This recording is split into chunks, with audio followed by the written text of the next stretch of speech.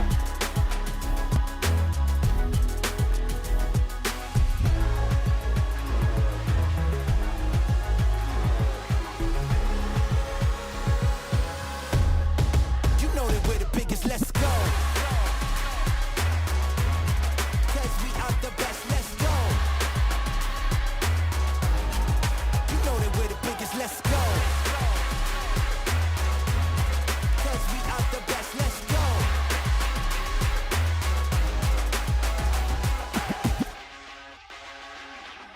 It's not a test, watch how we flex. When you kick it this fresh, can't help but be the best, let's go. This is not a test, gotta impress. Who cares about who's next when you know that you the best? Let's work. Just let's go.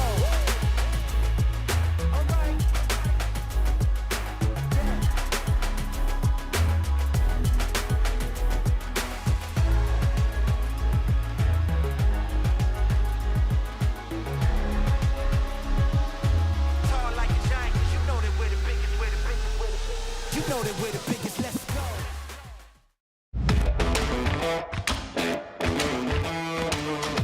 Who won the Season 1 full major? Josh Rogers. Correct. Rogers. Yes, correct. Rogers. Rogers. Correct. Yeah, right, yeah. Come on, you're allowed to shout your own name. Yeah, sure, come on, mate. Come on.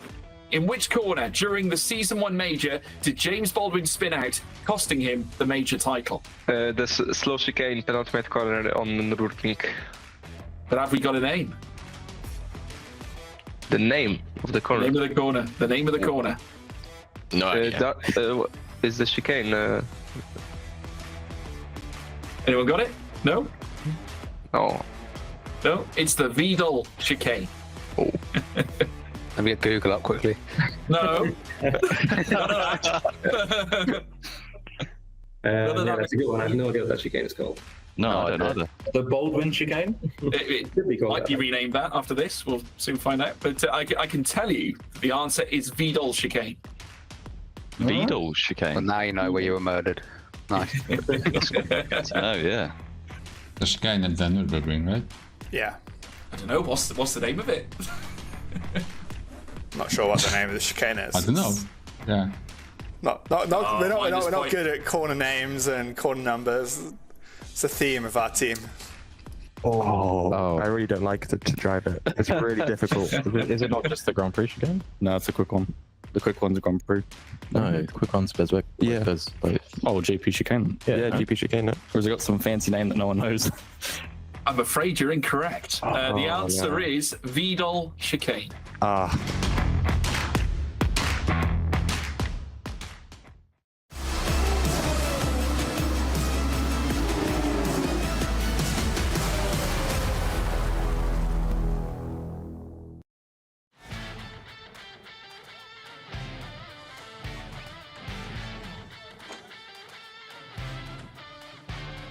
Welcome back, everybody, to ESL R1. We're about to go racing here at Road Atlanta once again in our Drivers' Championship. We're going to be in for a real treat with already some shocks and surprises through the course of this season. We had it last season as well at this very track with the likes of Jamie Fluke and Kevin Ellis Jr. pulling out some stupendous results out of the bag. Could we see something similar again? My name is, of course, George Morgan, your host / commentator. Joining me, as always, is the one, the only Lewis McGlade. Lewis, can't wait for this one. It's going to be fun. A wild ride of sorts. Few technicalities, few tricky corner sections. We've seen the S's going up first the initial sector. A very spicy circuit. Certainly is. It's definitely one of my favourites. And my microphone is hopefully unmuted for you to all hear me. No, the loud one hasn't become quiet. It's fine. Don't worry about it. No, obviously great to be back. Looking forward to this one. We always love a little bit of Road Atlanta, especially after what was a very dramatic opening round of the Drivers' Championship just a week ago. Yeah, it was very good indeed. We'll take a look at the schedule, though, very, very quickly, just to run you through exactly what the plan is for the rest of the season. We've concluded the Teams Championship, May 17th, 24th and June 7th. That is all finito. We've completed June 21st, the very first round in the Drivers' Championship. We're now sat here on the 28th of June with one final round to come after this one, leading up to the road to the World Cup on July 5th. But tonight is all about Road Atlanta with, obviously, coming off the back of last round, Joshua Rogers taking victory. This is the format, though, that we're going to be taking you through tonight. 4 knockout races to bring you to decide the grids for the semi-finals. Remember, the top 6 in each race going through to the next round. And then the top 6 out of the semi-finals will provide us with the final grid with 12 drivers looking to become the winner of our round 2 in this Drivers' Championship. And at the moment, it's Porsche Coanda who are celebrating here, Lewis, because it was, of course, Joshua Rogers winning in our first Drivers' Championship race. Yeah, of course. The road to the Esports World Cup saw Joshua Rogers taking that victory. Of course, we'll talk a little bit about how the standings are going to work in just a second. Of course, Benneker and Sebastian Job taking victories in the Teams Championship, now refocusing on the drivers,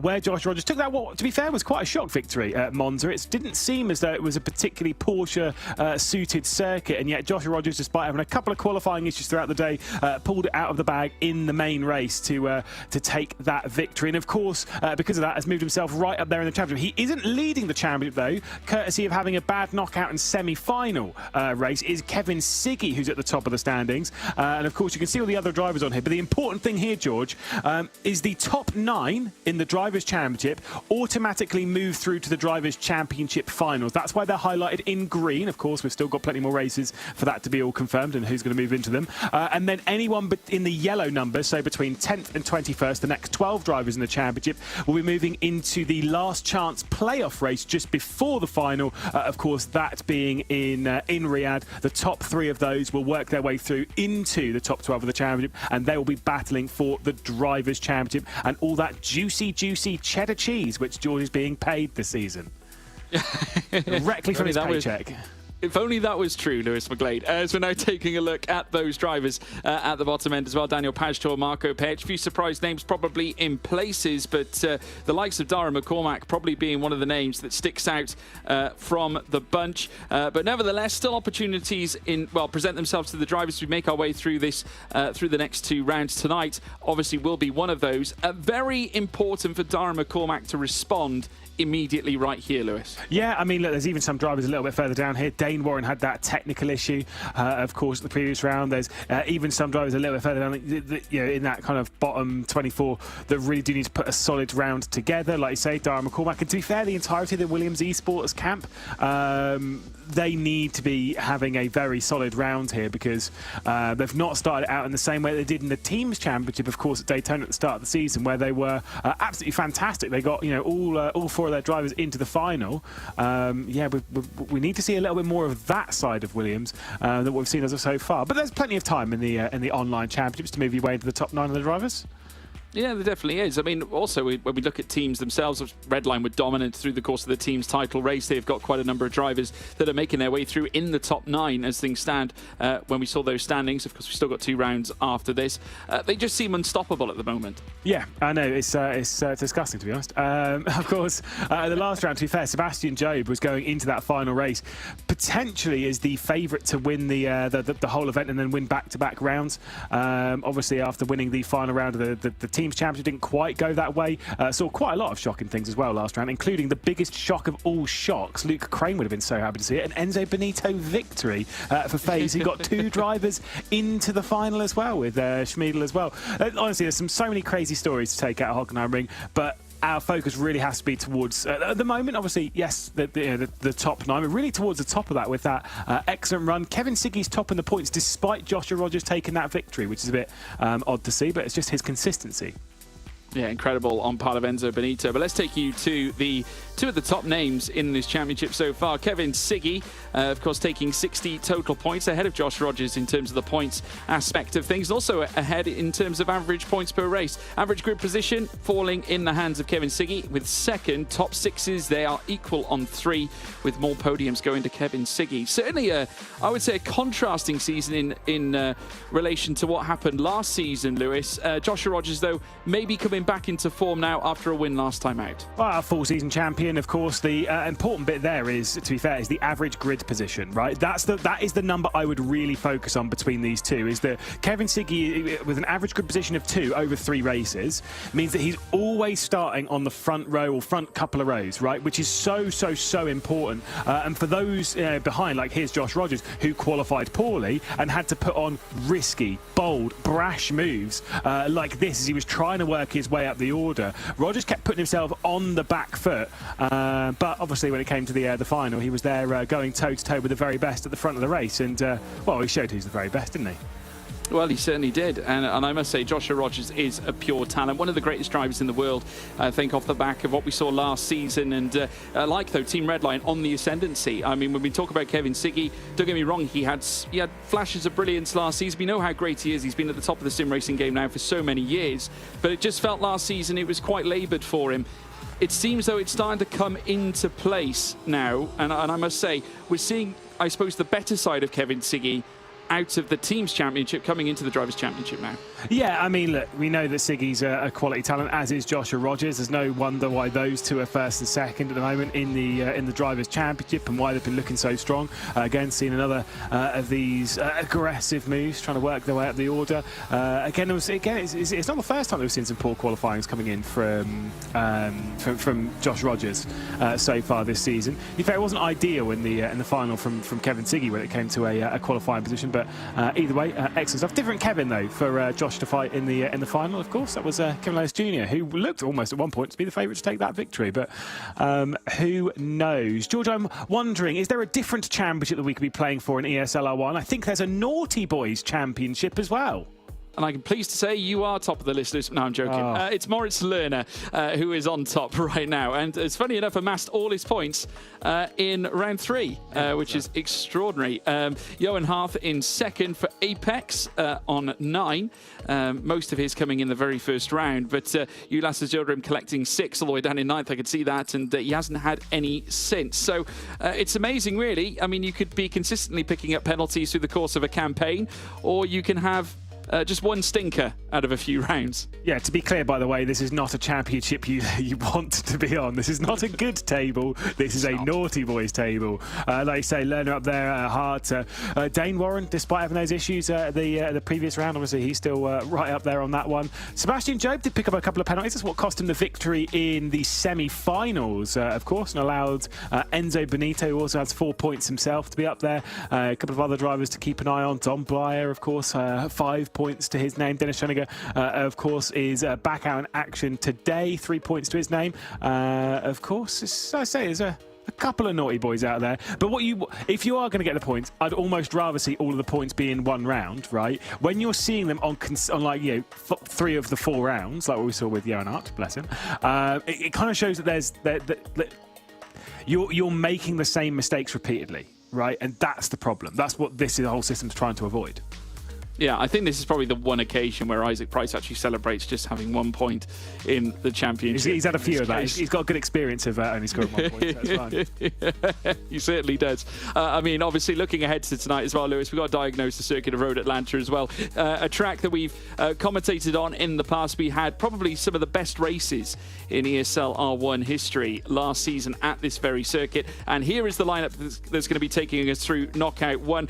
Charlie Collins sits at the top of the tree for Porsche Coandra. We then have Marcel Cinchik second there on your screen as well for Team Vitality. Moritz Lerner, Sebastian Job, Jamie Fluke, Ferris Stanley, Thomas Tatler, Isaac Price, Dominic Blyer, Daniel Tillich, and then we have, of course, Will Chadwick, and then Gilbert for Guild Esports. What do you make of this lineup, Lewis? I mean, great. Obviously, we've got Fluke up there, the winner of the previous time we came to Road Atlanta. You've got Sebastian Job, a driver who's obviously joint on points with the likes of Josh Rogers, who looked really strong at the previous round. There is a look at Jamie Fluke. I did notice, I don't know why I've never noticed this before, but Williams, we should rename Williams to Team Big D, because they've got 4 drivers that all start with D. Obviously, it's Daniel Pagdor, Dennis Schoeniger, of course, Dario McCormack, and Dominic Blyant. But the less said about that, the better. Lots of track maps in the background for you to work out with Will Chadwick, who's back behind the wheel after a mediocre performance last round as a driver, but a great one as a race engineer.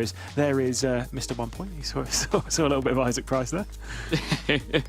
Certainly did. And Guild Esports also hoping for a better run this time. Moritz Lerner, who is top of the disciplinary list at this stage, looking to obviously take himself off the top of that disciplinary list. Charlie Collins getting set to go out again. He's an exciting talent, isn't he, Lewis?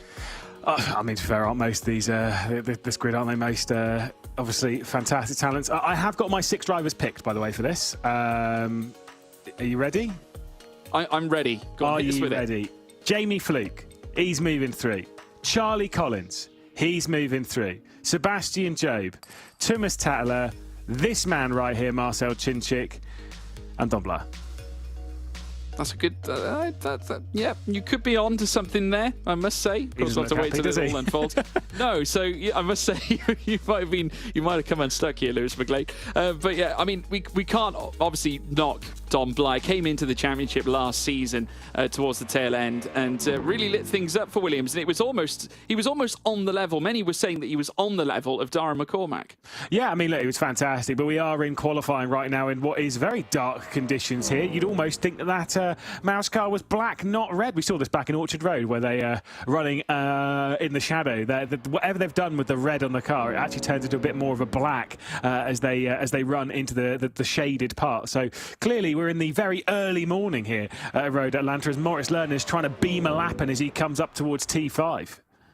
Yeah, it certainly is coming over the crest now, and Moritz Lerner just a little squirrely on exit, almost like a rabbit in headlights. You can see from the rabbit that's on the left-hand side of his webcam screen, but has clearly been working hard in the rig. Looks like he's been sweating a little bit as well, judging from the state of his hair, as they now come through the first sector and then through towards sector 2. 7 minutes and 50 to set this lap in qualifying. Obviously, they only get one stab at it. It's 09.462 in the first sector with a 0.39.849 in sector 2. How does this rate for you, Lewis? I mean, look, we'll have to wait and see. We know that first sector is extremely short. We'll see him come through. Honestly, I completely forgot to ask the drivers what times they're looking for, because obviously it's about a second slower than what we were running last year. So we'll have to keep our eye on this as we'll see his reaction crossing the line. He seemed to roll with it. 16.9. It's okay. Yeah, 16.979. Sebastian Job now whipping around this next right-hander alike. Looking to follow suit from Moritz Lerner, this time perhaps sticking his car onto the front end of the order, coming through the chicane at 10A and 10B. Then downhill out of turn 11 through towards turn 12, and a run up towards the line for Sebastian Job. 09.433, 39.834. Where does sector 3 put him? To the top it does. 1:16.865. Clear of Lerner for now, but the gap's still fairly minimal. Yeah, again, first sector here for Jamie Flukes, about a tenth off what we were seeing there from Sebastian Job. See how the Merc is in the final sector as we come down towards 10A, 10B. Flicks it up the hill, of course, knows how to get the job done and win around this circuit in ESL R1. Dropping down the 80-foot drop at the final corner into 12, flicks it in, chucks it over the line. Could be challenging a point, a low 9 here for Jamie Fluke. Is a mid-9.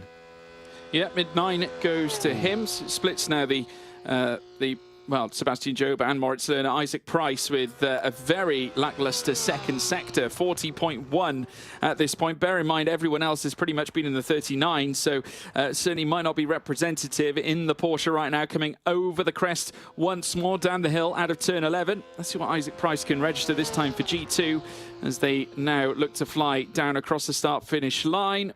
And it's going to be a 1:17.417, not ideal at all, and could firmly place him to the back of the grid. Indeed, like I said, it was the middle sector where he dropped quite a lot of time there, unfortunately. This lap's looking a little bit more like it. Second sector is actually pretty good from Marcel Cinchik, running the 39.8. It's about akin to what Sebastian Job was running. A little bit slower in the first sector. Kicks the rear end just a touch out, heading through the final chicane. Could be a good lap from the Hungarian, of course, the spring season champion, as he heads up towards the line. Could it be a 16.7, which I'm wisely informed by Elvis Rankin is a pretty good time. Not quite there, still in the 16.8s.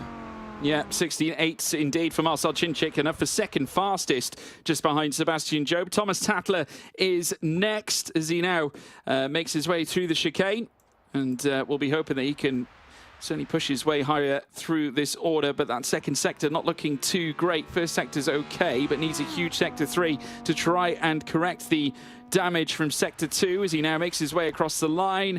Where does that place him? Fifth fastest, just ahead of Isaac Price, but here comes Daniel Tillich. Yeah, second sector is not good enough for Tillich, doing a 40.1. This is going to drop him right the way down about where Isaac Price is. Unfortunately, it'll be a low 17, maybe a 0.3, maybe a 0.4 from the Virtus Pro driver. So unfortunately, as he comes through the final chicane, it'll be somewhere towards the back of the grid.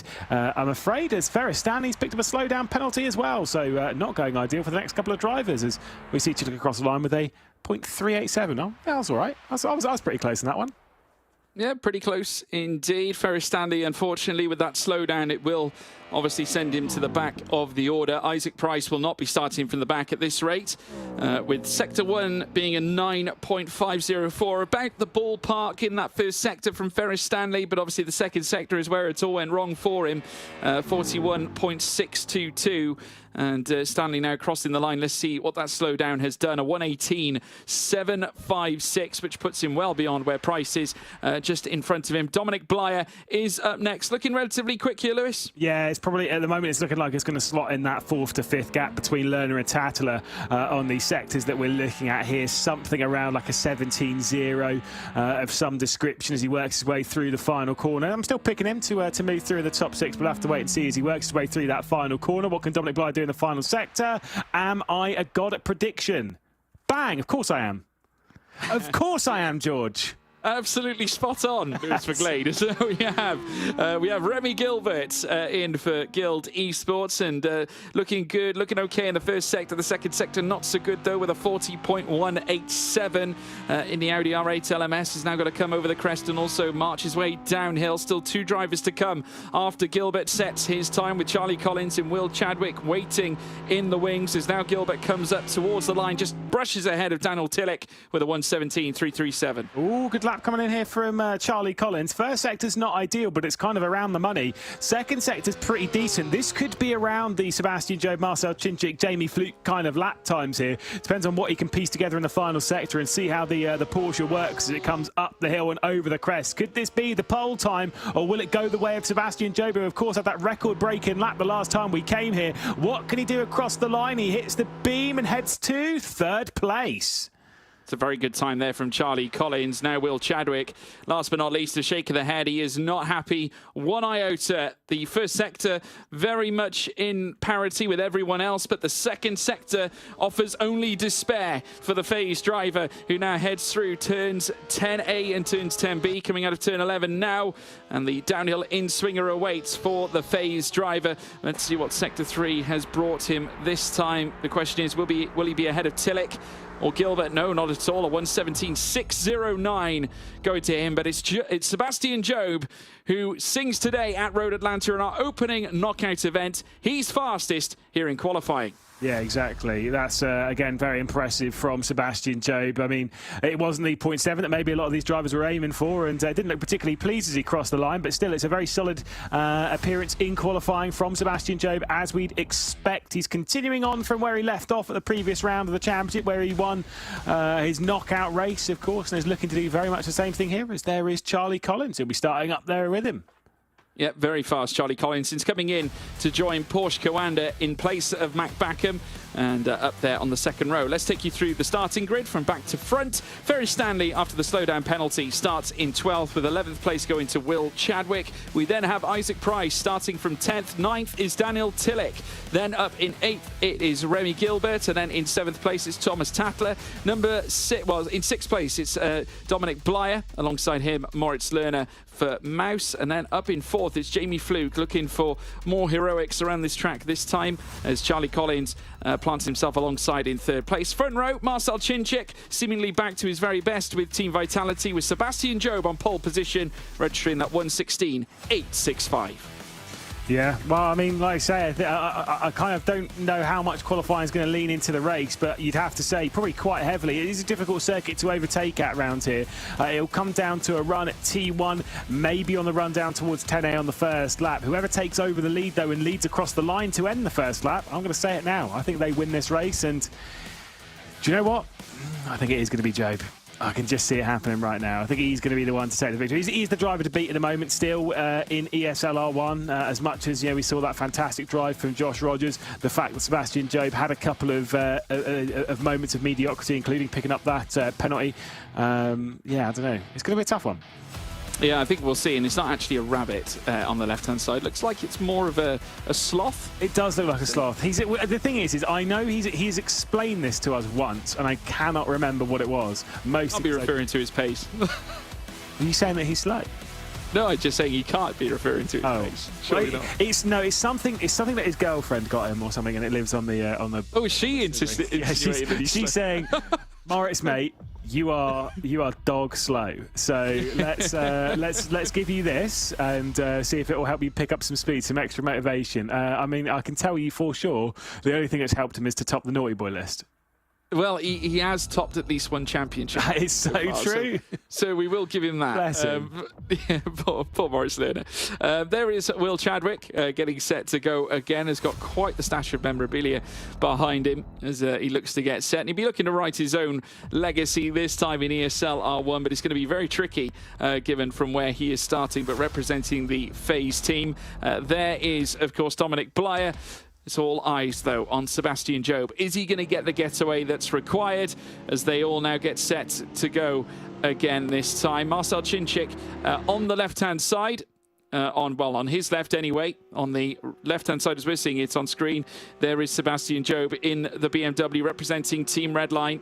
In behind, you've got Jamie Fluke, as well as Charlie Collins looking to light things up here around Road Atlanta. Very dark out there as they now look to make their way down towards the line, and they're going to put pedal to the metal, and it is going to be go, go, go, go, go, and certainly a great start here from Sebastian Jobe. Charlie Collins getting a better run than Marcel Chinchik coming through turn one. Jamie Fluke in the distance as well, looking to try and pick his spot with Moritz Lerner waiting in the wings as Collins and Chinchik run wheel to wheel through this first sector, through the S's, and all this allowing Sebastian Jobe to carry on as Charlie Collins moves into second. Yep, congratulations Sebastian Jobe for your 22nd win in ESL R1. He's absolutely gone at the moment. 1.2 seconds clear of this group because they were going side by side down the hill. Moritz Lerner was getting pretty aggressive on the race start though, as he was trying to fill the mirrors and work his way up the order. Meanwhile, Blyer and Tatler very close into the awkward turn 7. We head back out. Are there going to be any moves down into 10A? Well, we'll soon find out. Sebastian Jobe clear by nearly 1.4 as now Collins looks to go to work to bring down the delta, but he's towing along Marcel Chinchik, who I'm sure is taking exception to everything that unfolded on the opening lap. And indeed, the Audi R8 LMS searching and hunting all over the back as they run wheel to wheel, coming in towards turns 10A and turns 10B, and Chinchik slapping Charlie Collins back down again. And the Hungarian on the rise here, Lewis. Meanwhile, there was a side-by-side between Ferris Stanley and Remy Gilbert behind. The Guild Racing driver trying to work his way up the order as, once again, mirrors being filled, showing this does give us potential for some excellent racing throughout the day between this Audi R8 and the Porsche. And, of course, you've got the Mercedes of Jamie Fluke, who will probably be feeling the pressure as being a round winner here before, as he stares at the rear end of Charlie Collins, who we can see here wrestling his way down the hill as the sun starts to rise a little bit here at Road Atlanta, taking it through the S's section up towards turn 5. I hate the corner numbers around here. Well, it's very, very tricky. Obviously, the couple of straights that have been donned corner names. I'm looking at you, turns 8 and 9, as they head down in towards the next right-hander. Indeed, it is still Chinchik in second, managing to levy some sort of delta between he and Charlie Collins right now, with Jamie Fluke just watching these two go at it. Further back, Moritz Lerner, Dominic Blyer, also in behind those, riding on board with Blyer right now, just ahead of Thomas Tatler, who also got a reasonable getaway, but needs to try and break into that top 6. That's what's key in order to make your way into semi-final contention. Moritz Lerner, who we're currently riding on, or we were riding on board with, Jamie Fluke now has a look down the inside, this time with Charlie Collins, who goes very late on the brakes and very nearly upends Marcel Chinchik. Yeah, look at this though, slow exit from Charlie Collins coming out of the chicane. Jamie Fluke drops down the 80 feet down into the final corner and looks to switch back, potentially he's going to go back to the inside, still side by side, just about got an overlap on the start-finish straight. Charlie Collins with the inside hold. Moritz Lerner's knocking at the door to try and sneak his way through. If Moritz Lerner isn't careful here though, he's going to get a slow run out of a corner, and Dom Blyer is going to sneak his way past. Yeah, well, obviously, it's not going to help Lerner's momentum. Blyer, though, is going to have every chance. Should a window be wide open enough for him to fit his car through. Of course, the Williams utilising the Mercedes AMG GT3 as they have done since last season, and they now come over the crest, coming out of the S's. Then a trip to the next double right-hander, this time around Thomas Tatler on the back of Dominic Blyer. Just seems like a concertina effect has occurred going through that first section. Unfortunately, now it's Dominic Blyer who's on the wrong side of it, as opposed to Moritz Lerner. Tatler now looking to lick his lips with an opportunity. The Finn looking to fly, heading down this next long straight. If he can get to within the aero, he might get the drag to make the move, but I think he's just a little bit too far back. Chinchik now managing to put some added delta in between he and Collins. Collins a little bit more concerned with Jamie Fluke in behind, late on the brakes. Enter now Thomas Tatler up the inside, straight away coming through 10A. That is a fantastic move there from Thomas Tatler. Caught Dominic Blyer by surprise, and that's exactly how you do it. Look at the side-by-side behind, though, was Will Chadwick. Is knocking at the door to go and sneak his way past Isaac Price. Chadwick's not out of this yet. I'd love to see a little bit of Will Chadwick working his way into the semi-finals. So I still don't think it's going to happen. But you know, you got to have some faith in the guy. There he is. Again, another driver with track maps in the background. Wonder how many of those you can name at home, and you, George. It's fine. Well, I'll do my best. I can name all of them. I did it last week. It's fine. Oh, top man. As we're now watching Dominic Bly riding on board with him through the very tricky S's section, Moritz Lerner with a little twist of the wheel. He got it slightly wrong at this portion of track. We're going through on his qualifying lap, but seemingly okay at this point. Still on the rear of Jamie Fluke right now as they peel through this next right. And then over the crest once again. Just look at the gap between Sebastian Job and Marcel Chinchik. He is acres clear, Lewis. Yeah, he's just gone. But to be fair, since Chinchik's got past Charlie Collins and the battling's kind of subdued a little bit in this podium battle, the gap hasn't actually grown very much between Sebastian Job and Marcel Chinchik. In fact, Marcel Chinchik is the one with the fastest lap of the race. You can tell, courtesy of the purple check next to his name and next to his delta off of the rear end of Sebastian Job. So, you know, Chinchik's got some pace around here in the Vitality car, which I think is important to note for later on the day. No one's getting super worried about their position in this race. As long as they're in the top 6 or realistically, let's say, podium positions, no one's super worried. But of course, do remember they are picking up points in this race. So, you know, two things to think about. The top 6 go through into the semi-finals, but you are picking up points in this race, which will help you in the championship, because remember, you want to be in the top 9 in the championship when we finish the final at the end of next round, because that will decide who is going into the finals in Saudi Arabia. That was very wide from Don Blyer. Yeah, it certainly was very wide, and I think it might cost him that little bit of momentum. Isaac Price is going to certainly cite this as an opportunity. Hasn't yet pulled the plug on Don Blyer just yet, and bear in mind, we're on lap 5. Still a fair ways to go, but Dominic Blyer can't afford to continue making too many mistakes here, because if he becomes detached off Thomas Tatler, it puts him at the mercy of Isaac Price, and also essentially puts him out of this, well, certainly out of this week's racing contention, because he will not be going through to the semi-finals should this continue. Is Thomas Tatler, who now sits in 6th after overtaking Blyer earlier on. Price now maybe looking to do the same as they now make their way down through towards the turn 11, turn 12 in swinger, and then down the straight to cross the line once again. Lap 6 of 12 now fully underway as they now circulate through turn 1 and head up towards the S's section once again. 2 seconds has stagnated somewhat between Chinchik and Job, with Collins now still maintaining a 0.5 of a second gap between he and Collins. Let's take a look at a replay. Now this is involving Remy Gilbert, who has actually become detached at the tail end of the field, and I think this is why.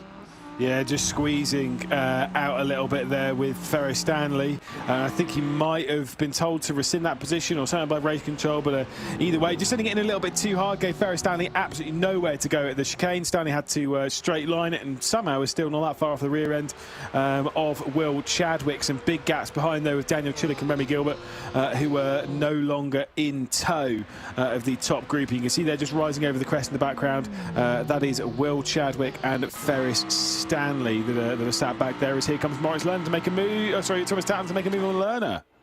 Yeah, Moritz Lerner now at the mercy of Thomas Tatler. It's not the first time he's made a move here, and ta-ta, says Thomas Tatler to Moritz Lerner. Moves up to 5th. A little gap between Tatler and Jamie Fluke right now. Obviously, Lerner not getting the slipstream that you would have wanted to defend the place. Obviously, now Tatler's going to come under that level of scrutiny, but I tell you what, fair play to Thomas Tatler. He really has grown in this championship since we saw him last season. Yeah, certainly so. I mean, look, the Team Falcons squad there putting in an awful lot of work here as we ride on board with Isaac Price, and Thomas Tatler's doing a great job to keep Moritz Lerner at bay after making that move. No mistake down into T1, which was actually really easy to do. We ride on board with Don Blyer. You can see them on the left-hand side of your screen. Right-hand side, you can see Moritz Lerner. Of course, the car directly ahead of him, the BMW M Team Mouse car that's just sat ahead. There is the potential for the move. Maybe Moritz Lerner's going to drop down the order. For some reason, I love Moritz Lerner, but for a specific reason, i.e. my prediction, I'd be okay with Don Blyer passing Moritz. Just saying. Well, I'd then be 6 for 6. So, you know, you got to take these wins.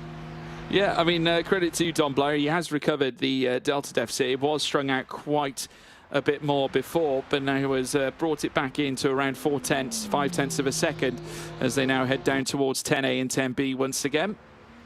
Charlie Collins in 3rd place. And further back, Moritz Lerner, who licking his wounds after the move from Thomas Tatler at that very portion of track. is now trying to keep Dominic Blyer in behind. That's going to be easier said than done, though. Of course, Dominic Blyer's debut in ESL R1 was certainly a phenomenal one. I believe it was Hockenheim, Lewis? Well, for Dom Blyer? Yeah, last season. It's Daytona. Was it not? Daytona, of course it was. Yes. Naughty boy. Terrible. Yeah, get your facts straight. Slap my wrists. Will Chadwick, you naughty, naughty boy. He's exceeded his instant points limit in this race, and that's to be given a 5-second post-race time penalty. We had faith in you, Will Chadwick, and you've let us down. Of course, no one was ever expecting him to get inside the top 6, so it's fine. Don't want to be brutal, but he's a better race engineer than he is, and I guess team coordinator, however you want to put it, than he is driver. He is a pretty good driver, though, to be fair. He could definitely beat me in a lap around this circuit in any car, to be honest. And I mean that as I could be in a hypercar and he could be in a Ford Transit. Well, I harbour no shame in saying that he would probably wipe the floor with me as well. So you're not on your considering own. I would beat you around here, and in touring cars, yes. Anything, mate. Anything. In fact, actually, me and you and O'Leary were talking about this last round. I reckon if we did one lap around Fuji, I reckon you in a hypercar and me in a GT3, I reckon I'd beat you. There's a good chance of that, to be fair. Mostly because I just think you'd crash. Yeah, you're probably not wrong. But yes, I must say, tremendous effort from Chadwick to represent FaZe the way he has done. Of course, he will not excel any higher than his previous best result, which I believe is actually finishing 9th in quarter-final action back at round 2 at Orchard Road in the Teams Championship earlier on in the campaign. But coming back here this time, it certainly won't be the same again. Currently sits 9th on the table here, but no doubt with the slowdown penalty or the penalties that will be added later on at the end of the race, he will fall through the field as we keep on board with Charlie Collins, who is still trying to chase down Marcel Chinchik. The gap now fairly equal between Chinchik, Collins and Fluke right now. 4/10 between the bunch as we now see them make their way down this straight. There is Jamie Fluke ahead of Thomas Tatler. Tatler doing a great job too, and is actually he's trying to break clear of Moritz Lerner in behind, but it's certainly not proving to be an easy one. Dominic Blyer with the fastest lap of the race, now getting closer and closer to the back of Moritz Lerner. I think we could see some last gasp dramatics here, Lewis. We're coming into the final few laps here, and it's all about that 6th place. Yeah, exactly. Like I say, there's a lot of potential here when it comes to these moves, a lot of chances. That is not, by the way, Thomas Tatler in the bottom right. I think it was Jakub Matuszewski is getting himself ready for his race as we can see Dom Blyer closing in. He set the fastest lap of the race and is closing down of Moritz Lerner, but he does not have long to pass that Mouse BMW. Literally 3 laps around Road Atlanta. Overtaking opportunities around here, it's tough. You've got turn 1, which obviously they'll only see a couple more times. You've got turn, I wouldn't want to do it at 7. It's really turn 1 and turn 10A. Those are the ones where you can make the move. They'll see 10A 3 more times. They'll see turn 1 twice. Well, Moritz Lerner's going to have to defend against Dominic Blyer vehemently. He already lost out on a place due to Thomas Tatler at that very portion of track. Tatler braved it when late on the brakes, coming through 10A and 10B, and now Lerner, by all intents and purposes, is detached away from Tatler. And I tell you what, Dominic Blyer, I think, can smell blood, because he is right on the rear of Moritz Lerner right now as they head down over the crest once again through turns 8 and out to turn 9 as well, alike down through towards the chicane this time, and Dominic Blyer is going to run wheel to wheel straight away here with Moritz Lerner. This is a battle to get through into the semi-finals. Lerner shutting the door, but on the well, certainly on the run out of the chicane this time around. Has Blyer got the inside, coming down towards the home straight? Not quite, but I get a sense that this is, I suppose, the calm before the storm right now. Yeah, here we go down into T1 again, filling the mirrors, and Dom Blyer cannot quite find his way past the German. Of course, Moritz Lerner hanging on at the moment, taking the curb, going through T2 all the way over the one at 3 as we start heading down the hill. Yeah, there's 8 points in the offing should you claim 6th place here in this particular race in quarter-final action.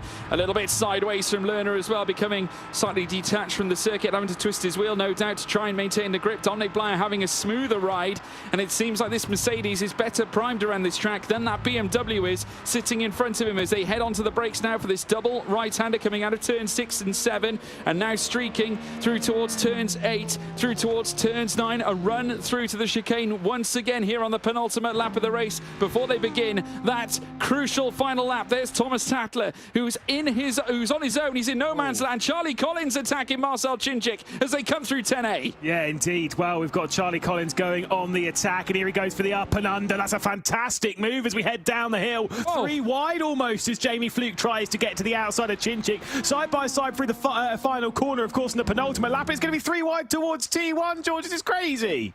Truly bizarre scenes here, and I must say Charlie Collins dazzling us here as we enter the final lap, and the young Welshman once again bringing it to the foray here in ESL R1. He ascends to second, removing Chinchik down to third, and further back it's still ongoing between Lerner and Blyer in that battle for qualification and for that semi-final. Yeah, indeed, that was a brilliant move from Charlie Collins. Elvis Rankin's been telling me that Charlie Collins is his GOAT, and I can kind of see why with moves like that. Absolutely fantastic. I know 3.3 seconds behind Sebastian Jobe, but that is going to be an important moment for Charlie Collins. His extra points that he is scoring in this championship before making that move again. A couple of seasons ago in ESL R1, you wouldn't have seen that move happen because there was no real benefit of doing so. Now we are going to see those moves. Let's see if Marcel Chinchik, let's see if Jamie Fluke or Thomas Tattler can sneak their way back in as this fight will continue on the final lap. It certainly will. Chinchik now looking to open up the door back again as they look to battle over the remaining points in this race. Remember, it's 20 points for second, 16 for third. Chinchik trying to go for the 20. Trying to upend Charlie Collins, who is ruthlessly defending here as they head now on the outset. They're battling, squabbling over the top 3, but Sebastian Jobe will take victory in race 1 in the first quarterfinal of this Road Atlanta race. Charlie Collins gets up for second. Jamie Fluke pinching 3, Chinchik removed to 4th, and Moritz Lerner doing enough to hold on to that 6th place, Lewis McGlade. Yeah, indeed. Excellent performance there for Charlie Collins, again back on the podium. But it is a 20-second victory for the 22. I was talking about that a lot the last round. He came across the line at the Hockenheim ring to take, in the semi-finals, to take his 20-second victory, but he had that taken away from him and couldn't quite do it in the final. So finally, it is 22 for Sebastian Jobe. But more importantly, it is a 5th win for him in the spring season. Man is flying. He is. Definitely has found a new level of form since transitioning across from G2 into the Team Redline camp. And it just goes to show when you've got a driver that, I suppose, fumates greatness, joining a team such as, Team Redline, it's like I suppose a combination of magic. Well, it's almost made in heaven, is it not? Maybe. I mean, look, it's Sebastian Jobe kind of coming strong at the exact right moment. It didn't really matter too much as to how he was through the Teams Championship because he had the team behind him to kind of score any points anyway. So they were always really going to win the Teams Championship. It was always really the focus. Whereas here in the drivers, you need to deliver yourself, and that's exactly what Jobe did.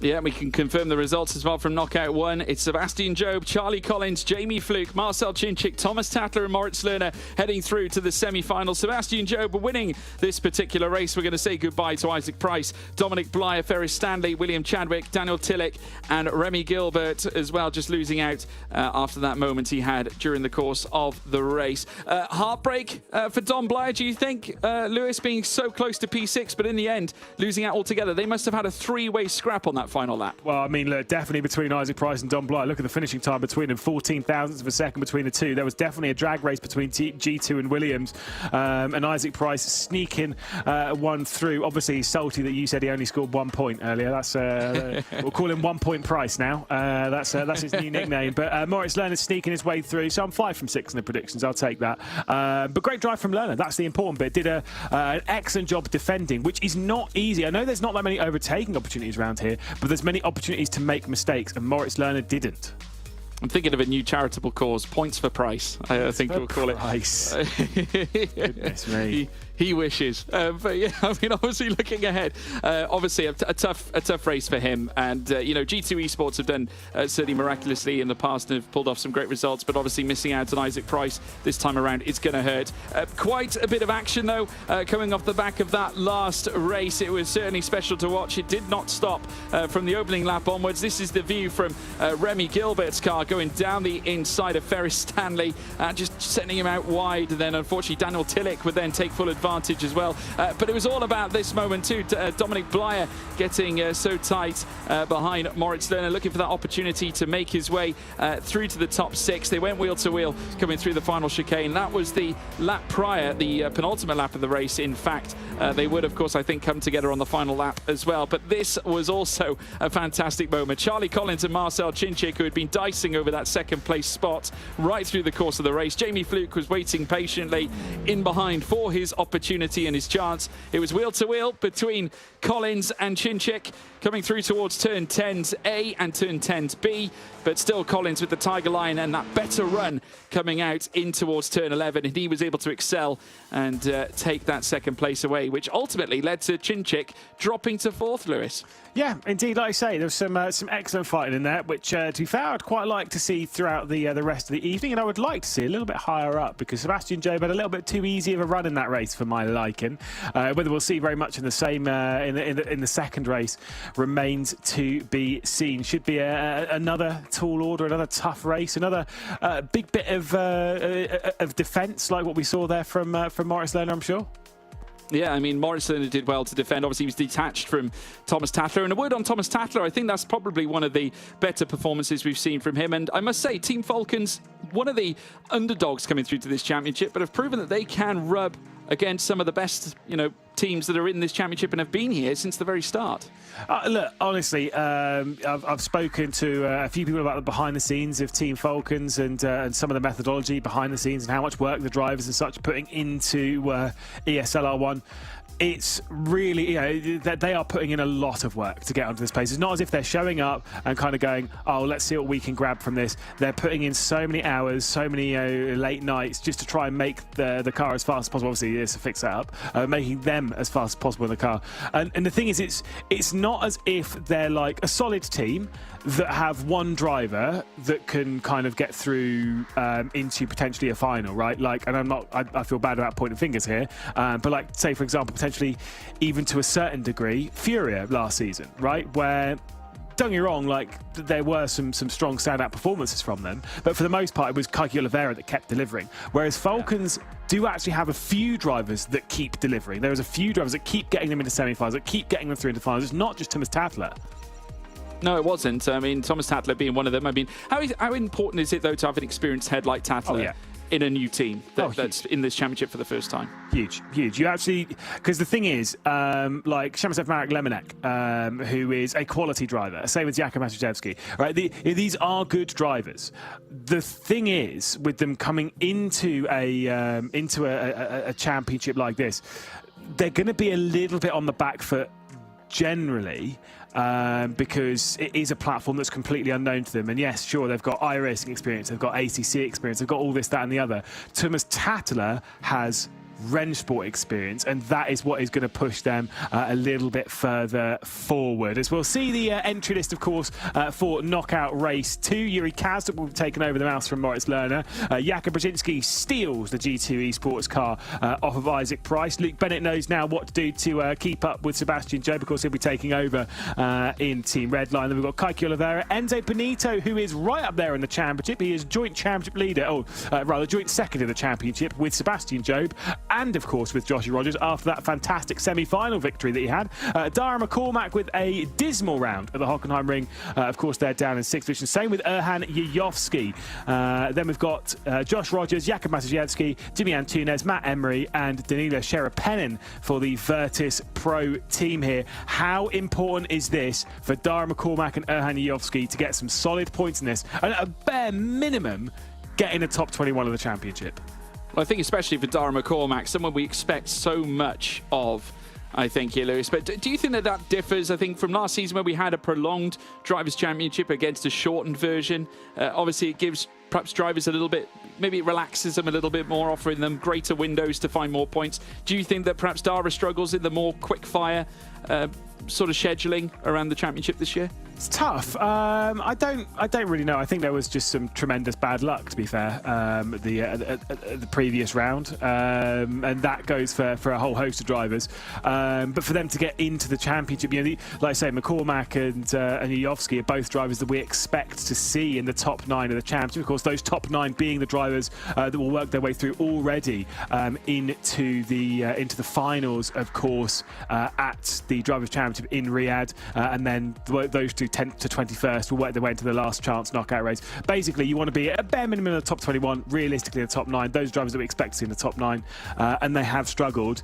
And maybe it is down to the shorter season. I mean, the thing with this is that you just can't make a mistake. At any real point, you just cannot make a mistake. And with 48 other drivers out there, mistakes are going to be made.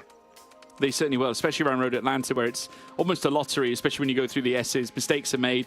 Obviously, we'll see many of them, I'm sure, through the course of this evening. But yeah, very integral for Dara McCormack to start making moves in this particular round around Road Atlanta. The question is who can follow suit from what Sebastian Job did in that previous race. You never know, it could fall into the hands of Team Redline once again. The likes of Yuri Kazdorp, how do you rate his performance so far this season, Lewis? Well, I mean, it's always hard to work out with Yuri, isn't it? Like, he's a quality driver, but you just never really know. I will say on my picks as to who's going to go through, he's not on them. But he can do. The thing is that we've seen great flashes of performance from Yuri Kazdorp. So you just never really know. Do you want to know my 6 drivers? Go ahead. Let's hear them. Okay, so my 6 picks from this. There is one of them. Boom.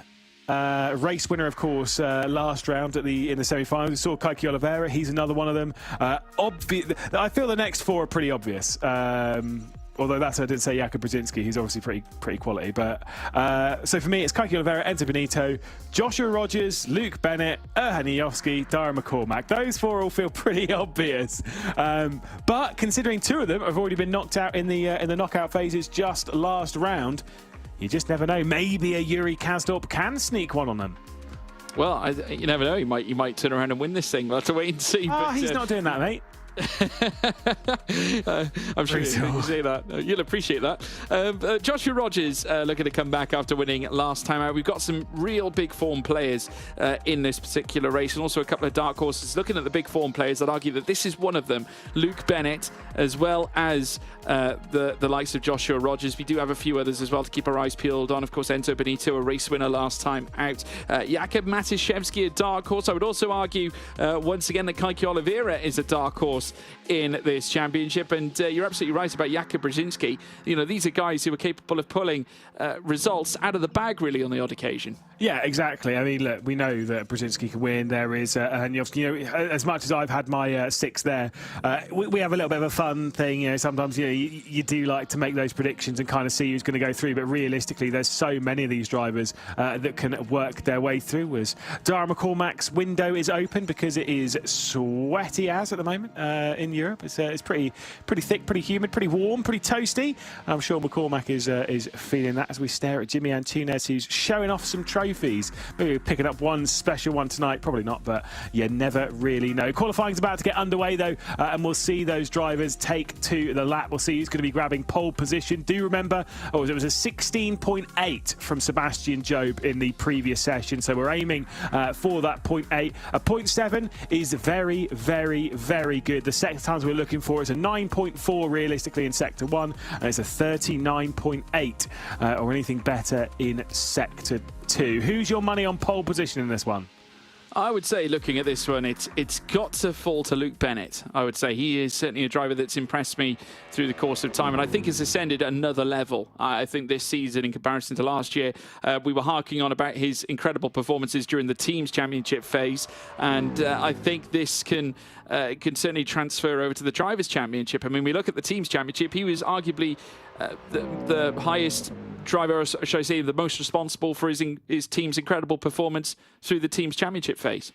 Yeah, indeed. Well, maybe it's better. I'm gonna go for McCormack. I want to see some good points being stolen by McCormack here, because I want to see him going through to the top 9, because it will definitely be a driver that's competing for the championship if he can get there in Riyadh. It's the journey to it. It's the road to Riyadh that's the most difficult part, though, realistically. It's the first step before taking that Drivers' Championship. Kaiki Oliveira's first sector is pretty decent, I will say that. You know, we've spoken time and time again about how his top 6 record in ESL R1 is absolutely fantastic. First sector solid, and you can see a little bit of a shake of the head there from him. Second sector, a little bit mediocre. Still would be about 10 seconds faster than George Morgan, though, so that's all well and good. Into the final chicane, we'll see Oliveira work his way up the hill, under the bridge, and then back down the 80-foot drop down towards the final corner. See what the lap time's going to be. Again, 16.8, very good. 16.9, okay. 17.0, not ideal. I think it's going to be more close to 16.9 as he crosses the line. Ooh, so 17.0 is not good. Not good at all from Kaiki Oliveira. Enzo Benito coming up next. We're now calling him a race winner after what he managed to achieve last time out. This time, though, running for FaZe as opposed to Team Redline. Still part of the Redline group, but on loan to FaZe for this season in ESL R1 as the Italian now makes his way out of the chicane at turns 10A and turns 10B. Downhill at turn 11. This time around, 9.5 in Sector 1 is about right. 39.8. Better than Oliveira in that second sector, and goes faster than Oliveira as well. A 16.9, not the best, not brilliant, but still up there. This one is not looking ideal. First sector's not great. Second sector's really not great from Jimmy Antunes, who'll probably be going for probably something like a 17.3, maybe a 17.4 by the time the lap comes to an end, because it's not looking ideal. They're generally quite consistent in the final sector as we drop down the hill for Antunes, of course, jumping into the Apex Racing team and replacing the likes of Elvis Rankin, of course. So it was Pete Berryman before. It is indeed a 17.3. That's a painful lap there for Jimmy Antunes. Next up now is Jakub Brzezinski for G2 Sim Racing. Is now he heads down towards the chicane, and obviously be following on from Isaac Price before. Obviously Price not getting through, but Brzezinski might have a chance here of getting into that top 6. 9.6 though in the first sector isn't ideal. Would probably prefer to 9.5, and shaking his head. A 39.8 in sector 2 is better than what we've seen from most, but coming across the line, what's that third sector going to offer? Brzezinski only enough for third. That's appalling. That final sector obviously did not work for him.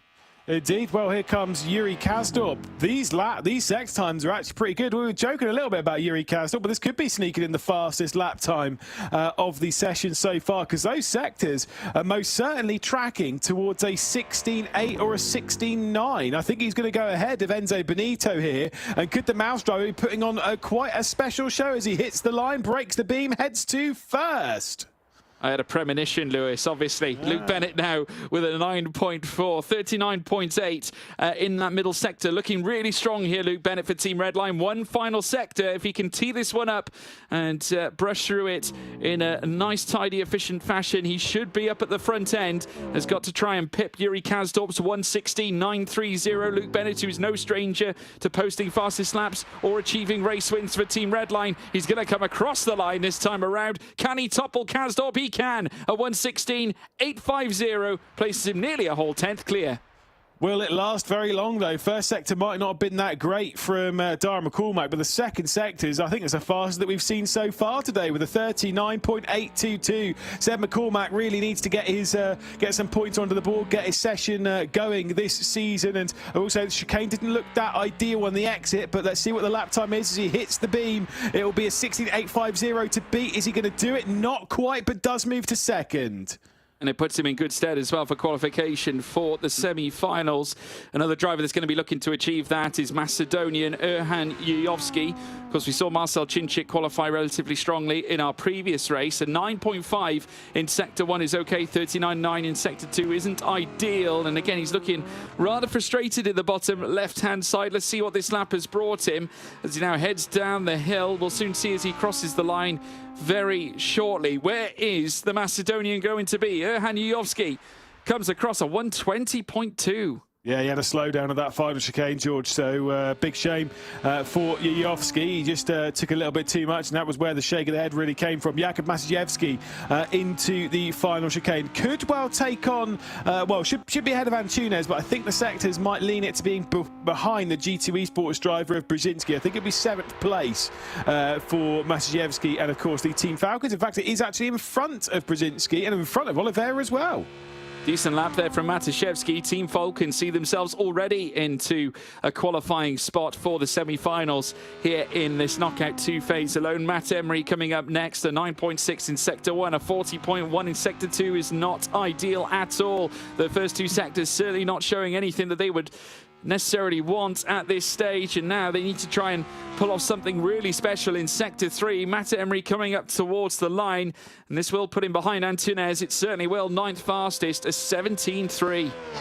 Oh, wow. We thought that lap time was coming in pretty good from Bennett. This one could indeed even be a 7 coming in. Could it be our first 16-7 of the evening? Joshua Rogers, round winner of the previous round of the championship, of course, that being the Drivers' Championship. He started out with a couple of awkward qualifyings. Well, he seems to be carrying on with the good form of what he saw in the final, into the final turn with 2 drivers left to go in the session. Provisional pole time is Bennett. Will it change? Yes, it will. 8.25 for Josh Rogers. 25 thousandths between Ps1 and Ps2. And next up is Danila Sharapenin, who is now making his way down towards the final few corners as well for Virtus Pro. The first sector, 9.6. The second sector looking really poor right now, 40.3, which could yet put him below Matt Emery at this stage as he comes downhill. Needs a big sector 3 in order to put something representative to the line. Coming up towards the start-finish line now to register that said lap. And yes, in behind Matt Emery, only enough for 11th. Poor lap time from Danila Sharapenin, but great lap time from this driver here. It is Josh Rogers on the pole position once again, but will he be able to lead down into the first corner, or will Luke Bennett go on the attack? It's BMW Team Redline versus, of course, the Porsche Commander versus the Mercedes-AMG Team Williams. So it's all different brands up towards that top lot, and all represented by the official brands themselves. That's going to be a tall order. See what they can do when it comes to it. We'll take a look at the starting grid then. Slow down penalty for Erhan Yovsky. He'll start from the rear of the field. Of course, donning on the new Team Vitality t-shirt, of course. Then we've got Danila Sharapenin in 11th. Matt Emery, of course, for Guild, down there in 10th position. Then Jimmy Antunes for the Apex Racing team in 9th. Jakub Brzezinski in 8th position with Kiki Oliveira in 7th. But, you know, be a bold man to bet on him not getting inside the top 6. Jakub Maciejewski, of course, in that 6th position, only a few hundredths of a second faster. Enzo Benito looking to move through into another semi-final and maybe even, hey, another final later on in the day, who knows. Yuri Kasdorp with an excellent qualifying session to move into 4th position with Dara McCormack, Luke Bennett, and of course the pole time for Joshua Rogers, a 1:16.825. Excellent lap time from him. Yeah, fantastic lap for Josh Rogers, and following suit again from our previous round, he just seems to be in that space right now where he can just race with confidence, and I'm sure we'll be seeing a lot more of it as time goes on. Jimmy Antunes not having an ideal run. Kiki Oliveira could yet throw a surprise as well in favour of BS Plus competition. Of course, moving across from Furia, the Brazilian team from last season. There's Enzo Benito. We'll be hoping for another decent result again this time for FaZe Clan. Let's wait and see what they can pull out of the bag. There's a few other names dotted further back. They're going to be in for a rough ride. Erhan Yovsky needs to make moves from the get-go, Lewis. I mean, look, let's be honest, I wouldn't put it past Yovsky. I do remember a poor qualifying coming in from Joshua Rogers in the previous round and was still able to work his way through. Is it done for Erhan Yovsky today? Maybe, maybe not. I will say, if he does not make it through to the semi-finals, goodbye to Erhan Yovsky and the Drivers' Championship, because there will be surely almost no chance of him moving his way through into the final at Riyadh. I mean, maybe he can get himself into the top 21 in just one round of racing, but that's the thing, is that he's leaving all of the work to the final round of the championship, and he's sweating mostly because it's hot in Macedonia at the moment, but also because he's feeling the pressure of all of the drivers around him or something. Well, it certainly is a pressure cooker scenario, and someone who is going to feel that pressure is Dara McCormack, who had a very tricky start to the Drivers' Championship in his own right. Luke Bennett on the front row, though, however, starting very strongly, and was actually holding on to the provisional pole time for the majority of the session, right up until Joshua Rogers, that man, came along and stole it away from him right at the bitter end of that knockout 2 qualifying session. It's going to be interesting to see those two rub shoulders going up through turn 1.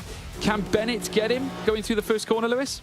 Well, we're about to find out, aren't we? As we head our way down the hill, the beautiful sunshine is out here at Road Atlanta, and it will be, of course, Joshua Rogers starting from the pole position. Alongside him will be Luke Bennett for Team Redline as we get underway. Already drama behind us. The Team Falcons G2 Guild Racing going off the road, and meanwhile for the race lead, it is going to be a sweep around the outside for Luke Bennett. Of course, do you remember last round there was a jump start for Sebastian Job as Team Falcons Jakub Maciejewski straight off into the barrier. Yeah, not quite sure what happened there. Just lost his braking point altogether, or there was a failure of sorts. He just went spiraling off at turn 1. Not sure what happened to Jakub Matuszewski, but Luke Bennett did get the jump on Josh Rogers. He leads here in knockout 2 with Rogers in second place, Darren McCormack in third. There's Kaiki Oliveira currently holding on to that 6th place that will get him through to semi-final 1. There is Enzo Benito also facing potential qualification here. Should he stay where he is, though, you can imagine he's still going to try and pile the agony onto Yuri Kazdorp, who holds on to 4th place. But it's Bennett in front. Here comes Rogers as he looks to make the move, potentially heading in towards the chicane. Yeah, Rogers deep in the slipstream that seems to be working quite nicely this afternoon to the inside of the final chicane. Let's see if Rogers is going to get his way past. He gets to the inside of Bennett, commits onto the brakes, heading straight down into 10A, straight down the inside, around the outside. Luke Bennett's going to go around the outside with a big slide from Rogers. He's going to drop down the order. Had an amazing catch there, did Josh Rogers. And here comes Darren McCormack onto the scene. Rogers dropping back behind Yuri Kazdorp as Luke Bennett is now feeling the pressure from Darren McCormack, who went toe-to-toe for the victory in the final at Daytona earlier on in the season before a mistake from McCormack saw him drop out of contention, and Luke Bennett ended up taking the victory there. What are we going to see between the two now? Fantastic opportunistic stuff there from Darren McCormack and Yuri Kazdorp. Joshua Rogers now relegated down to 4th place after starting on pole position. Enzo Benito is now in behind him and is being chased out by Kaiki Oliveira, who sits in 6th place. Let's take a look at a replay from this moment. In fact, that's Enzo Benito who we're seeing on screen. Oliveira just in behind, and this is a moment as well from the very start. Now that's Jakub Matuszewski just nudged off by Jimmy Antunes, it seems, Lewis. Yeah, I think there was all a little bit of awkward contact. I don't know if Antunes could really do anything there because he had a couple of cars on his inside, so couldn't really get more over to the right, at least from him again, seeing it quite quickly there. It all just looked a bit awkward, trying to make it 4 wide into T1. It does seem as though it is one of those turn 1 deals, but we'll have to wait and see. Enzo Benito, though, 5th position at the moment, could well be dropping down to 6th if Kaiki Oliveira goes for a move. Although I will say, Oliveira has not been the most aggressive driver that we've ever seen in the ESL R1. Is actually generally quite complacent to sit behind and allow the positions to come to him in a sense, which is why he actually finishes in the top 6 so often. He's got plenty of pace, but doesn't have that aggression, which means he doesn't actually have that many mistakes. As here comes a look to the inside from Rogers. Yeah, Rogers at the inside now, this time on Yuri Kazdorp, trying to take at least one of the places that he lost back, but is unable to do it. Coming through turn 1, Kazdorp doing enough to defend the place in 3rd as they now make their way through the SS section of turns 2, 3 and 4, and then onwards towards turn 5, which will then lead them down towards turn 6, where they'll meet the double right-handers. Kazdorp now 1.1 disconnected off the tail of McCormack. It's now a 2-horse race up at the front with Bennett leading. McCormack still very much glued to his back. And what again, brilliant performance between the top 2. Will they be able to separate themselves from the grouping behind and make it a 2-horse race for this victory? Poor exit there from T7 coming in from Yuri Kazdorp, and I think Joshua Rogers might be afforded some form of opportunity by the time they get down to the chicane. Will Darren McCormack have the same opportunity? He is closing into the slipstream. You can tell by the gap it's coming down. There could be a switch for the race lead. There's already been an attempt from Josh Rogers on Luke Bennett earlier on in the race. Will we get one from Darren McCormack? Rogers to the inside of Yuri Kazdorp, who'll get under the brakes nice and early and will allow Josh Rogers to take over 3rd position. And now he sees a 1-second gap up to Darren McCormack, who was unable to try anything there on Luke Bennett. Yeah, Kazdorp now down to 4th. McCormack just reneging on any move on Luke Bennett right now. And Joshua Rogers, I'm sure, keen to try and reform the train at this stage, try and close up to the back of Darren McCormack. The gap, though, quite vast as we're looking at it. Reading at it on screen, it's 1.2 seconds of the realm. So Rogers has got to go to work, otherwise he's going to be the victim of slipstream from Yuri Kazdorp once again, who I'm sure won't be under any illusions. Will still look to make overtakes, but points mean everything in this championship, and no doubt even where it comes down to knockout action, big points are on the table in this series. For example, obviously with Rogers making that move alone on Yuri Kazdorp, it now puts him into the 16 points range as opposed to 13 points as we now rejoin Kaiki Oliveira on the cusp of he is in 6th place, but on the cusp of losing it, and also staying there with Sheriff Pennin in behind for Virtus Pro, who I'm sure will be looking to try and progress his team through to the semi-finals. But still at this stage, Oliveira maybe favouring a move on Enzo Benito this time, opting to remain in the rear of the Mercedes-AMG GT3, but I like the pace on Kaiki Oliveira right now. Yeah, simply did not fancy that one. It did Oliveira, as the 1 second or less now gap to Sheriff Pennin behind could see him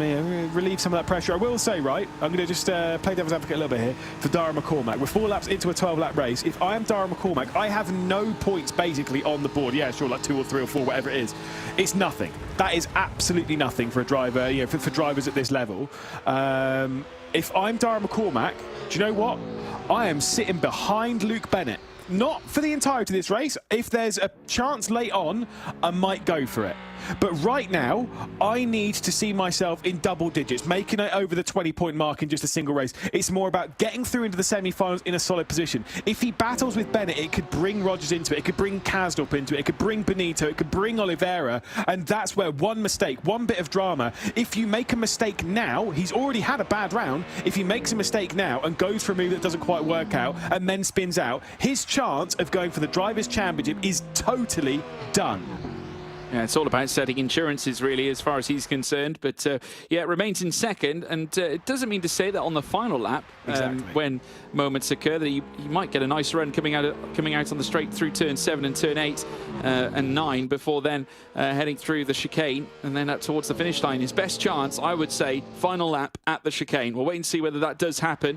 Josh Rogers still sat in third. Yuri Kasdorp, I would say, having a great race, Lewis. Having an unbelievable race. I mean, sorry, are you some sort of future seer or something just before the race? What have you thought of Yuri Kasdorp's pace so far? I'm like, oh, God, do you know, I've not even really thought about it, and yet here you are making the good predictions. This is why they pay you the big money. This is why you're not fazed by the amount of money that's on the line for the team's championship, because you're really picking it up, George. It's absolutely fine.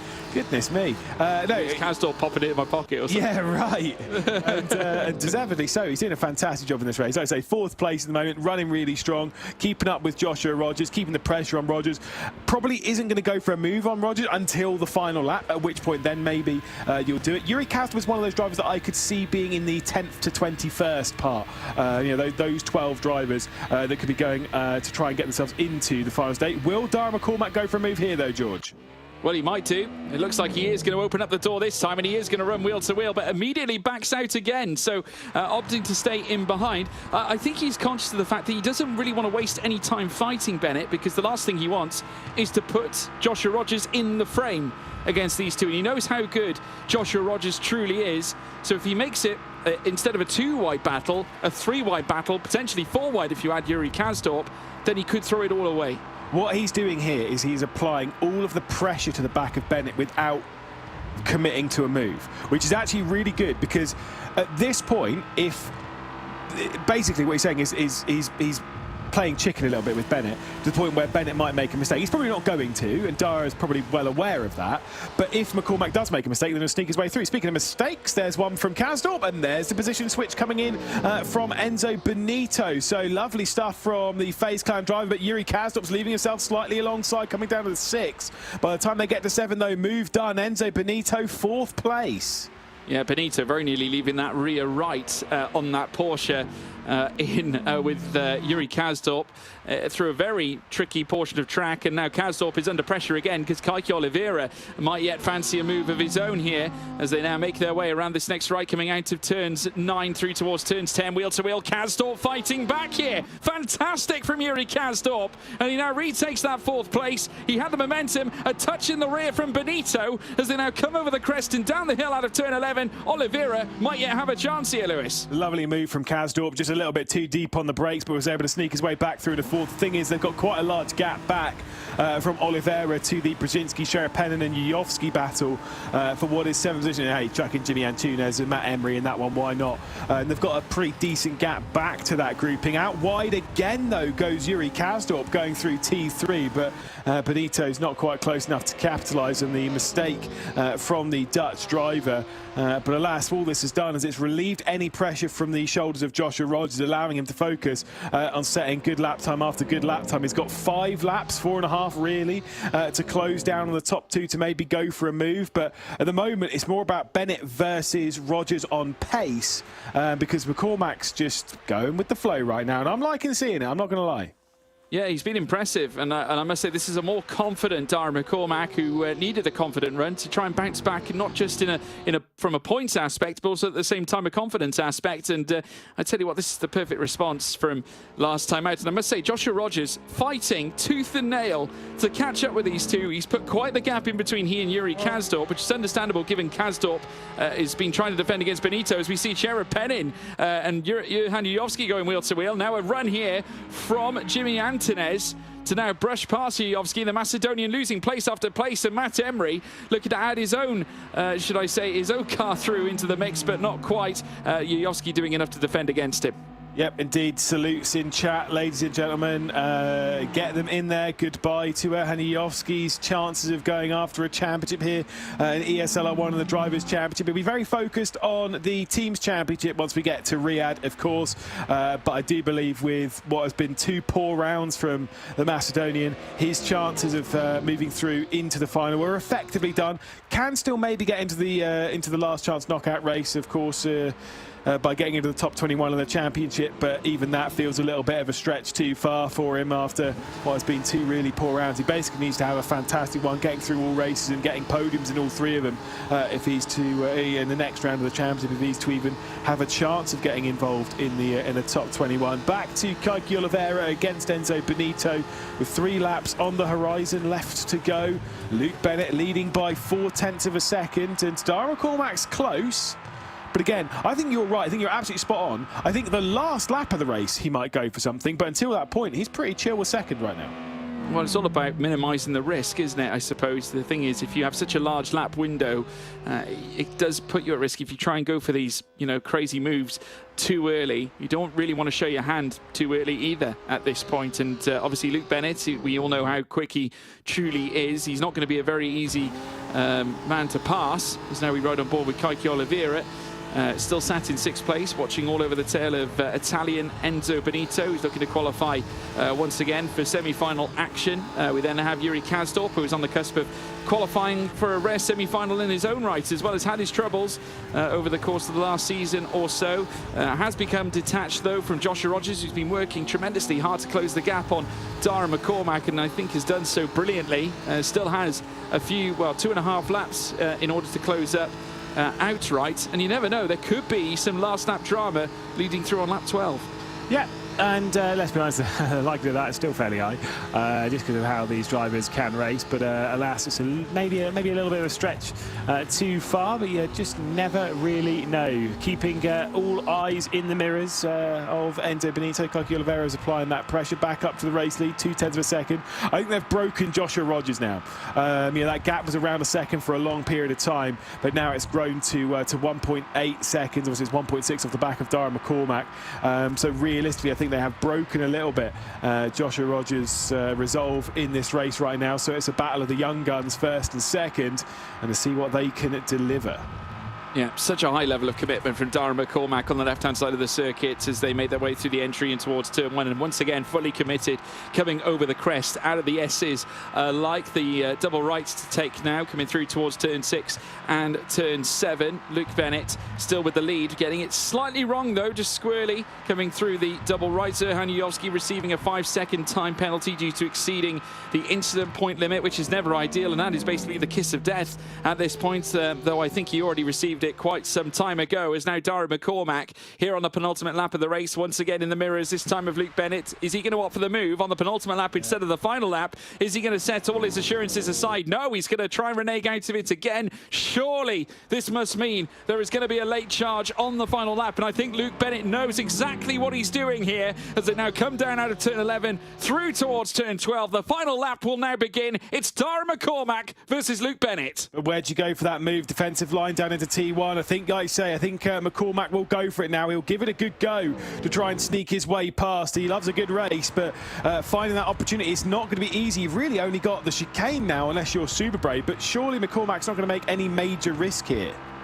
No, I wouldn't imagine so, but Bennett looking still very quick and dialed in, coming through the S's section, though McCormack is following him through and once again committing to every single apex, rubbing over every curb. They're now going to be heading down through towards turn 6 this time, out to the S's, and then turn 7 comes up after this one. The Irishman looking to strike it lucky here in the closing stages of this race. Kaiki Oliveira on the tail of Enzo Benito, who in turn is on the back of Yuri Kazdorp. 3/10 between McCormack and Bennett will soon become 2/10 as McCormack goes on a charge for a potential race win here in the knockouts as they rush down towards the final chicane. Yeah, surely he's going to go for it this time. Darren McCormack, come on, you've done all your work for second place. Let's try and make this one stick. On the brakes early again. He is just looking for points here. He doesn't want that victory right now. He's waiting, he's biding his time, and he's scoring some decent points. He gets to the outside as we head our way down the hill. He was trying the up and under. Luke Bennett's going to come through the line and is going to win here in Road Atlanta in the second of the knockout races. Fantastic battle between the pair of them, but you've got to say that was McCormack playing it cool and scoring the points, doing what he needed to do. And to be fair, that is again very mature driving from McCormack, as it is another victory for Bennett. He was pressurised for it though. McCormack did everything that he could do except go for the move. Yeah, you just saw him there leave out a huge sigh. I think, obviously, whilst obviously taking victory, he knows how much he had to work for it. When you've got Darren McCormack in your rear, you know you're going to be in for a hard day. Already, though, Joshua Rogers leaving the rig, all but briefly. Luke Bennett, though, a tremendous effort and... you know, quite something in terms of a performance, something we've come to expect from this young man who has been brilliant time on time again. And as I said before, raising himself to another level at Team Redline has certainly coincided with the team's success, I think, in recent times, and has lifted himself higher and higher with the likes of Kevin Siggy, for example, and the rest of his teammates, including Jeffrey Rietveld and others. But I must say, Darren McCormack, I think you're absolutely spot on, Lewis. That was a mature drive. Really, really interesting to see his decision-making coming through that final chicane. I thought he was going to go for the out-and-out move coming in towards turn 10A out of turn 10B, but then reneged, went for the up and under coming through the final 2 bends. Yeah, indeed. So just didn't fully go for it, which is absolutely fine. You know, again, I like seeing it. He will go for it later on in the evening, I can tell you that for sure. It does mean, though, that Luke Bennett will win the race. Darren McCormack in second. Then we've got Joshua Rogers, Yuri Kazdorp, Enzo Benito and Kaiki Oliveira, which will join the 6th. Have already moved their way through, which is, by the way, Job Collins, Fluke, Chinchig, Tatala and Lerner, the 6 from Knockout 1. We'll take a look back at that in obviously in a few moments' time. Jakub Brzezinski then will not be moving through, nor will Sheriff Pennin, Matt Emery, of course, and Tunes Maciejewski, either side of Erhan Yuyovski. I think the major talking point from that race, George, as the driver not going through. Absolutely crazy scenes there for the Macedonian. It's not often we say goodbye to a Team Vitality member so early on in a round. Erhan Yuyovski certainly won't want to make a habit of that. He is someone that we consistently see generally up at the front, and especially given Vitality, formerly named R8G in the past, their success in the past as well, with Chinchik being the first ever champion back in the spring season in the early stages of 2023. It's very unlike them to go through these moments of, I suppose, of discourse at this point. Yeah, I mean, look, it is a big shame for Vitality to have that kind of hit already, to have lost Yuyovski, but you know they already had it last round. Surely they were thinking, oh, it won't happen 2 rounds in a row. But effectively, what it means for them, and this is like the kind of like the long and short of it, is that they'll not be moving with Yuyovski into the Drivers' Championship in Riyadh, which will be a big thing for the team. Looking at some of the highlights, though, of course, of the race, we saw that moment of Maciejewski getting sent off by Jimmy Antunes down into the first corner, out into the barrier. Pretty hard hit there. Some excellent moves a little higher up. This big slide, though, look at this. Just losing complete rear grip from Joshua Rogers. Cost him a spot not only to Darren McCormack, also to Yuri Kazdorp as he would drop back down the order. Excellent fights for third or fourth position rather later on in the race as Enzo Benito was going on the attack. A little bit further down and out of our viewpoint as Erhan Yuyovski was battling to try and put his way back up. He'd actually exceeded the track limits a few too many times, and not only would lose out to Jimmy Antunes and the Guild Racing driver of Matt Emery, but also would receive a 5-second post-race time penalty. Darren McCormack was trying everything he could, though, to go and get that victory. Came up a position short, but still put on an excellent display and will move his way through into a semi-final where, to be fair, he's definitely got the pace to move straight through into the finals, and again, he definitely needs it. Yeah, I think so. I think there's a few drivers that absolutely need it. Dara McCormack obviously needing that result with the points now in his pocket, but I'm sure he won't rest on his laurels because there are, in his book, two additional races to come later on, and I think we're going to be witnessing some furious racing with a very strong grid when semi-final 1 comes around later. But let's take you through the grid nonetheless for knockout 3. Marco Pajic lines up for Guild Esports. We then of course have Kevin Siggy for Team Redline, Yuri Toman in for Team Vitality, looking to bounce back after what happened to Erhan Yovski. Yoni Tormala in at G2 with Dennis Schrödinger in Williams, and then you have Dane Warren who's also looking for a big result here, this time for Porsche Coanda. Robbie Stapleford in at BS Plus competition, Ulash Ozildirim for Team FaZe, then Johan Harth for Apex Racing Team, Mattia Scipia in for Team Falcons, and then we have Christopher Dambitz for Mouse, and then Bykov lines up for Virtus Pro, who are looking for a big result also this time around. But an interesting lineup here. I would say Yuri Toman one to watch, and no doubt Team Vitality will be looking to bounce back for this one, Lewis. Well, you know what time it is. It's time for my predictions, which yes, I have already made, of course. See, I want to know what your predictions are, but you probably don't have the list right in front of you, do you? Not directly. I mean, I'm looking at the list of names now, and I would say pick 6. The main points I would say to look at. I think Dane Warren is going to be good this time around. I think he needs to be good. I think for this particular round. Same for Yuri Toman. Alike. I'm going to throw Kevin Siggy in, and I'm also going to throw in as well Robbie Stapleford. I think has a great chance. I'm going to throw in Johan Harth, and I think Dennis Schrödinger as well. Okay, well, we're not that far apart because I said Johan Harth, I said Robbie Stapleford, I said Dane Warren, I said Kevin Siggy, I said Yuri Toman. So at least we're aligned on that one. I said Yoni Tormala.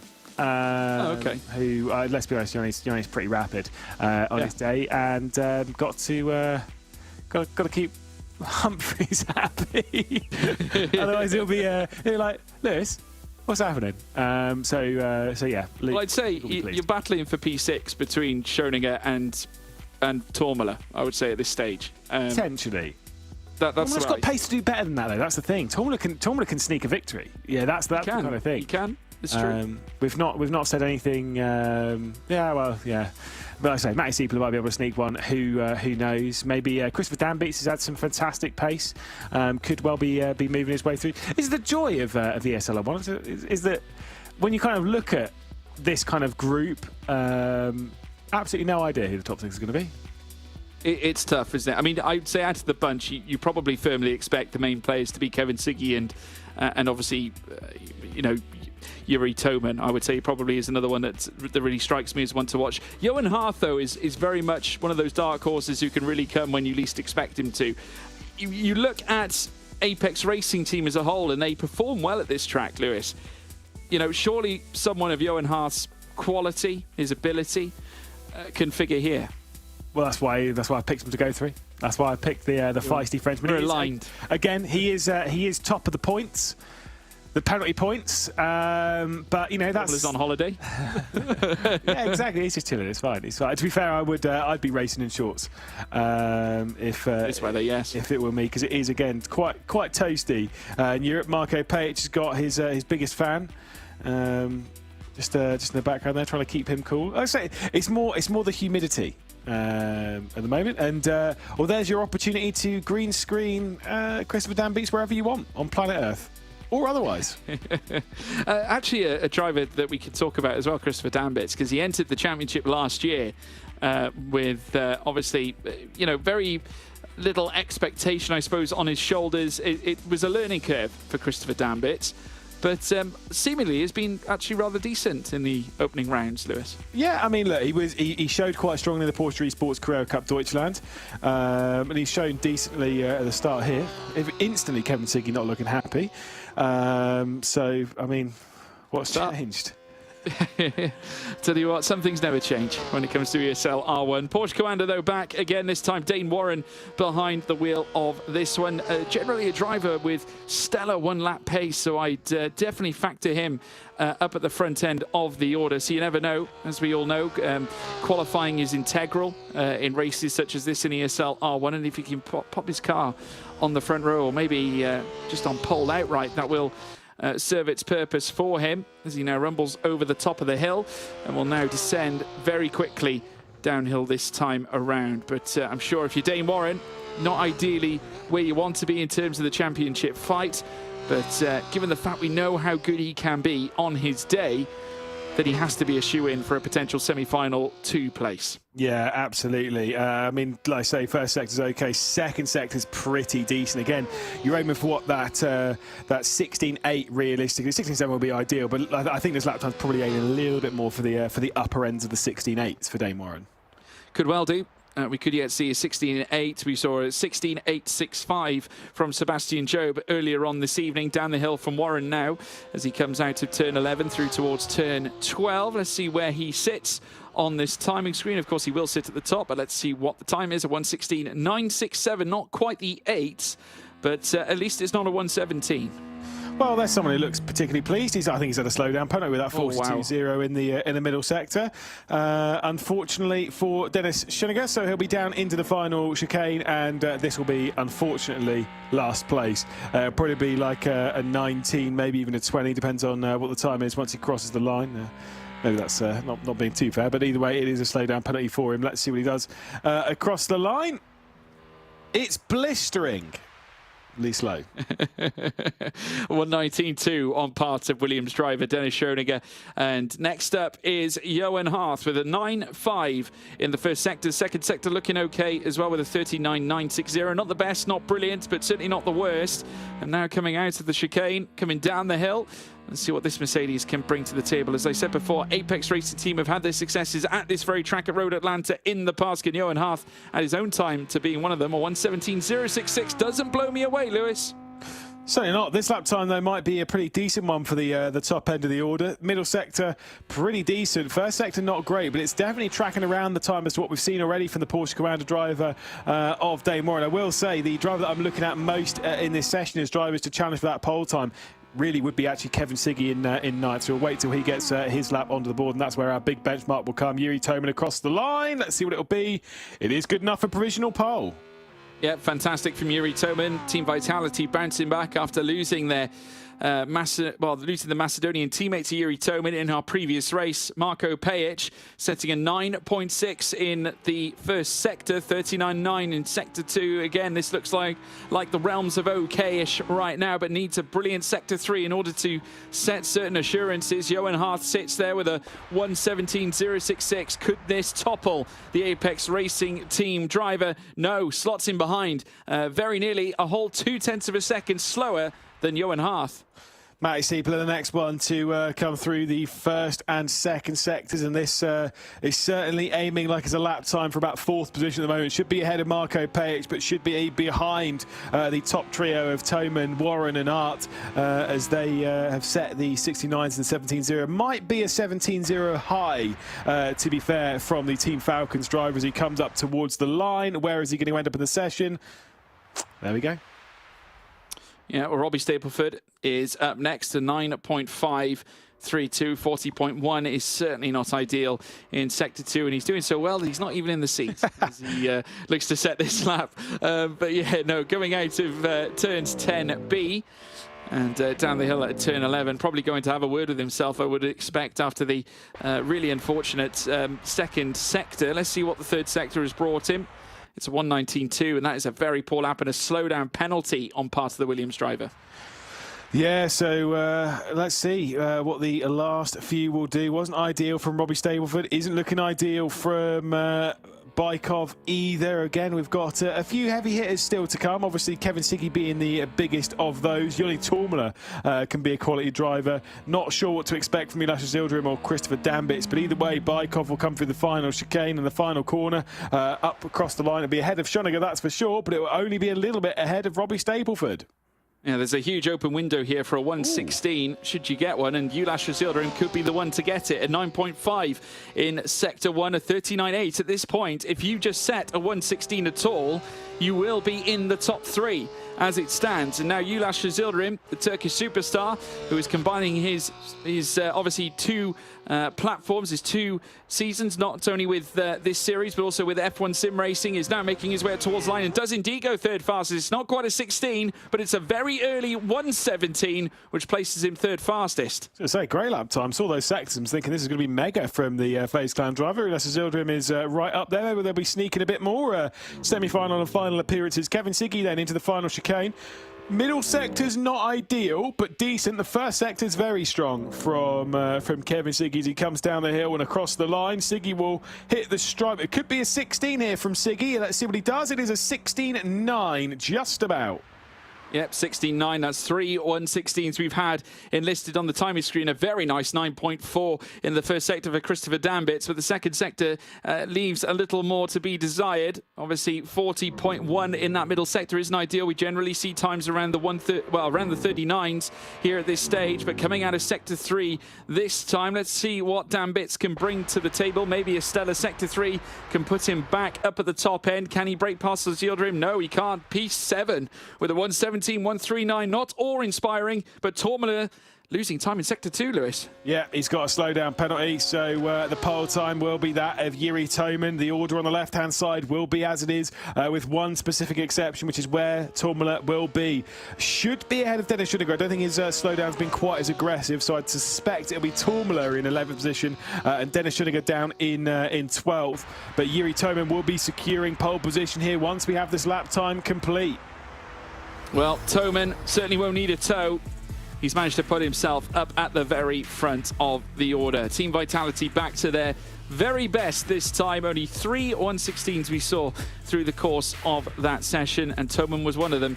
He was the best one here at this point. Dane Warren back again alike and looking to obviously improve this time around. Hasn't had the easiest run in to this Drivers' Championship. It hasn't been the easiest Drivers' Championship so far. Kevin Siggy as well, part of the 1:16 crew, representing Team Redline once again, spearheading the championship at this stage alike, and this is a great chance for him to stamp his ticket into the semi-final later on. But let's run you through the starting grid. For knockout 3, from back to front, is Dennis Schodiger for Williams in 12th place. Then in 11th, it's Joni Tormula. 10th place for Robbie Stapleford, and then Mikhail Baikov starts 9th. In 8th place, it is Marco Pajic. Then in 7th, Christopher Dambits for Mouse, and then it's Matthias Sipia in 6th place for Team Falcons, and then in 5th, it's Johan Hath.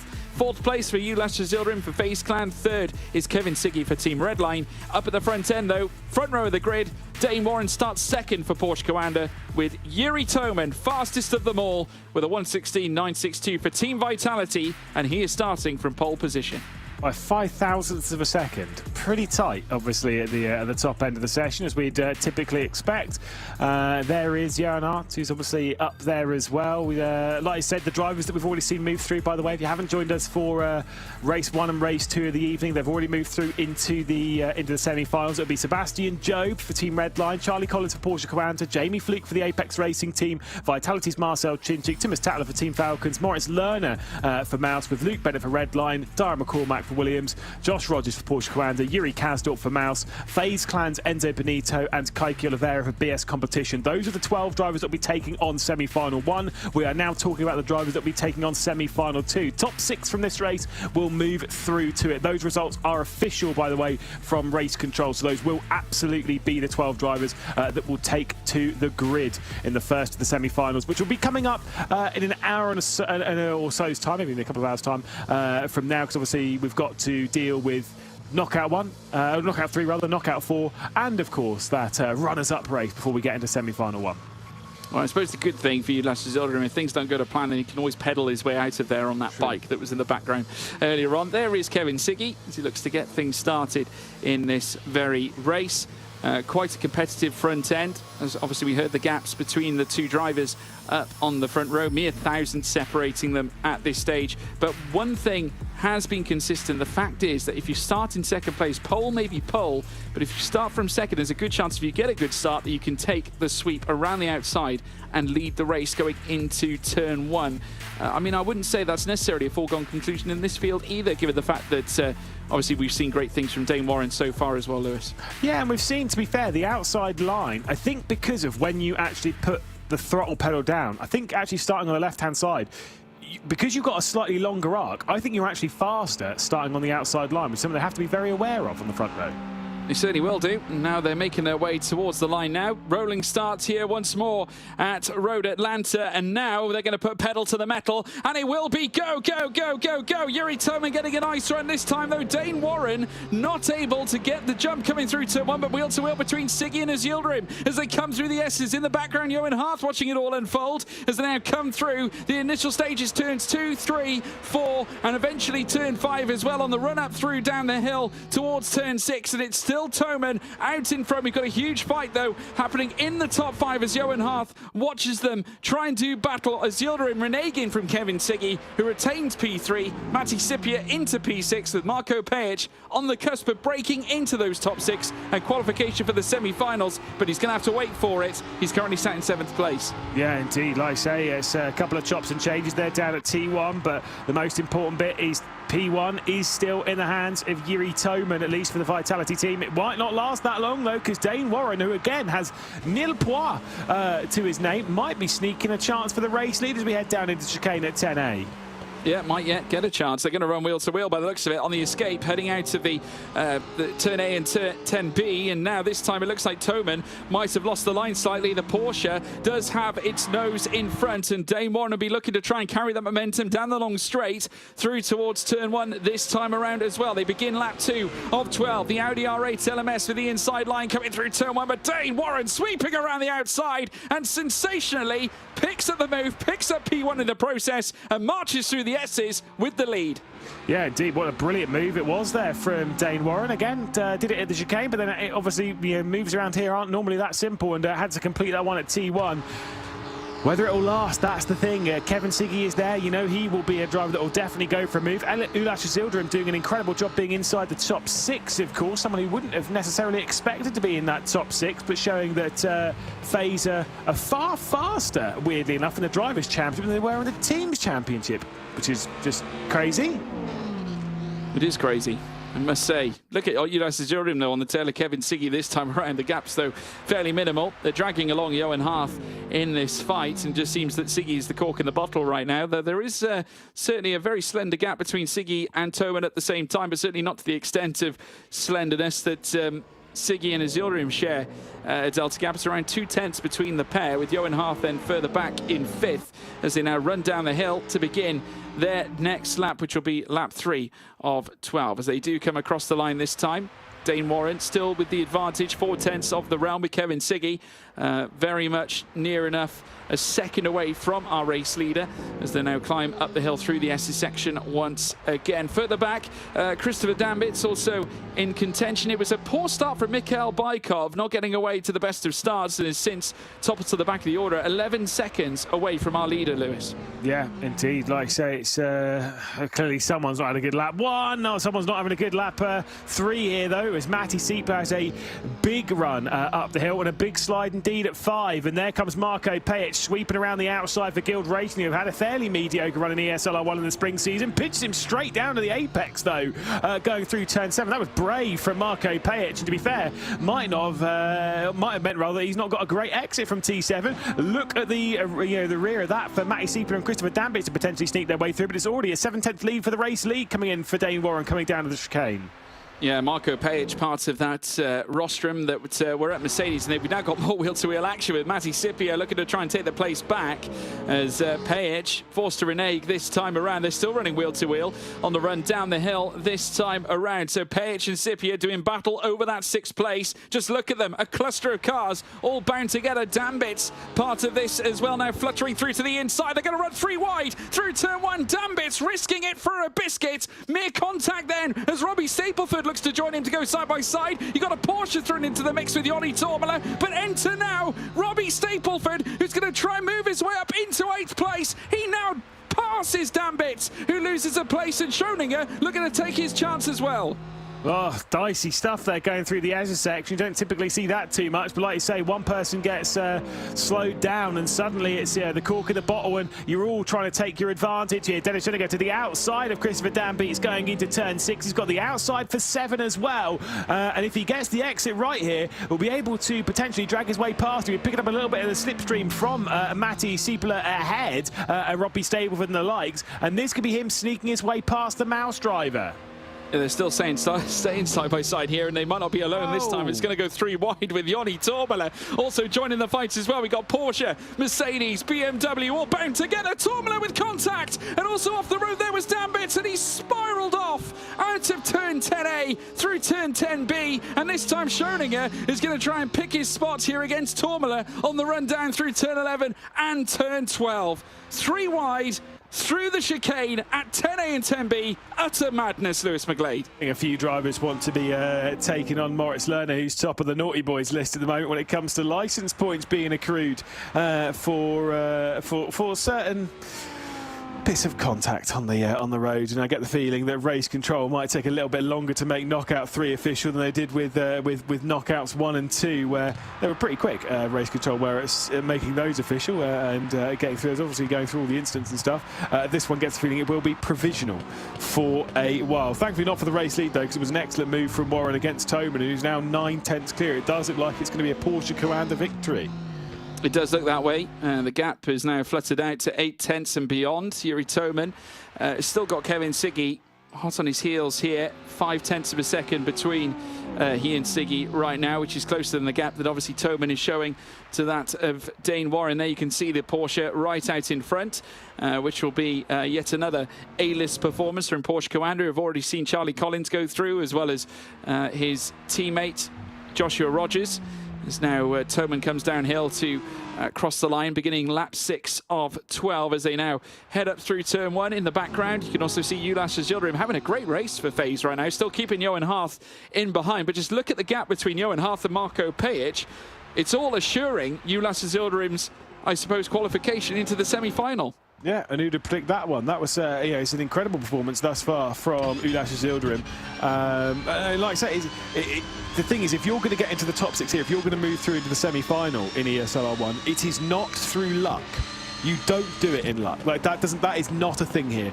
The only way that you are moving your way through is from a good qualifying and a good race. There's no reverse grid, no gimmicks, no DRS, no nothing. It is purely you, the track, and the competitors. Ulas Yildirim is having an incredible round here. We've seen him do some, pretty impressive results before, right? So that's not like jump around crazily. We know he's put in some solid results for FaZe, but it's just kind of showing that FaZe are looking strong this season. They had 2 drivers in the final last time with Enzo Benito and Mikkel Schmiedel, and they're looking like they might have a challenger to make another one go the distance. Yeah, I mean, obviously struggled to score some big points in the F1 Sim Racing Championship, but what you've got to look at Ulas Yildirim's performance that season was that he was very much the second string driver for Alfie Butcher that season. And of course, Butcher went on to win a few races through the course of that campaign, and Yildirim was just as responsible for pulling out some of the best performances you would have seen through that campaign as much as his own teammate, only Butcher taking the plaudits with the victories. But he's proven, as Ulas Yildirim, that he is a versatile talent, a versatile driver, and that he can mix it up with the very best of them here in ESL R1 as well. Matthias Sipia in 7th place and 5/10 away from Marco Pejic just in front. That is a battle that's brewing for that top 6 spot and potential qualification into the semi-final 2 later on. So Sipia still with a great chance, and Team Falcons once again giving a great account of themselves here. Yeah, I will say, by the way, again, Ulas Yildirim, before we had the final being made from Enzo Benito and Mikkel Schmiedel, the last time they were in a final was in the hands of Ulas Yildirim back in season 1, as we'll see some of the dramas down into the final chicane. Yeesh. Yeah, this was the moment. No, it wasn't. I mean, like I said, 3 wide madness at that point. I'm not sure what possessed them to really take that route. And obviously it's hampered Mouse here at this stage, because Christopher Dambits is now recluse to the back of the grid. And now we've got Johan Harth being pursued by Oz Yildirim once again, as Yildirim now dropped to 5th, with Harth now up to 4th. And Harth, by mere consequence, taking the fastest lap of the race as well. Yeah, indeed. Like I say, he's keeping up well with this train and dragging Ulas Yildirim along. At the moment, again, as we've kind of said before, at least the top 5, right? They're moving through into the semi-final. Dane Warren, Yuri Toman, Kevin Siggy, Johan Hart, Ulas Yildirim, they're all moving through into the final without drama. But you know, for some drivers like Johan Hart and Ulas Yildirim, who haven't started out the season by taking the greatest points haul, they'll be, and obviously Dane Moran is way in the distance is fine. He's definitely going to win this race at this point. You know, for those like Hart and Yildirim, they're looking to make that move because there are more points up for offer for those positions you make up. The reason Kevin Siggy is leading the championship at the moment is not because he won the final, because he didn't. But he's leading the championship because he had a good race in Knockout 1, a good race in semi-final, a good race in the final to score decent points at the Hockenheim Ring. As here comes the move to the inside, Matty Siepler and Marco Pace for that final transfer spot. Yeah, for this battle to obviously decide who makes it through to the semi-finals, and it's throwing Stapleford also into the mixer as well. And as a consequence, Matty Sipier losing a place. Payet still retains P6, but this time he's going to come up a very fast Robbie Stapleford, who's going to hang it up the inside, coming through turn 1. The Audi R8, though, doing more than enough to balance against the risk element, and coming into this as well, Dennis Schrödinger. So all of a sudden, a 2-car battle becomes a 3-car to a 4-car scrap. And also, you can't discount Yoni Tormiller in all this, because he's right in behind Dennis Schrödinger. Yeah, indeed. Like I say, there's a bit of a train here where you've got 5 cars within 1 second, being Payet, Stapleford, Siepler, Schrödinger and Yoni Tormiller. They're all really close. They're all tight for position, and they are all hungry to get into 6th place, because 6th place is the final transfer spot, and they only have 3 and a bit laps to move their way through into that top grouping and see their way through into semi-final 2. Of course, again, results will be very provisional, so I wouldn't be too surprised if it moves around anyway, as Robbie Stapleford's closing in the slipstream to the Guild Racing driver. Yeah, certainly is. Stapleford getting closer and closer, and so is Sipier. But it looks like it's going to be wheel-to-wheel between the BMW and the Audi this time, and Sipier is just going to wait back and just see if he can take a chance. He'll be able to get a better run than arguably maybe Marco Pajic, and he's going to go down the hill as they still run wheel-to-wheel down through turn 11, still riding on board with the Finn as Sipier looks to try and march onwards. This time he's wheel-to-wheel with Stapleford. Enter as well, Dennis Schrödinger up the inside, who's going to look to try and do battle with the Audi R8 LMS. They make contact, and again, it's a Team Falcons car going off through the first sector, only this time, this one coming in towards the closing stages of the race. Yeah, like I say, race control will definitely take a good look at that. Was it a little bit too late from Schrödinger? Did Matty Siepler go straight to the apex to cause the contact? Again, we only got one angle from it. Race control will have as many as they want, so that one will certainly be looked at post-race, especially if Schrödinger gets his way inside the top 5. Penalty coming the way of Mikhail Baikov as well, though, from race control, so they are certainly taking a look at a few things in this race. As Yoni Tormiller, I said Mikhail Baikov, I meant Yoni Tormiller, I wasn't reading my time sheets very well. Will we get a 3-second time penalty that will be delivered to him post-race due to causing a collision, so G2 Esports and their chances of continuing, gone. Yeah, well, that turns what was a potential 4 scrap for qualification now down to a 3, maybe a potential 2, because obviously we're still awaiting to see if anything's going to happen as a consequence of the moment between Schrödinger and also Matty Sipier. But as they now head down on lap 11 now of 12 up through towards turn 1, penultimate lap of the race. Dane Warren still with the lead, has actually grown it to 1.3, is now wheel-to-wheel between Schrödinger and, of course, Marco Pajic as well. They're going to run side by side through turn 1. This time Pajic a little later on the brakes to try and retain track position, and has done so brilliantly coming through the S's. And I must say, Minister of Defence Marco Pajic wears it proudly, and I have to say Schrödinger still working hard despite potentially being on the end of a penalty of sorts, you might think, but also in behind Tormiller. Bear in mind, he has got the 3-second time penalty. That will, of course, upset the balance of his race. So at the moment, it's Pajic is to lose at this point. Well, it's not even that. It's Stapleford's to lose at this point. He is the one that's inside the top 6 and has cleared the group now and has built the margin. Terrible exit there from Marco Pajic. Dennis Schrödinger was still trying to get a good run, drove straight into the back of the Guild Racing driver. Yoni Tormiller off behind. I think we have our top 6 here, George. Yeah, I would agree. Stapleford is actually, I think, whilst we were watching all the madness unfold, crept through into P6 and managed to brush past Marco Page. Schrödinger, it's not going to stop him, though. He's going to run wheel to wheel with the Audi R8 LMS and needs to put himself within a decent window to be able to challenge for a potential top 6 place. But again, Page defending again, frustrating Dennis Schrödinger as they head down through turn 11 and down towards turn 12 across the line to begin the final lap. 12 of 12 here at Road Atlanta in knockout 3. Once again, Schrödinger up the inside through turn 1. Side by side they stay. The Audi holds on. Fabulous defense again from Marco Page. Yeah, and that's absolutely excellent, thrilling stuff in this battle. And again, an excellent performance coming in as we're seeing the hard work being put on from a lot of those. They're going for their extra moves. They're going for their extra points, that's for sure. 1.4 seconds of a lead. Dane Warren will continue to run around at the front of the field. Yuri Toman, Kevin Siggy, Johan Hart, Ulas Zildrim, probably a little bit too far off the back end of this to do anything. But expectations, there could be something between Toman, Siggy and Hart here coming down to the final chicane at 10A, 10B. Yeah, could well do.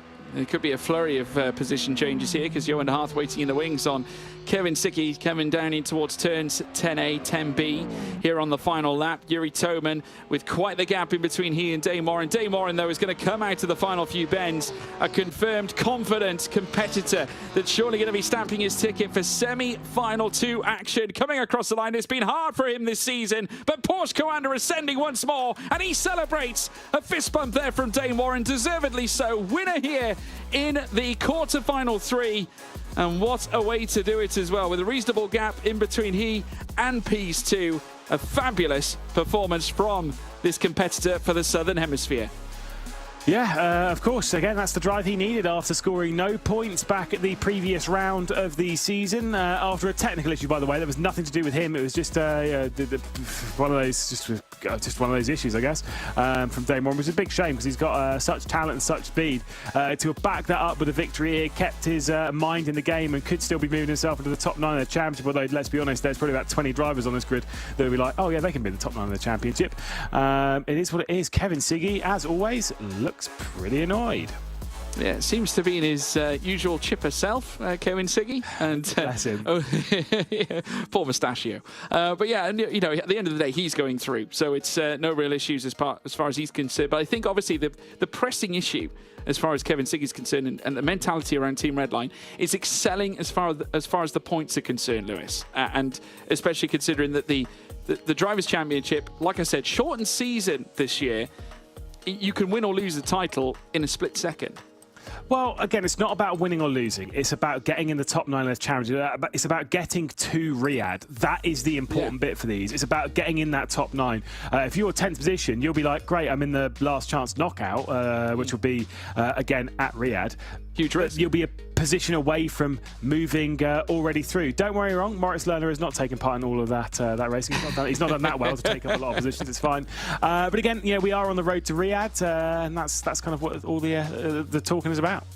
It is, and obviously many drivers already stamping their ticket in many ways. We're looking at a few names in particular. I suppose Siggy would be one of them, should he carry on in this vein of form. Of course, we've still got one round to come after this one, and more importantly, we've got 2 semi-finals to bring you later on. But first and foremost, quarter-final 4 will be coming up very shortly. But in terms of performances, again, Team Falcons a little bit unlucky. Matti Sipia at the back, but let's take you through the top end. Dane Warren, your winner, off the back of a brilliant effort from the Porsche Commander driver. Yuri Toman, Kevin Siggy, Johan Hart, Ulas Zildrim, great drive from him and FaZe, with Robbie Stapleford breaking into the top 6 at the very late stage of the race. Dennis Schrödinger, he would finish 7th with Marco Page 8th.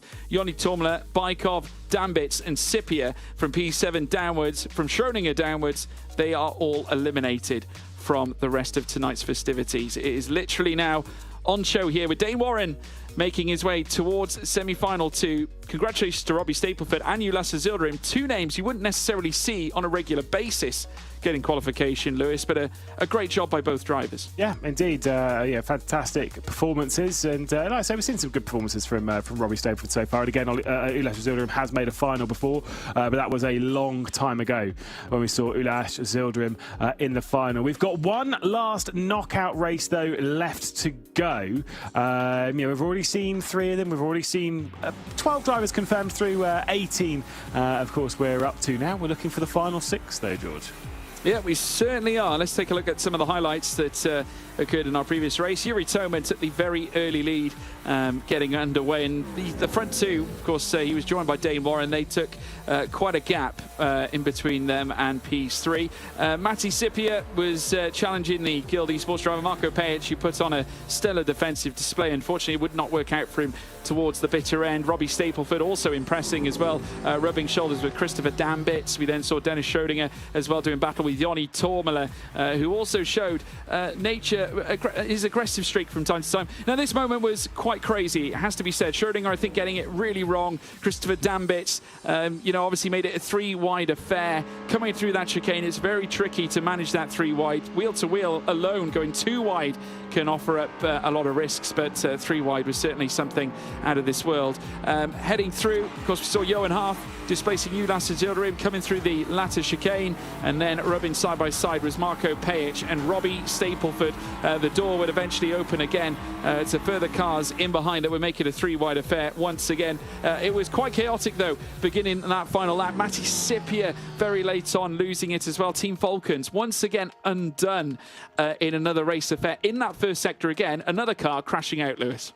Yeah, which will probably not do Shamasev Marek Lemonek any favours going into the next race. He is, of course, the Team Falcons driver in the next one. Handily nicknamed by his teammate Masiewski Lemon M, because he has blonde hair and it's an M&M pun. That's fine. I thought it was great. Ewan didn't get it, but that's okay. We'll see our 12 drivers, of course, here for Knockout 4, of course. Butterhouse for the Guild Racing team. No points to his name. Jeff Rietveld, who's up there. I've not received my nickname from Veracity yet for what Jeff Rieveld's going to be called this time by. But shout out to his parents, who apparently normally watch these. Nikodem Vishnevsky, of course, their third driver in there. Mitchell de Jong, who's also up there. Thibaut Casabon, only 2 points to his name for Vitality, so a big shame for him. They basically already lost one driver so far from the Drivers' Championship in Aniovsky. Max Benneker, the sixth driver in here. Of course, he's right up there in the championship. He currently runs in 5th position in the championship with Daniel Pajtor, Ibrahim Khan, Kevin Ellis Jr., Lemon M, of course, Mikhail Schmieder, who did make the final, and Oleg Zholobov, of course, in 12th. Yeah, some fantastic names there, and a few there with shockers. Obviously, Bono House, no points under his belt so far, so really needs a big run here tonight. Looking at some other names, though, Max Benneker, again, a consistent threat. Kevin Ellis Jr., I think, is one of the standouts as well here, Lewis, and even has his name on the bottom left of screen here. Just goes to show what a professional human being this young man is. And, he always can surprise you whenever he steps into a rig. Was brilliant last season, and again around a track that he perhaps favours. And of course, do remember he has got a child, a babby, on the way. Does. Congratulations to him. Big congrats to Kevin Ellis Jr. Of course, there is Mikhail Schmiedel with the fan behind him. I'm sure that'll be cooling his chair nicely. Fair enough. Of course, there is Nikodem Vishnevsky with a seat for Kuba Brzezinski on the left-hand side.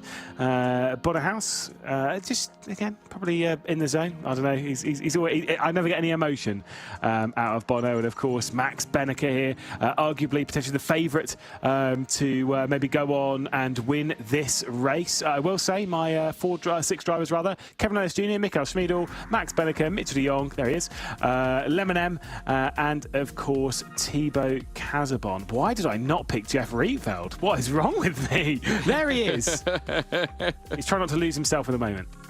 Yeah, I can now understand. I can now understand the haircut. On Lemon M. I mean, that is extraordinary.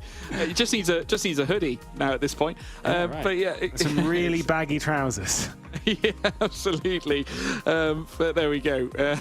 Looking forward to this one. Obviously, another driver we can look forward to watching is Daniel Pajtor. Again, another up-and-comer in the Williams side of things. Looking at some of the other names as well that we've witnessed as well. Mitchell de Jong probably under a little bit of pressure too to be the 4th from 4 Porsche Coanda driver to make it through to the next round, obviously into the semi-finals. Semislav Lamenek, as we said, Leminem, looking to help Team Falcons out this time, hopefully not crashing out after getting involved in incidents. Thibaut Kazibon with a fair bit of work to do, and does hold quite a bit of talent as Kazibon.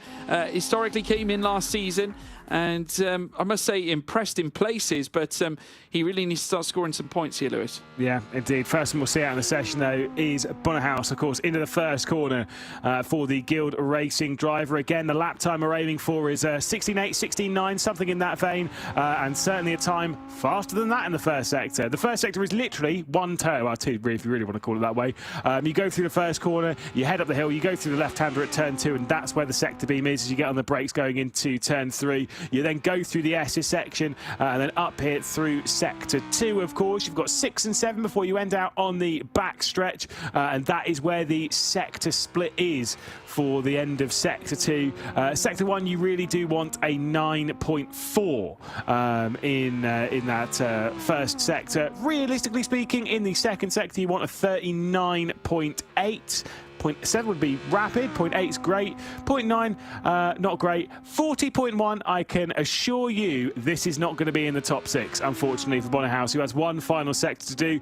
Based on those sector times, it's probably going to be a 17.1 or a 17.2 for Bonnehaus as he drops his way down the hill.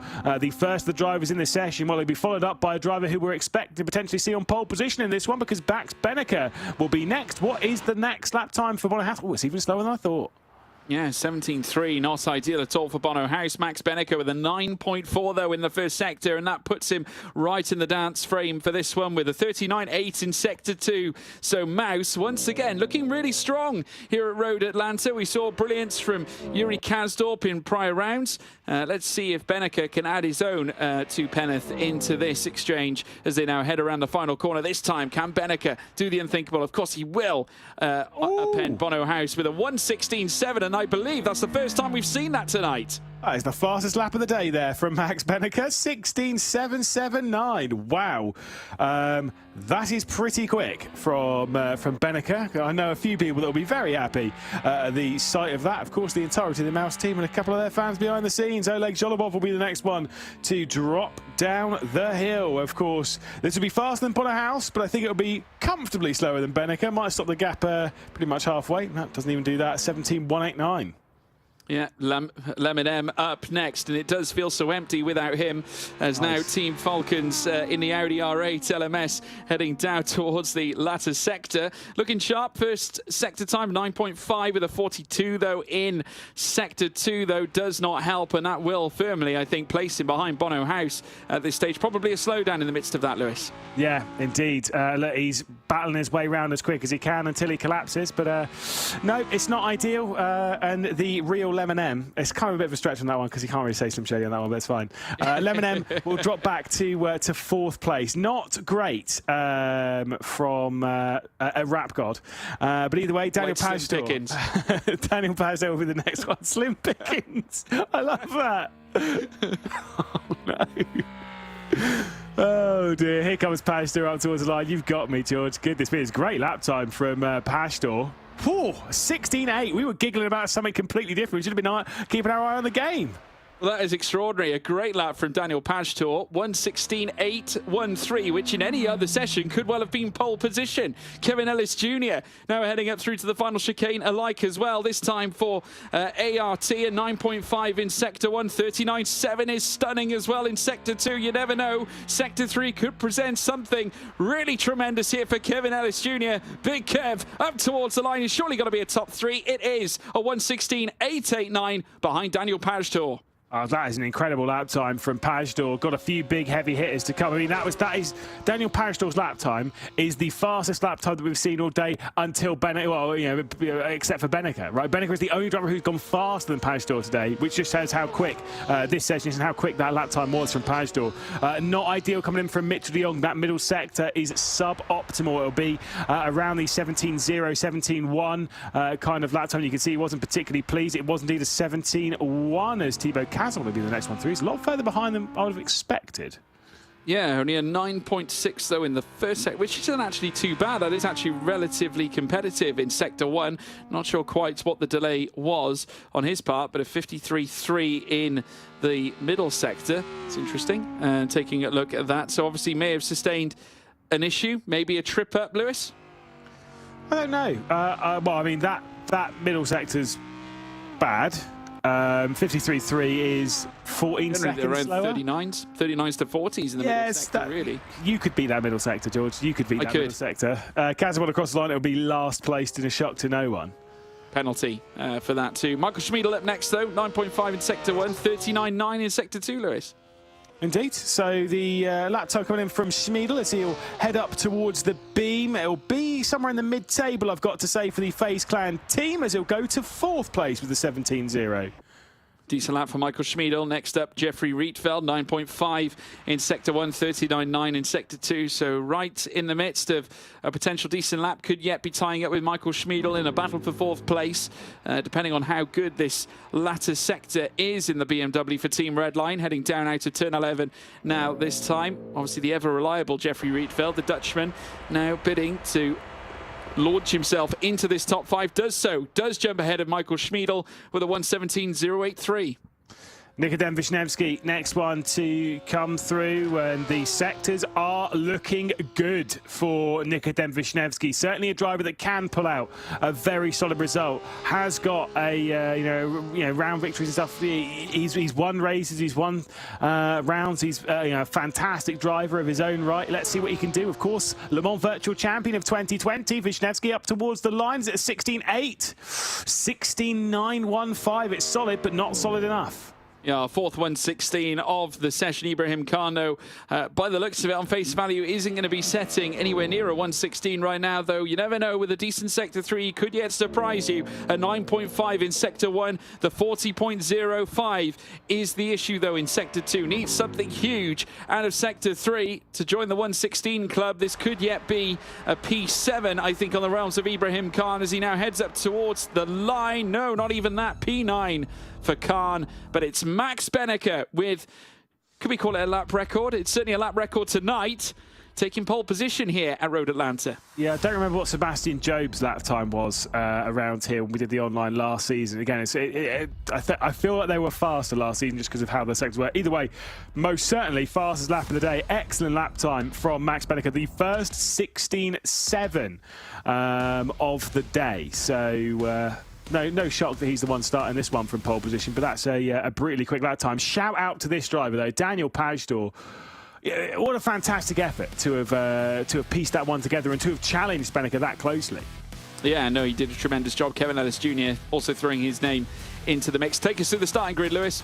Of course, Thibaut Kajabon with a epic 1:30.5 will start from 12th position. Lemon M will be starting from 11th, of course. House will be starting from 10th position with Ibrahim Khan. That final lap time we saw in the session from 9th place. 8th will be Oleg Zholopov with Mitch de Jong, probably disappointed with 7th place. Ahead, Mikkel Schmiedel, who worked his way through to a final for the first time just a week ago. Jeff Rietveld will be starting from 5th position. Nikodem Wisniewski from 4th. Kevin Ellis Jr. on the second row alongside him with a 16.889. Well, it's the first of the 16.8s because Daniel Pajtor also set one in that session. But the first 16.7 of the evening goes the way of Max Benneker, who's looking to move his way forward. Could he be taking a second final victory of the season a little bit later on this evening? We'll have to wait and see. At the moment, his eyes are focused on taking a knockout victory once again. Yeah, looking really sharp once again. A driver who has always been a raw talent, was the winner recipient of our first ever ESL R1 winners award, obviously off the back of winning at Katowice when all of this began at the beginning of last year.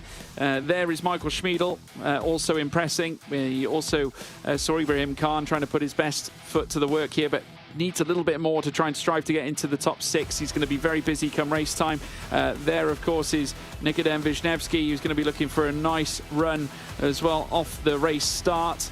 For G2 Esports, and Bono House, who has yet to score a single point. This is such an integral race for him, Lewis.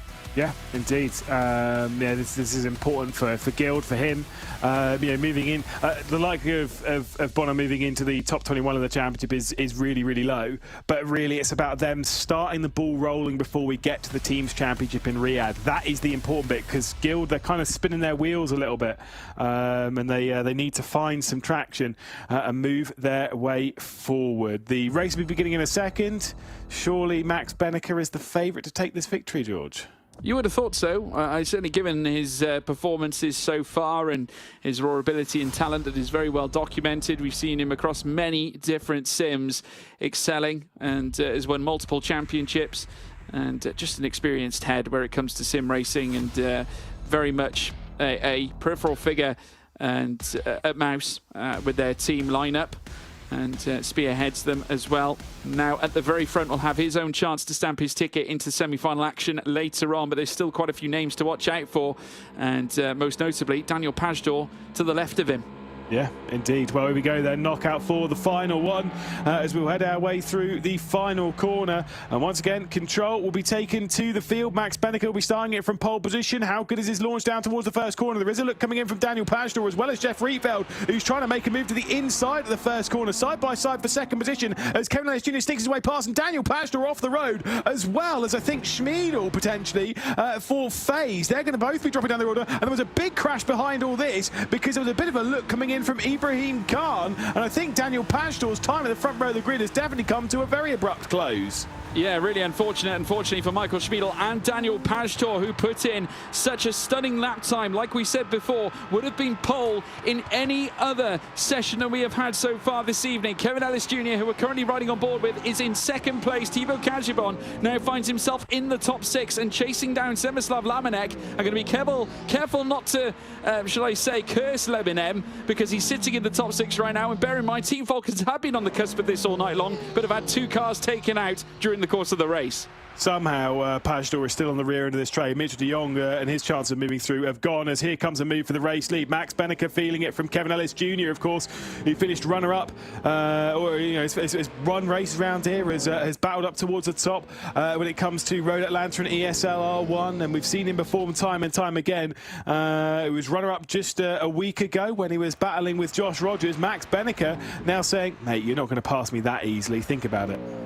Yeah, no, he's really making him work for it right now. Kevin Ellis Jr. now coming out of turn 1, turn 2 and turn 3, still with Nikodem Wisniewski waiting in the wings. Jeffrey Rietveld also part of this top 4. Quite a gap then to Semislav Lamanek, who's further down in 5th, with Bono House currently on the cusp of breaking into the top 6 and is in the top 6. And should it stay like this, we'll see himself progress into the second semi-final later on tonight. Max Benneker, though, out in front and in charge, but Kevin Ellis Jr. is far from easy to deal with as they now make their way around on lap 2 of 12. There is House, who has got a string of cars in behind, also looking to break into the top 6. Ibrahim Khan, Oleg Zholobov and Michael Schmiedel, who was involved in that contact right at the start. Yeah, indeed. It's really tough in this train, isn't it? Really difficult to find your way past, because obviously you've got Lamanek at the front of this saying, now this looks like a job for me, so everybody just follow me, as he's keeping the train at bay, it must be said. But no chances of moves. That's the important bit.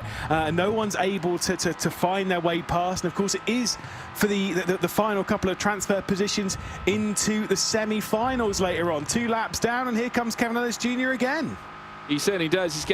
He's dialed into the back of Max Benneker, giving him a few things to think about. Nikodem Wisniewski sat in 3rd place, and Jeffrey Rietveld is just happy to sit back, I think, and watch all this unfold alike. Semislav Lamanek still sat in 5th, the cork in the bottle of all this, with Bono House also sat right behind him. Approximately 4/10 separates Lamanek and Bono House as they look to keep the sea of cars in behind them. And certainly it's not a case that Semislav Lamanek is going to want them to turn around and say, just stand there and watch me burn. At this point, he wants to continue and fight for a possible semi-final appearance. We are trying. We're trying everyone's patience, that's for sure. There he is, obviously. Just trying to keep it at bay at the moment. And to be fair, he's built a bit of a gap behind. I don't have a pun to chuck in there, so it's fine. But he's built a bit of a gap to Bono House, who would be looking to move through into a very solid semi-final. I think Jeff Rietveld also might be trying to go for a move, as there is one in the background, as Schmiedel trying to work his way back up the order down the inside of Oleg Zholobov. Yeah, coming down the inside as well. We've got further movements further back. Daniel Pajtor fighting tooth and nail against Thibaut Kazibon on the outset of turn 10A and turn 10B. Oleg Zholobov forced to stay behind Michael Schmidl as they head down around the final couple of corners. But it looks like that Zholobov might got a better run heading through towards turn 1 as they begin their lap 4 of 12. Further up then, you can see in the distance Ibrahim Khan chasing after Bono House with Semislav Lamenek in 5th place. But Pajtor managing to displace Kazibon, now has 10th. Yeah, indeed. And now we ride on board with Rietveld. Again, you got Wisniewski, you got Kevin Ellis Jr., you got Benneker up ahead. Still, Ellis Jr. has not been able to work his way past Benneker just yet. He had a couple of looks earlier on in the race, but I don't think he's necessarily got the pace to give it a go right now. We know the BMW has been pretty hard in its tyres, at least in seasons and races past. So maybe the chance is just to kind of wait and let Benneker maybe burn through his tyres, but he's pretty good at going quick without burning him out. Yeah, no, that's right. And it's all a game of chess, really, even in ESL R1 competition where the format is very, very fast-paced. But still, at the same time, you need to pick your spots. We were speaking about those matters concerning Dara McCormack earlier on when he would look to pick his spot against Josh, well, certainly against the cars that he was fighting against. And given the fact now that we've got this situation with Max Benneker out in front, with Kevin Ellis Jr. now sat in second, Nikodem Wisniewski holding on to third, a second back from our race leader, Max Benneker, with Bono House still keeping Ibrahim Khan in behind. Of course, quite the change-up for the Guild Esports talents, many of them racing with the Mercedes team last season in ESL R1, so transitioning from that Mercedes AMG GT3 into the Audi R8 LMS. And it obviously can be some teething concerns when trying to adapt from one manufacturer to another. And obviously that is something that the likes of James Baldwin, Bono House, and maybe even, of course, Marko Pejic had to deal with making their way into this campaign. Indeed. How many people think that we're both just dropping Eminem lyrics at any point in this? I'll tell you what. We'll do you all a favour sat at home. We're not going to drop any more this broadcast or next week because we're going to save them all for Saudi Arabia, and then we're just going to go absolutely crazy with it. So I think we need an interview with Slim Pickens. I think absolutely, that is definitely his nickname for that weekend, Slim Pickens. Goodness me, very good, George, very good. As Benneker doesn't care about any of that because again, Kevin Ellis Jr. is getting closer, obviously closing down in courtesy of the slipstream down towards 10A, but with 5 laps down in this race, there's still just not been the opportunity. He has pulled out a whopping margin though over Nikodem Wisniewski and Jeff Rietveld behind, and guess who's just at the fast lap of the race? Well, it is the driver in second place, Kevin Ellis Jr. Big Kev fighting for it. Yeah, Big Kev is looking like he's in a world of his own right now and in control and very, very fast. Of course, we've spoken about Apex Racing Team's form at this very circuit, and Kevin Ellis Jr., one of those form players, within 4 tenths now of Max Benneker and giving him something to think about. And these two are starting to career away from Nikodem Wisniewski in third. Jeffrey Rietveld now becoming the concern for Wisniewski in his G2 Porsche. Semislav Lamenek doing enough in 5th to still withstand the pressure and holding back the force that is Bono House for now. And if anything, that gap is starting to enlarge as well. So it's now all come down to the fact that Bono House's position in P6 is the most sought after prize. And this is the moment where we saw the spin-off earlier on. Yeah, that's where Mitchell de Jong ended up at the barrier. Obviously, we saw off the road. It's not a great... I will say that's a terrible rejoin from Daniel Pajtor. That's really poor.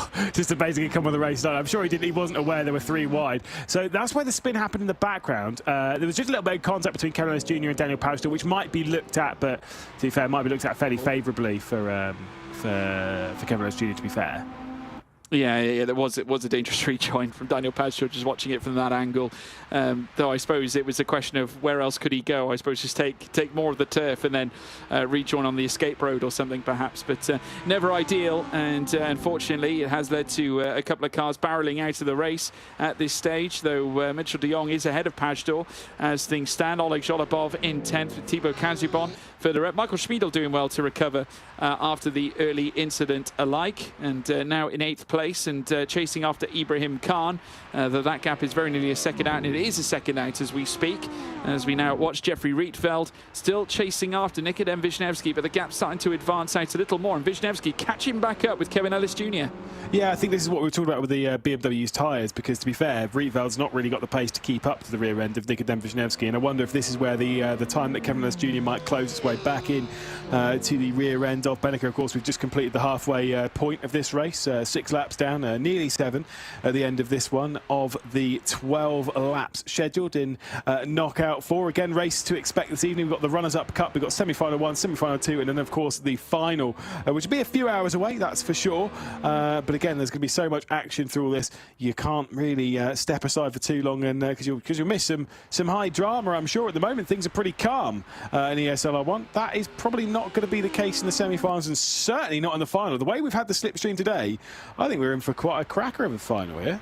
Seems to be a consistent theme with Road Atlanta. It always throws up the odd twist. I must say, I think when we look back at last season, I would say that Road Atlanta definitely stood out as the place, certainly for action. And I think we've seen it again tonight in places, you know, especially in the, I would say in semi-final, should I say quarterfinals 1 to 3.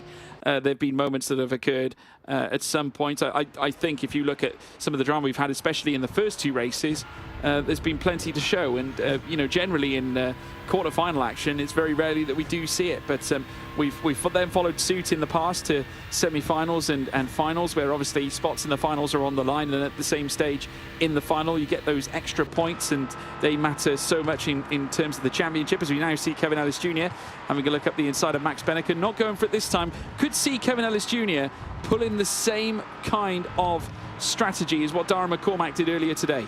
Yeah, indeed. Let's see if he can find a way past, maybe down into turn 1. Is there going to be the opportunity for him to sneak and move? It's not a great exit from Benneker. He's going to take the defensive line. I think maybe even a slight lift from Kevin Ellis Jr. to be like, I'm not looking down at T1, bud.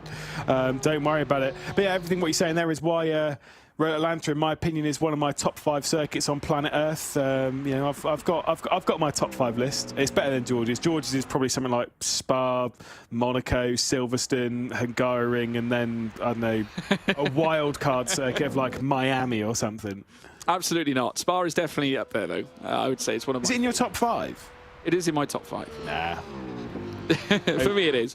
I like this track. It's too overused. Yeah, I mean, this track is up there in terms of one of my raw favourites, I would say. I also like Mugello in many ways, which is a track I've enjoyed in the past. But yeah, obviously I'd have to really scrutinise and look into my top 5. But at this stage, Max Benneker still out in front. Kevin Ellis Jr. once again hunting him down. Might have his chance here this time around because he's caught a lot of overspeed heading into the chicane, Lewis. Here he comes, here he goes, sends it for it, but I do get the feeling Benneker's going to hang on. The up and under coming though from Kevin Ellis Jr. has been able to put the throttle down and put that big grunty V8 down onto the road, all through the rear wheels. Cannot find the pass right now, and the BMW M4 of Max Benneker continues to lead here at Road Atlanta. The outside of T1 coming in from Kevin Ellis Jr. as he'll try the switchback up the hill once more, but the inside though for turn 2 and 3, but cannot go with it, backs out slightly and allows Benneker to continue to lead. But you do get the feeling that the opportunities, they're becoming bigger, they're becoming more juicy for Kevin Ellis Jr.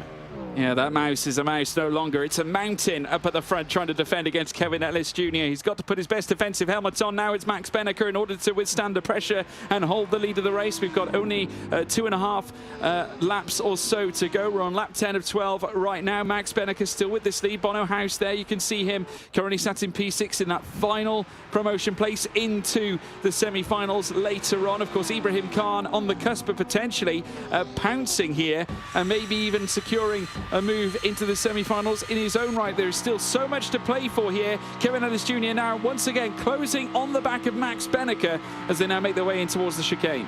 Yeah, let's see the opportunities, whether there's going to be any. Obviously, like I say, Jeff Rietveld closes his way back into Nikodem Wisniewski.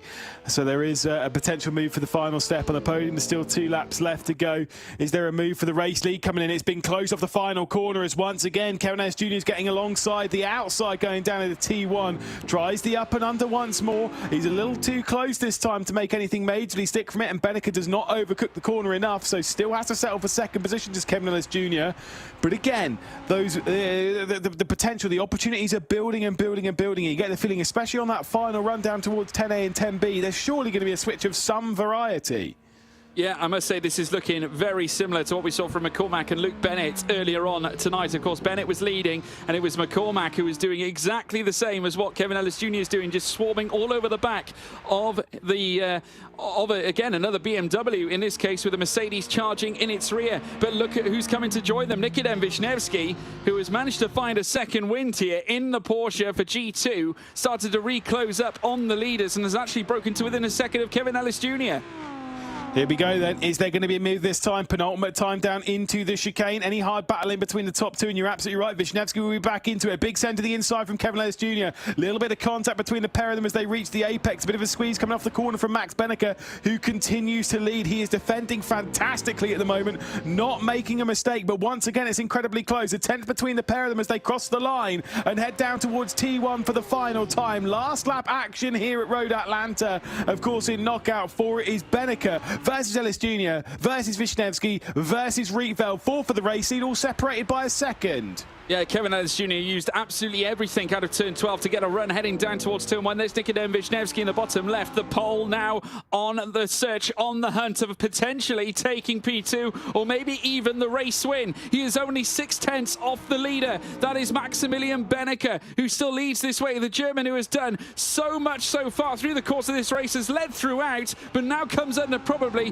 the biggest or the highest level of scrutiny he's faced so far in tonight's event. Kevin Ellis Jr. putting the squeeze on, and he'll have that run coming down towards the final chicane, but also dragging on Nikodem Wisniewski. 1 wide could become 2 wide, that could become 3 wide depending on the momentum and the run all of these cars get. But in the immediate, it looks like Kevin Ellis Jr. is going to open the door here on Max Benneker. He's right in the wheel tracks. No, he can't. It is still Benneker out in front. Cool, calm and collected by the German. He's raced this one well. Yeah, indeed. Final corner then to come. It's going to be close between the pair of them, but it will be Benneker once again in the ESL R1 to take the victory. Kevin Ellis Jr. behind. Then Nikodem Wisniewski and Rietveld round out the podium. Ellis Jr. threw everything he could at that, but without taking too much risk. Very similar to like what you said, what we saw with Darren McCormack earlier, where it was about going for the move and about trying it, but really it was more about filling the mirrors more so than anything else. And Max Benneker will take the victory then. It's another one for the feisty German. Yeah, fabulous performance from Max Benneker, but I certainly don't think we've seen the last of Kev Ellis Jr. Sit tight, everybody, in a fantastic race from Nikodem Wisniewski alike. A wonderful performance from all those in the top 3. But as we now pan across, of course, breathing a sigh of relief, obviously, Kevin Ellis Jr. can relax for now, but of course he will be stamping his ticket into our second semi-final that will be coming up later on tonight. There is Wisniewski, a fabulous performance and a big one for G2 as well here, Lewis. Yeah, indeed. Do remember the results from this race, though, very provisional. We saw a lot of drama down at T1, a lot of drama throughout the race, so very, very provisional. Of course, these being the top 6 drivers from this, that will be the ones to go and move on to Dane Warren, Yuri Toman, Kevin Sigge, Johan Arta, Ulas Zildrim and Robbie Stapleford, who are the 6 that have moved through from semi-final 1. From knockout 3 rather, for semi-final 2. I don't know where I was going with my brain on that one. But like I say, it was an exciting race, and it does bode well for the evening. It doesn't feel like we're going to get a boring final here. No, I don't think so. I think if we're seeing this in the quarterfinals, then I can only imagine what even the semi-finals are going to be like. But take us through the results, Lewis. Again, those drivers that I mentioned, they'll be joined at the moment provisionally by Benneker, Ellis Jr., Wisniewski, Rietveld, Lamanek, and of course Bonnerhaus, which is great, by the way, for the Guild Racing driver. Ibrahim Khan just outside of the top 6 with Schmieder, who did pick up a penalty as well at the end of the race. Thibaut Kazamon, Oleg Zolobov, Mitchell de Jong with drama early on, and Daniel Panstor. My heart goes out to him. Such a shame. After such a good qualifying performance, contact between himself and Kevin Ellis Jr. at T1 dropped him right the way down to the rear of the field, which feels so undeserved for a qualifying lap of his quality and a driver of his pace.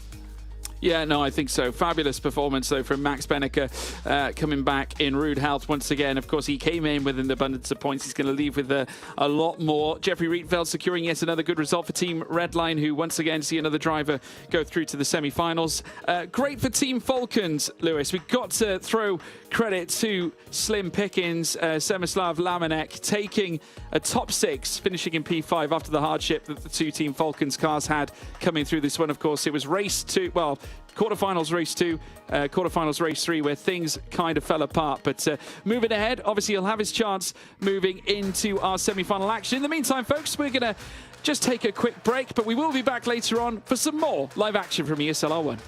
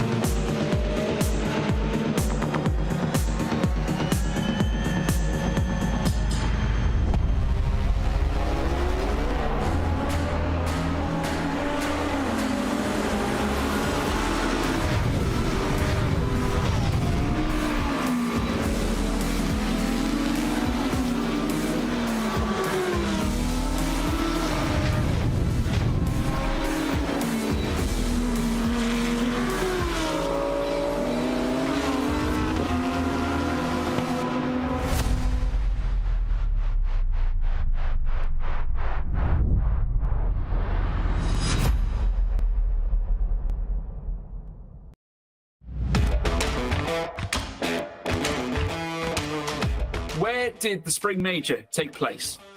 Munich. Spot on. Tell you what, I hit the blocks. Bam. Munich, Germany. That is correct. Munich. That would be too. Munich. Oh, the major. Oh, God. He's off to a crack. Oh, God. Yeah. Ignore me. You were there as well. You were the only one going, yeah. Sorry. Forgot about that one. I can tell you that the answer was Munich, Germany. In Riyadh, guys. The last one was in Riyadh. The last one, it wasn't in Riyadh. No, it was Munich. Unfortunately, Munich, Germany. Munich. Correct, Dara. Great start. What game was Crimsix previously the most successful at in the world? Call of Duty. Call of Duty, yeah, for sure. Spot on. Brilliant. Roblox. Roblox. Crimsix are Roblox. Could be. I mean, I can tell you it's Call of Duty. Yeah. It's the foremost. Difficult question. Any of you know? I have no idea. I don't know. No idea. No idea. It's Call of Duty. Unfortunately, it's Call of Duty. Really? Yeah. Call of Duty. Call of Duty. I did hear Call of Duty in the distance. Someone said it first. Was it you, Dennis? Yeah. Yeah, there you are. Congrats. Yeah, well done, Dennis.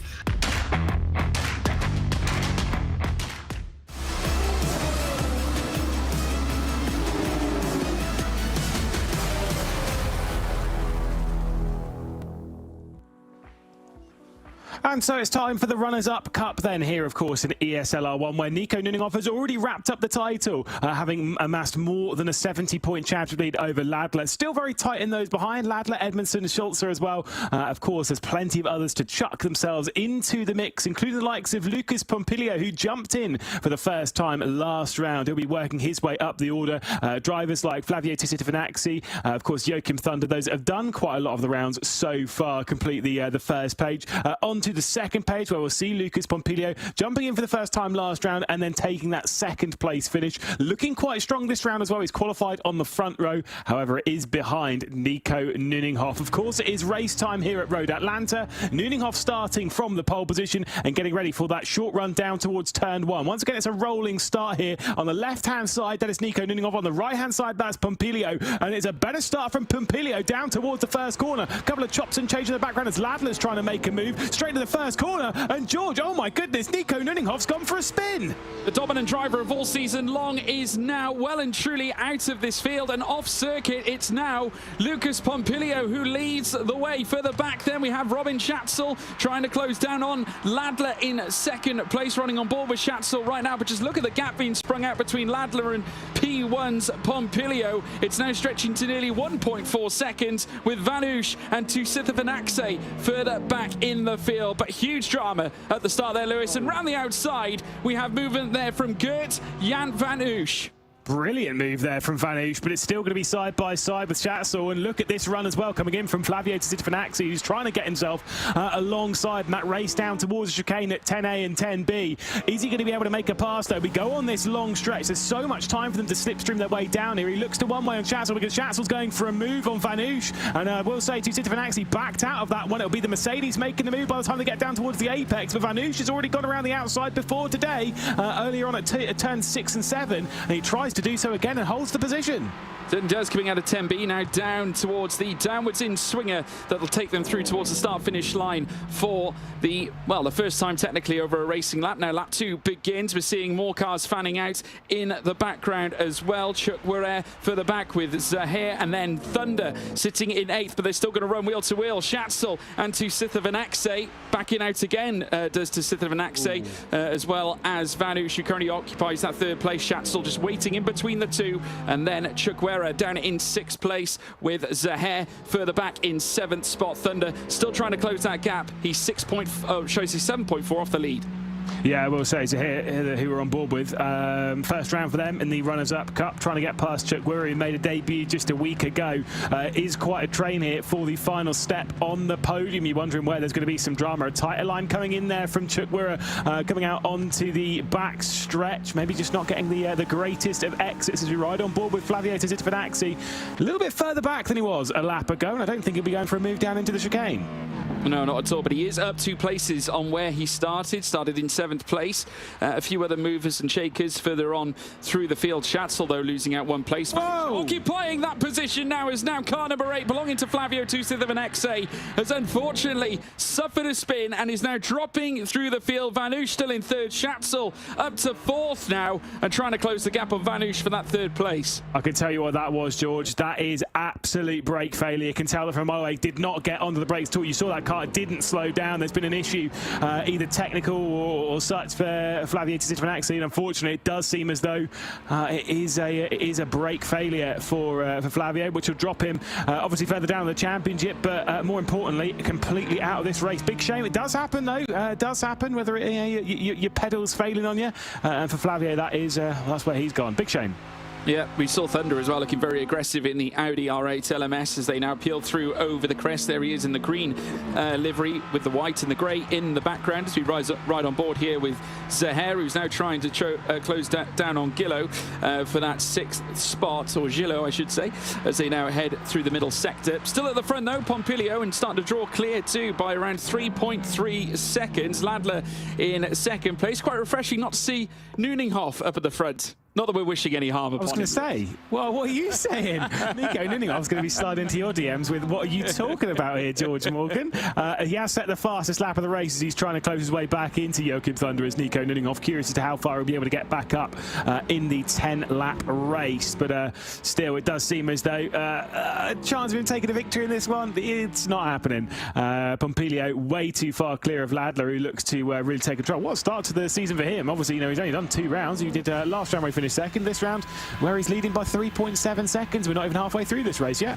No, not at all. Only on lap 4 of 10. Next lap around will be the halfway point as we now watch Ali Zaher now back up to 2nd place as it's going to be Ladler, Dominic Ladler in the Porsche, occupying the runners-up spot in this race so far. The gap, though, drawing further and further clear now, near enough 4 seconds between Pompilio and Ladler as they battle out for the front 2. But Vanush then a further 10.5 seconds back in 3rd place and being closed down upon by Schatzel with Chukwueze down in 5th place. We then have Gillo in 6th place and then have Thunder occupying that 7th spot. That gap now between Thunder and Gillo now goes out to around a 2nd. Zaher down in 8th, now 4/10 off Thunder for that battle for 7th spot as we now watch Gillo make his way through this next right-hander. Very technical, this circuit of Road Atlanta. We've seen success on the ESL R1 front for our professional drivers that race in the championship. Of course, Apex Racing Team provided some of the major shocks throughout the race, throughout the racing that we had here all of last year, with particular names such as Jamie Fluke and Kevin Ellis Jr., for example. Yeah, indeed. I mean, look, honestly, I love this track. It is in my top 5 tracks on the planet. I'm more than happy to admit this because it does generally create some drama. We've already seen that time and time again. Joachim Thunder and Zaher going into battle there for 7th position. They will be joined, you have to say, in the very near future by Nico Nuninghoff. On board with Schatzler, of course, riding up behind Vanush, who's these two have already put on quite a display between the pair of them. And they've pulled out quite a gap there, of course, to Chukwueze behind. Yeah, as they now head around on lap 5 of 10, halfway point firmly in hand as we ride on board with Schatzel, who now heads through this next double right-hander. We've got another one to take here right now, and then they'll cruise onwards yet to another right-hander. There's now in front, you can see the Audi R8 LMS making its way through. That's Thunder. Further back, Nuninghoff is actually starting to close up here on the tail of some of these runners and does go wheel to wheel here with Ali Zaher in a battle for 8th place as they now take this right-hander. Very wide look here from Nuninghoff, who's going to carry the speed nonetheless in towards this next chicane and will indeed make the move happen. This has been a spirited drive from Nuninghoff, recovering the damage that was done at the very start of the race. He is our Runners-Up Cup champion, and he is certainly showing it. And to be fair, it won't be too long before he closes up to the back of Joachim Thunder, works his way past, and then he'll be closing up to the rear end of Fabien Guillot, of course, who runs in 6th position. Chukwueze just ahead of him. The two of these starting their fight a little bit bit deep on the brakes there, coming up towards the crest of the hill at turn 3, now dropping down through 4 on the S's, of course, and Guillaume not going for a move just yet, having to settle for 6th position, although that is not a good line through the S's. No, not at all. You need to really pinpoint and precision, well, with precision, make your moves as required. Kamato Chukwueze is now going to lose out this time around, and that's going to offer Gillo a move up into 5th place. So a little moment happening there. Chukwueze forced to concede the position, allowing the BMW to move on through. And it's going to now try and close down on Schatzel in 4th as well, who are currently seeing out on track here in the Mercedes-AMG GT3. Vanouche occupying 3rd place just in front of him. The gap's now starting to come together more or less. There was quite the gap in between Vanouche and Schatzel before. It's now come to within now around 0.7 of a second as they come out of the chicane at 10A and 10B, and then down turn 11 through towards turn 12. Not too long before the very end of this race as they now pirouette down through towards the start-finish line. Lap 7 of 10, just 3 more to go.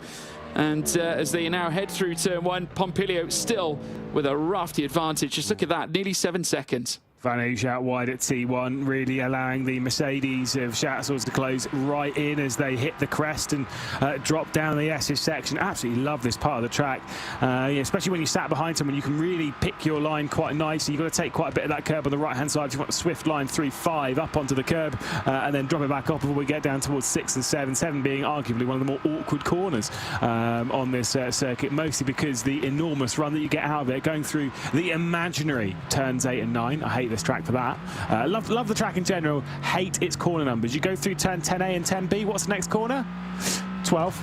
Why not? We're on board with Nico Nieninghoff, who's going to get past Chukwueze here as he warps his way through.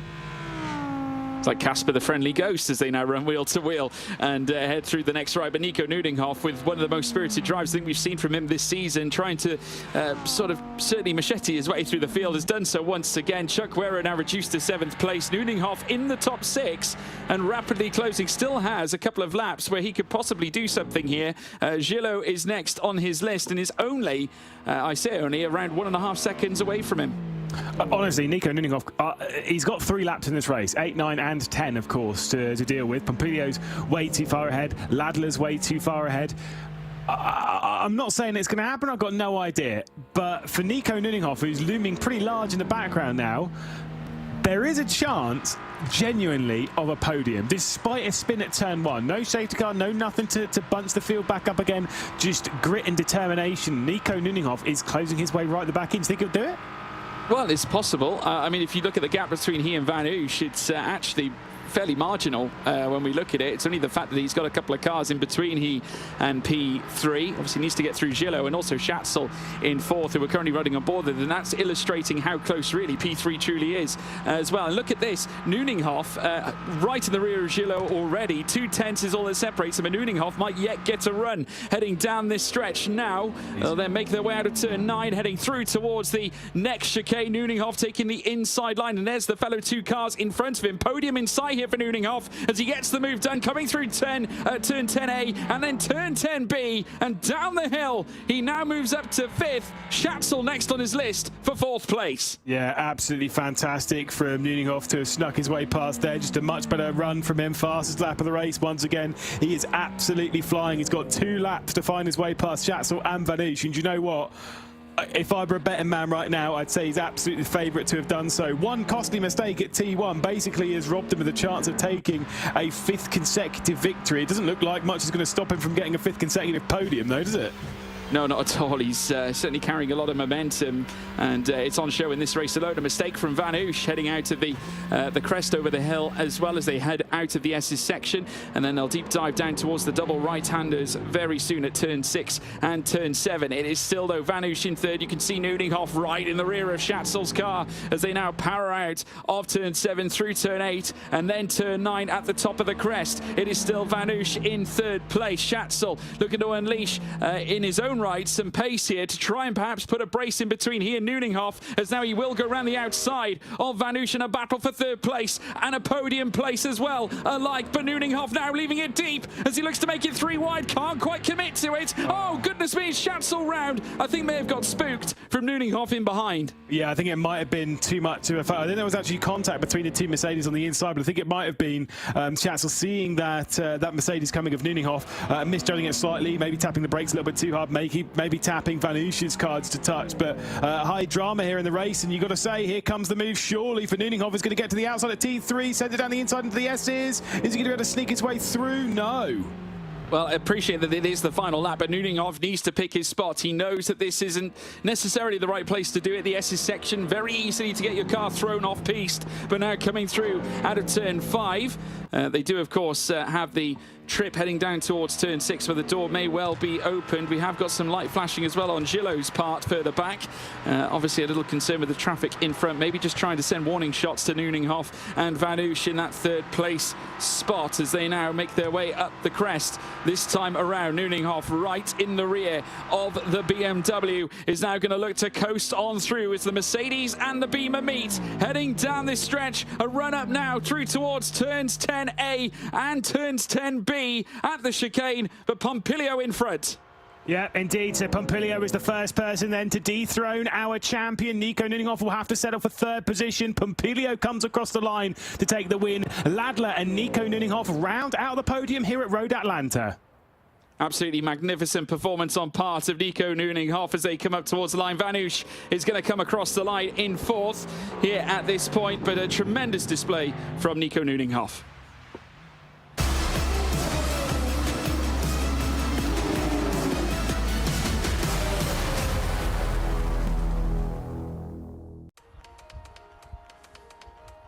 Well, welcome back, everybody, to ESL R1. We're just only moments away from our semi-finals, and looking ahead, obviously, lots of action has already unfolded, but plenty more to be had. You've just witnessed as well another tremendous battle out on track at Road Atlanta, once again providing a feast of action for your eyes. If you want to get involved in the survey as well, folks, you can do. Use !survey in the live chat and provide your thoughts to the broadcast as well. But Lewis, we're now back. Of course, George Morgan here, Lewis McGlade alongside me as always. Looking ahead, we've got a fantastic array of semi-finals about to come up. Yeah, of course, 2 semi-finals on their way. Drivers looking to score points to get into the top 9 of the championship. Of course, they're trying to get there, so they're already in the Riyadh final of the Drivers' Championship. The next 12 drivers will all be embroiled in a slightly different fight that will try and get them into the top 3 that will move them to make that 12-car grid in the final. We'll deal with that as we see fit. Again, next round, mostly we'll focus on that. Semi-final 1, we already know the drivers that will be taking part in it. Semi-final 2 is taking race control a little bit longer, as we kind of expected, because quarter-final 4 was messy. And so race control have a few things to look at. I've seen they've already penalised Nikodem Wisniewski. I do believe that the results from quarterfinal 4 are final now. So it would be Beneke, Ellis Jr., Rietveld, Lemonek, House and Wisniewski who will drop down now to 6th position, but it will still remain in the top 6.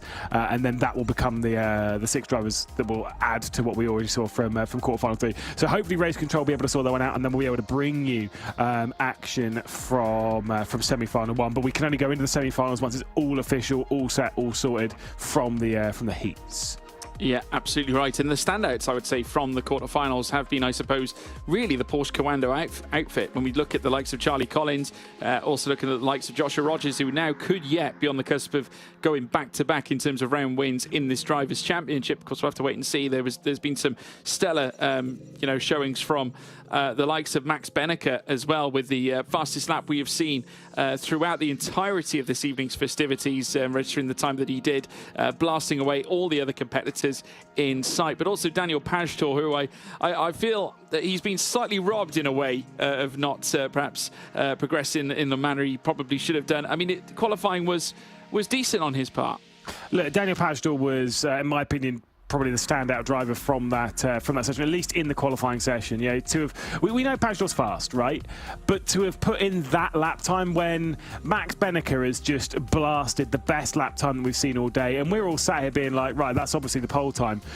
to have a driver come through and really challenge that, right? And really put the pressure on Benneke to say, well, not that easy. Very impressive. Big shame that it all kind of ended after just one corner as well. So you didn't even get time to kind of live in that position and kind of let things unfold. And, you know, that's almost more brutal because all you're sat there is thinking what could have been.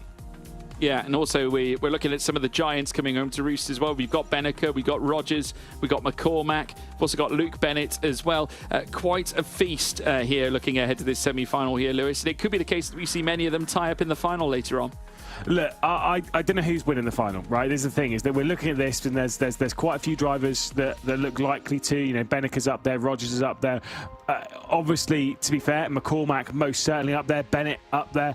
You know, all drivers that we expect to potentially challenge for the final. But the most important bit for them is to get through to the final, which I think, you know, looking back on the first few races, you know, particularly looking at that battle between Bennett, of course, and McCormack, you kind of seeing that kind of long game which is required, as we can see the points after the knockout phases, George. Yeah, here they are now. Sebastian Jobe, yet again, another one of those names that we need to talk about, obviously after winning the opening one. And we then have Max Benneke on 80 points, just 1 point separating them right now. Kevin Siggy down in third place. Kevin Ellis Jr. in fourth. We then have Joshua Rogers down in fifth. Enzo Benito sixth. Charlie Collins in seventh. Jeffrey Rietveld eighth. And Marcel Chinchik ninth. I mean, those are the vital 9, aren't they, at this stage? And then you've got the rest of them further down there, all marked in yellow from P's 10 down to P's 21, that are obviously going to be fighting it out when things roll around, leading through towards Riyadh. But quite a few big names making up the higher portions of this standing. Yeah, but the important bit is if you look over there at 19th and 20th position, Damore and Dara McCormack, both have really only scored points in basically one race right now. Yeah, it's true. After the disappointment of the previous round at Monza, the fact they're already in the top 21 shows that they are they're moving themselves potentially into contention. If you're a driver then on this page, like for example Han Yajovski, per exemple, where and obviously his teammate Kazimon, Daniel Pajda as well, who we saw some great pace from, it can potentially give them a little bit of faith that going into the next round, of course the last round of our online championship, that they'll be able to score enough points to at least get in the top 21. That's the important bit. That's their goal. Yeah. We've also got to talk about James Baldwin a little bit because, of course, whilst obviously he's not here, he is taking part in the Spa 24 Hour. He's a busy boy this weekend. He is a very busy boy, but it's amazing to see the sim racing drivers now crossing over into the real life sense. And, you know, the 24-hour Spa is by no means a small fry race. I mean, we're talking one of the big endurance races on the year's calendar. Of course, we've had Le Mans recently. We've had, obviously, Daytona in the past. You know, we look back at several others that we have witnessed, of course, through the dawns of time. But now, coming off the back of even the IMSA series not too long ago, we're now coming into this scenario with the 24-hour Spa and James Baldwin, part of the Garage 59 team again. And we weren't invited. How crazy is that we weren't invited again? It's fine. Look, don't worry about it. Obviously, you know, it is what it is. James, good luck to you this weekend, good sir. We'll all be keeping our eye on that race, I'm absolutely sure, and hoping that it's not like the Nürburgring 24-hour, which has most of the race just not happening. To be fair, Spa's not normally that bad for fog. That does lead me on, though, to very quickly. I'm just going to roll the topic back to top 5 tracks, by the way, because I hope you've been thinking in your. I haven't, to be honest. I don't do a lot of that. You need to know your top 5 tracks. I need to know how generic they are. I need to tell you. I'll tell you mine. I'll tell you mine. It's fine. I'll give you some epic inspiration. Bathurst is number 1, right? Nürburgring is number 2. The Isle of Man, right, is number 3, because that circuit is just absolutely... TT. Yeah, the Snowfall Mountain circuit, absolutely crazy. Then it's Red Atlanta. At number 5, okay, hold your breath.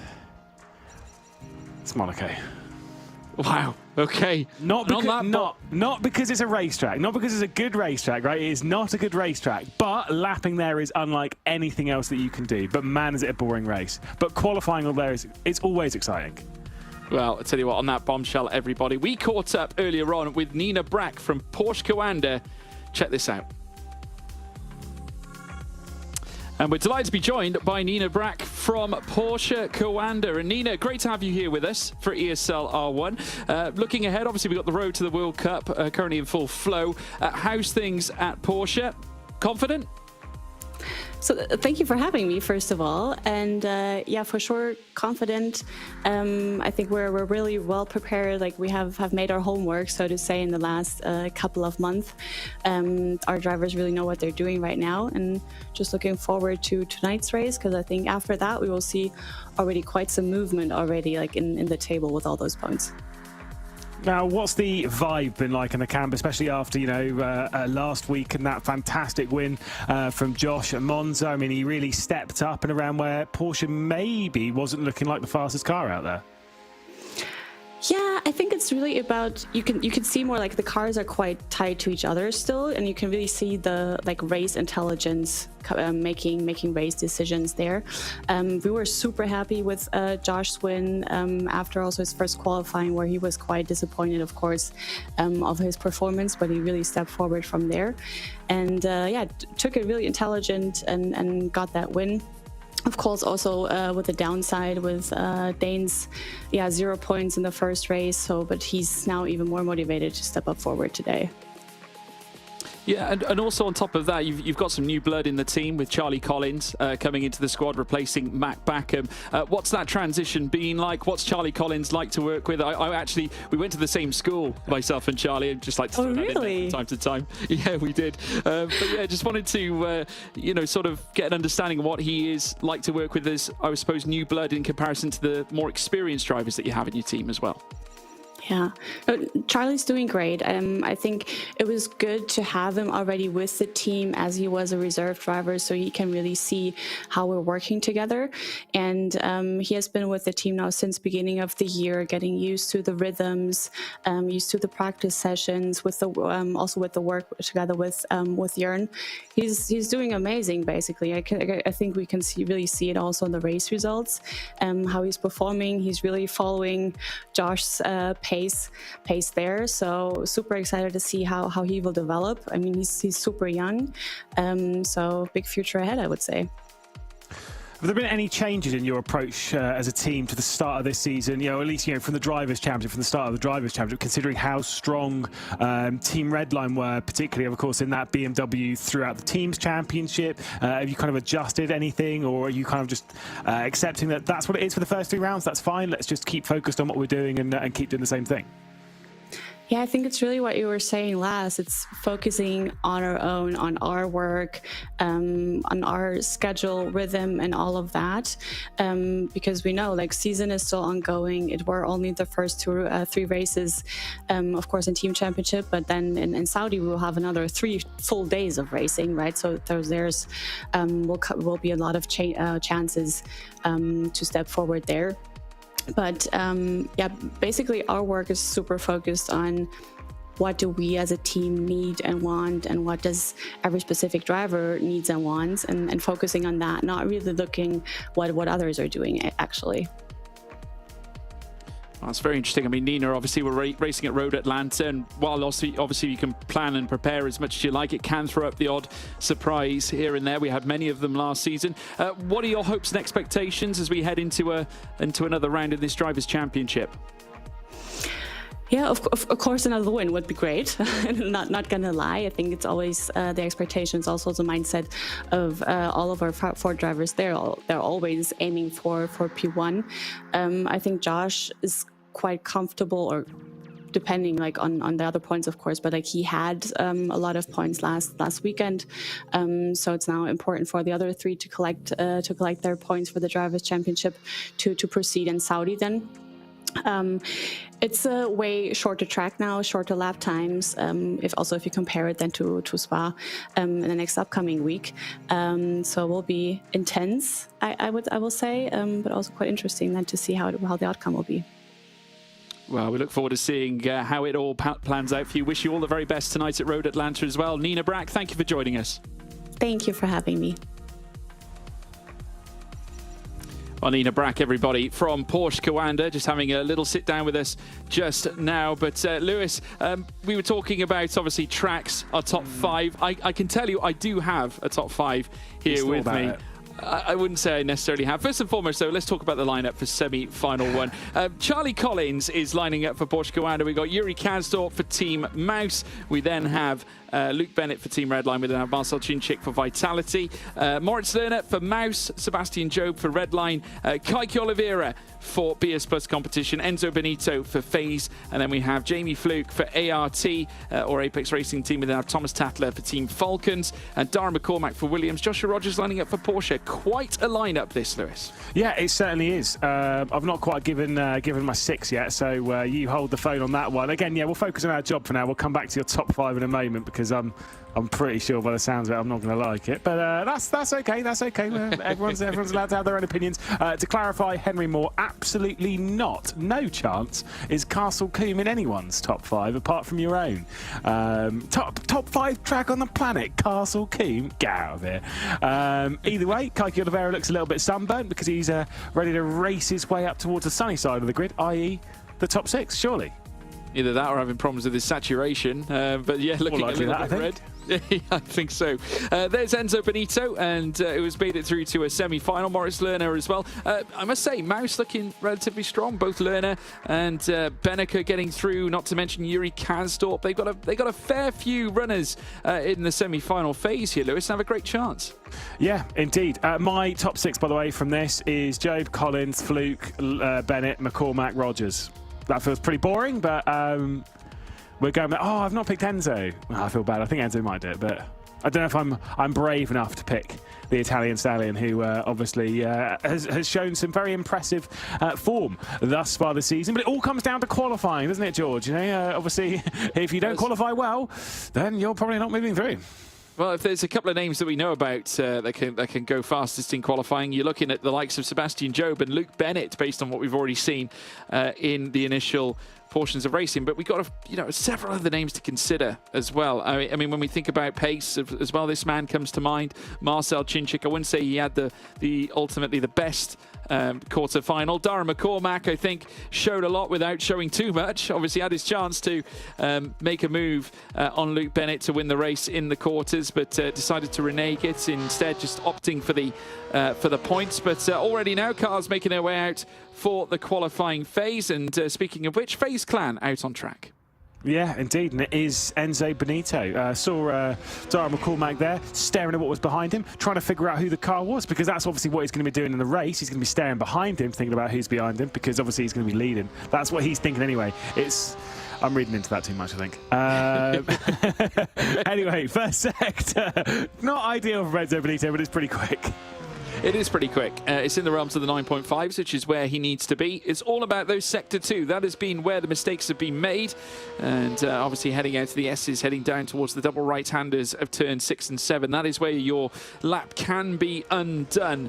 And they certainly don't want it to necessarily be rendered useless, especially given the fact that we are in this very important stage of this round. Bear in mind, we have got a short format through the course of this championship, with 3 rounds in total, giving us an indication as to who will qualify for Riyadh. A 39.9 note from Enzo Benito is in the realms of positivity. At least it's not the 40s, because we've seen many drivers set 40s in the past and therefore would find themselves towards the bottom end of the top 12. But now Benito climbing over the crest and down the hill out of turn 11 for FaZe.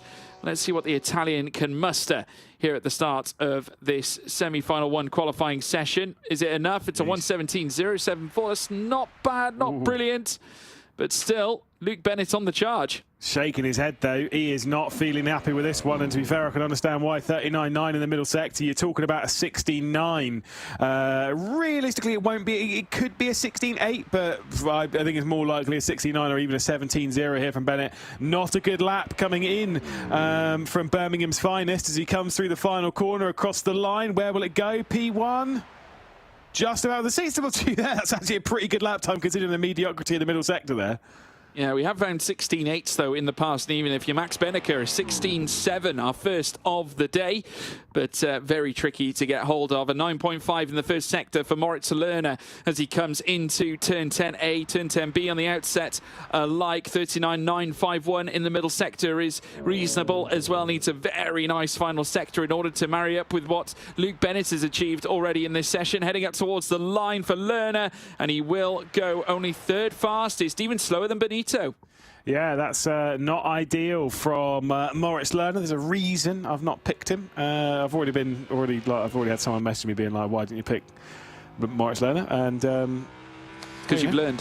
Because I've learned. To be fair, I've learned after Sweden, after Jönköping, where I betted him 3 times and he failed on all 3. That's fine. I'm not going to talk about it. Titus Tattler then through the final corner. I think this might be up there for the pole time as he'll move his way into second place. Yuri Kastorp's next, the tallest and highest point of the entirety of the Netherlands. Here he goes. Yeah, and he's looking really strong in Sector 2 as well. A 39.8 in that second sector. It's a 9.5 in Sector 1. Something about Road Atlanta seems to work for Yuri. Getting himself through out to the quarterfinals has been something of a challenge in the past for this young man, but certainly this time around, looking to launch a charge up into the top end. Could yet find himself alongside Tattler as he comes up towards the line with the final sector. Not quite enough to break into the 16s, but it's a very early 17 that places him third fastest. Yeah, it's again, it's okay from Kastorp, but not ideal. I'm doubting it's going to be too strong, especially once we got some of these big names to come. Obviously, you got Rogers, you got Collins, you got Dara McCormack, you got Sebastian Jeb, you got Marcel Chinchik, all drivers, and Jamie Fluke as well as one around here. Now chucking Kaki Oliveira with his top 6 percentage into the mix. A lot of drivers that can absolutely get themselves into the 16.8s. First one of which will be Josh Rogers with a mega middle sector, 16.819. We're into the 8s again in this session.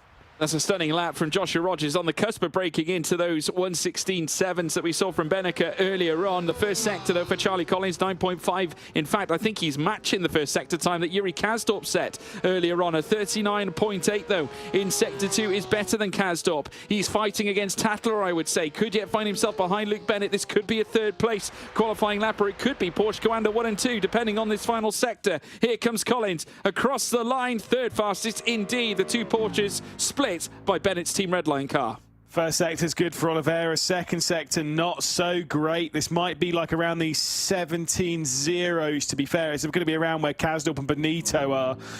Not looking so ideal for the Brazilian, who will work his way through the final chicane. That didn't look ideal either. So it might even be a 17.1. Could it be the slowest time of the session, or will he keep this top 6 percentage that he's so good at? Could he have a chance of getting through into the final as he crosses the line? There it is, the 17.023. Yeah, still it's Moritz Lerner at the back of the list of drivers that have set their times. Jamie Fluke, who has had a bold history around this circuit, and I must say this is not necessarily an exciting lap being posted here from Fluke, who now makes his way through turns 10A and turns 10B. 9.586 in Sector 1 with a 40.025 in Sector 2. The Merc now makes its way around the final 2 corners out of 11 and out of 12 across the line. Where does Fluke go? I think it's going to be at the back. It certainly will be a 17.205 and just over, well, just around 1.5 tenths slower than Moritz Lerner.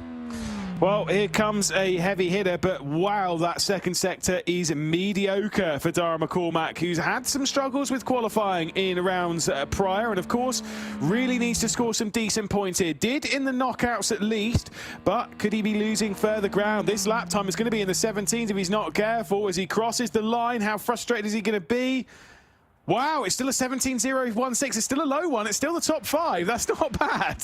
I'll be honest, I thought that lap was underwhelming, but he must have dug deep in the final sector to pull that one out the bag. That is absolutely sensational from Dara McCormack, and if he stays where he is, he stamped his ticket into the final later on, of course. But the Hungarian Marcel Chinchik with a 9.5 in Sector 1, a 39.9 is better than McCormack's in Sector 2. Sebastian Job has got a penalty. Job with a penalty. Chinchik coming through across the line, and he sets a time that goes 8th fastest with a 17.062. But how about this? Sebastian Job, a penalty in Sector 2. Wow, this is a crazy end to the session, and you know, drivers like Dara McCormack with that mediocre lap time might be let off just a little bit. So that is, I mean, that's just crazy. Sebastian Job will have to do all the work from the rear of the grid. He's only going to go to 12th position, which does mean that Joshua Rogers will be starting this one from pole position.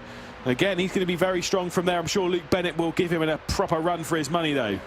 Yeah, frustration on the face of Sebastian Job. Joshua Rogers there, though, in picture, looking calm, content, as you'd expect from a man who has gone fastest, and will look ahead to now potentially scoring yet another victory. This time, though, in semi-final action. Did not win his quarter-final race, but never mind. Got himself through to this point here this time. And Porsche Coanda actually excelling with Charlie Collins as well, right up there in the firing line for podiums. And big points on the line for this very race. Luke Bennett also looking for a decent run. We saw him excelling and taking victory in our quarterfinal despite being pursued by Dara McCormack, who put in a valiant late burst towards the latter stage of the race. He looked like he was going to challenge for the win, but reneged. There is Charlie Collins, of course, a young man in his first official season of ESL R1 action with Porsche Coanda. Let's take you through the starting grid for semi-final 1. From back to front, Sebastian Job, major shock after the penalty in Sector 2. He starts from P12. Alongside him, Jamie Fluke in 11th for Apex Racing Team. Moritz Lerner in P10. We then have Enzo Benito in 9th place. Marcel Cinchik in 8th. 7th for Kaiki Oliveira. 6th for Yuri Kazdorp. 5th for Dara McCormack. Thomas Tatler, a great performance for Team Falcons, in 4th. And Charlie Collins in 3rd. Front row, Luke Bennett starts from 2nd, but on pole once again, it's Joshua Rogers. He's back at the front and looking to stamp his ticket for the final. Yeah, indeed. Looking very impressive today is Joshua Rogers. And again, continuing on that good form that he had just a week ago when he won at Monza. In fact, I'd say continuing on that good form, I'd argue looking even stronger than he did then, of course. Can he be able? Can he sneak something solid? Obviously, finished 3rd in the quarterfinal earlier on in the day behind Luke Bennett and Dara McCormack. But now looking to move a little bit forward. To be fair, if he gets 3 podiums, that's some solid points. He wants to go into that into Riyadh with the points lead. I don't know how points are going to work in Riyadh. We just know it's the top 9 and then the next 12 drivers. But outside of that, I don't really know how it's going to work. No, it'll be interesting to see. Charlie Collins, though, who has been impressive ever since stepping in to the Porsche Coanda seat in place of Matt Backham. There is Dara McCormack. Any nerds can tell me what car that is? I missed it, to be honest with you. But Marcel Cinchik just out there too. Not a great qualifying session for Cinchik, it has to be said, Lewis. No, honestly, quite disappointing. But again, considering some of the media laps, but then maybe it was a difficult session. Maybe it is hard to hook a lap up around here. What about your thoughts for this guy? Well, I must say, Job with it all to do here at this point, but not necessarily an issue with the lap as a whole. It was more the fact that he got it wrong in terms of probably track limits heading through Sector 2, which has set him back somewhat. But he's going to have to pull off some kind of a late charge, or he's going to have to be on it from the word go. He needs a great start, needs to finish strong. He has 12 laps to do this in, but if there's one man who is not concerned about any of this, it's this man, Joshua Rogers. All he needs to do is bring it home, either at the front or as long as it's in the top 2 or even the top 6. Well, we have seen it go slightly wrong at T1 though, so you never really know. Don't count your chickens before they've hatched and all that a lot. They're working their way in the light formation, not formation lap. It goes through the final chicane and then down through the final corner. Are we going to get drama at T1 once again? George, you're going to have to tell me. Well, we'll soon find out. Joshua Rogers there on the left of your picture. We then have Luke Bennett on the right. Charlie Collins waiting in the wings. Thomas Tatler with another stellar performance here for Team Falcons as now the cars rumble down through towards the start-finish line and they'll put pedal to the metal. And it is go, go, go, go, go. Great start from Luke Bennett, who's going to try and challenge around the outside on Joshua Rogers. Rogers might actually lose this as now Bennett, with the run in the BMW, takes the lead of the race away from Rogers. He's now down in 2nd and Untidy coming through the S's and has actually conceded to his teammate as through goes McCormack, Tatler and also Kaiki Oliveira waiting in the wings. Yeah, he's at the back end of the top 6 now. You said there was not much that you needed to worry about. How wrong were you on that one, George? Said it can all go wrong at the first corner. And now Josh Rogers having to deal with Marcel Cinchik and the likes behind. Sneaks his way back through into 5th position. Enzo Benito now works his way up into the top 6. Look who's already knocking at the door from all this though, because firing his way through comes Sebastian Job as he moves up to 7th place. Sensational Sebastian Job on the move already and is running side by side with Marcel Chinchik. We said the semi-finals were going to be dramatic, and they certainly have been. Rogers licking his wounds after that trip off track coming through the S's. They're going to go 3 wide though, heading down towards the chicane. It's still Chinchik in part of it, so is Kaiki Oliveira. Throw in as well. Sebastian Job. Oh, Chinchik's round. Goodness me, again another 3 wide scenario through that final chicane that has ended up with one car spinning off into the grass, and this time it's Chinchik. Didn't realise some of the best drivers in sim racing are running with single-digit IQs there, but that was really stupid from the trio there. A 3 wide down that chicane, it's just never going to work. If you're going to have it, like, fair enough if it's like the last lap of the race or something like that, but you're all trying to work your way into the top 6. That's the goal here, and all you've done is you've given yourself an absolute mountain to climb on. The stupidity on display, it's just absolutely crazy. But you know what? they get paid a lot more to drive a lot quicker than I ever could, so fair enough. Again, needs must, but there was absolutely no patience on display there. And to be fair, it could have cost all 3 of them a chance of moving through. Sebastian Job might just have a chance of sneaking his way through into the top 6, but he's got to close down 2 seconds to Enzo Benito. Well, if you look at it now, I mean, Sebastian Job's job has been made that much harder. He's got to try and close the gap by 2 seconds on the back of Benito. I think he's going to be able to do that. Obviously, with Benito being part of the this contingent just in front of him here. Of course, that's going to be a battle for the top 6 as they now come through out of turn 10 and through towards turn 11 out of the chicane. Dara McCormack sat in 3rd and comfortable right now. Joshua Rogers getting all tied up at the very start. Not quite sure what happened, whether he just misjudged the S's section and just ran a little wide. Looked like he'd had a little bit of a moment on the curb, Lewis. Yeah, I mean, we'd need to see that one again. I was kind of more like, whoa, he's gone wide. A great start from Bennett once again, but alas, like you say, the top 6 at the moment seem fairly settled. I think Sebastian Job's tyres as well would have gone off, so I wouldn't be too surprised if this ends up being the top 6. It's great for McCormack though, who's had that mediocre sector in qualifying and probably at that point thought, I'm not moving through here. Now currently sits in 3rd place. I wonder if we'll see the same from McCormack in this race as what we saw in the previous. Although he might go through for 2nd place to get past Charlie Collins, I think we'll potentially just hang on to the podium. We'll think, look, these are solid. These are really solid points I'm scoring here. Let's play this. We've had a bit of luck go our way, a bit of good fortune, especially when you consider heavy hitters in the championship like Sebastian Job, like Marcel Chinchik, having an absolute mare in this race. I'm just taking the points. Thank you very much. 3rd place sounds good to me.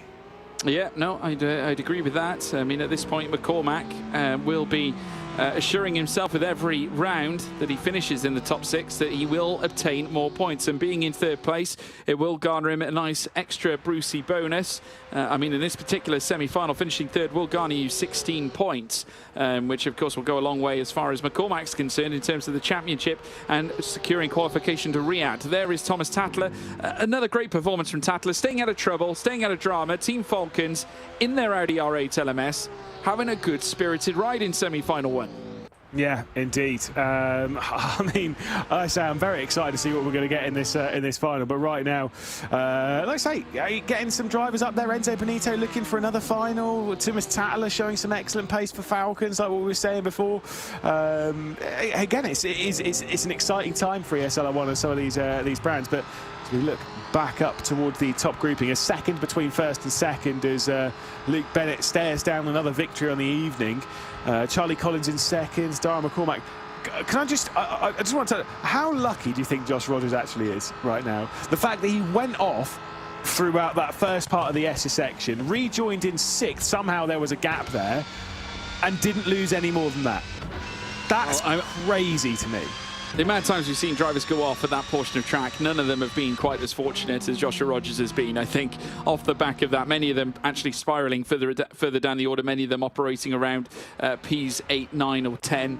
But Rogers did absolutely brilliantly to withstand the scrutiny heading through the first sector, and somehow, some way, finds himself in 5th, and not only that, consolidating that 5th place, as well as Benito has got quite a bit of work to close that up. It's about 9/10 difference now between Benito and Rogers. Sebastian Job working hard to try and retain that delta, or try and try and lessen the gap. Running wide, though, slightly there, Rogers, I think, just taking a lot of that escape, but generally you can coming through that portion of circuit. He holds the fastest lap to boot so far as well.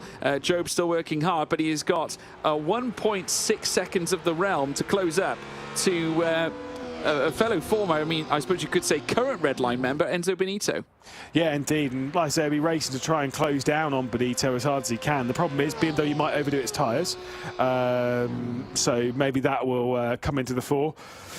There is still chance Sebastian Job works his way through, right? But then, let's be honest, Race Control are definitely going to take a look at whatever happened there between Marcel Cincic, Koki Oliveira, and, of course, Sebastian Job as to who was at fault. We only saw it once, so, you know, read into what you will. You could say maybe it was because Koki Oliveira was setting it in a little bit too late. Maybe whoever it was on the outside, which I think was Sebastian Job, turned in as if there was no one there. I don't know. I didn't see it. Whoa! That's big. Josh Rogers, what has happened? Our driver in 5th place has received a penalty, 1 second time penalty for causing a collision. At the moment, it will drop him 0 places, but that could come back to haunt him. That could. It could well do. He needs to try and grow the gap between he and Enzo Benito. Let's take a look at the replay. Now, this is where it all went terribly wrong. Yeah, got it wrong on the curb. Exactly right. Went onto the grass and then, unfortunately, had to concede some places. But I think the fortune, I think, on his part is that he didn't go off too wide, and this was the moment coming through at the chicane. Just 3 doesn't go there, Lewis. The thing is Koki Oliveira is actually there, right? So he's not set it in super late. He is actually there. Sebastian Job is kind of turning in, expecting it to maybe be too wide and stuff. Basically, what that was again, I'm going to stand by it. It was hard racing between 3 people in just a place that you shouldn't be doing it and didn't need to do it at that time in the race. It was just a bit stupid. But you know, all 3 of them have their own part to play in that, and they're all 3 of them paying the price for it at the moment. And it could well be seen that none of them worked their way through, which they're 3 drivers that we do expect to move through as well. So it is what it is. Yeah, I know people will be like, well, Marcel Cincic couldn't do anything there because he's in the middle, which is absolutely right. That said, considering the aggression coming in from Sebastian Job working his way from the rear of the field and what was a fairly late move coming in from Koki Oliveira, I mean, you can read that a little bit better. Yeah, no, absolutely. Heading over the crest now, Dara McCormack in hot pursuit of Charlie Collins and getting closer and closer to the back of the Porsche Commander as well. Luke Bennett in control and in charge, and once again an impressive display from Luke Bennett from Team Redline, and is now nearly a whole second clear of Charlie Collins in 2nd. You know, it's a relief still for Porsche Commander because, I mean, you look at other teams that have had their fates sort of hampered so far through the course of this race. Mouse have both their cars outside of the top 6. Redline only with 1 in the top 6, with Sebastian Job currently sat in 7th. At this stage, it's only Porsche Commander who have 2 of their drivers qualifying through to the final off the back of this particular semi. Yeah, indeed. But things are getting a bit tight towards the top. Will Dara McCormack go for a move? There's 5 laps left to go here, George. And remember what we saw in the first race when it was McCormack versus Bennett?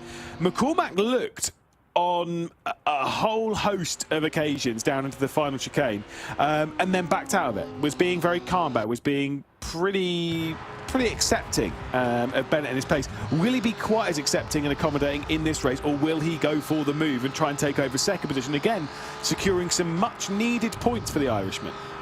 Yeah, no, I think it's huge. I mean, it's just whether he does go for it. I mean, very much like he did in the quarterfinals. It might be the case that he does just renege on it, just keep his position for the points. But what he does have in this situation is actually a fair gap between he and Thomas Tatler. There's over a second between them now.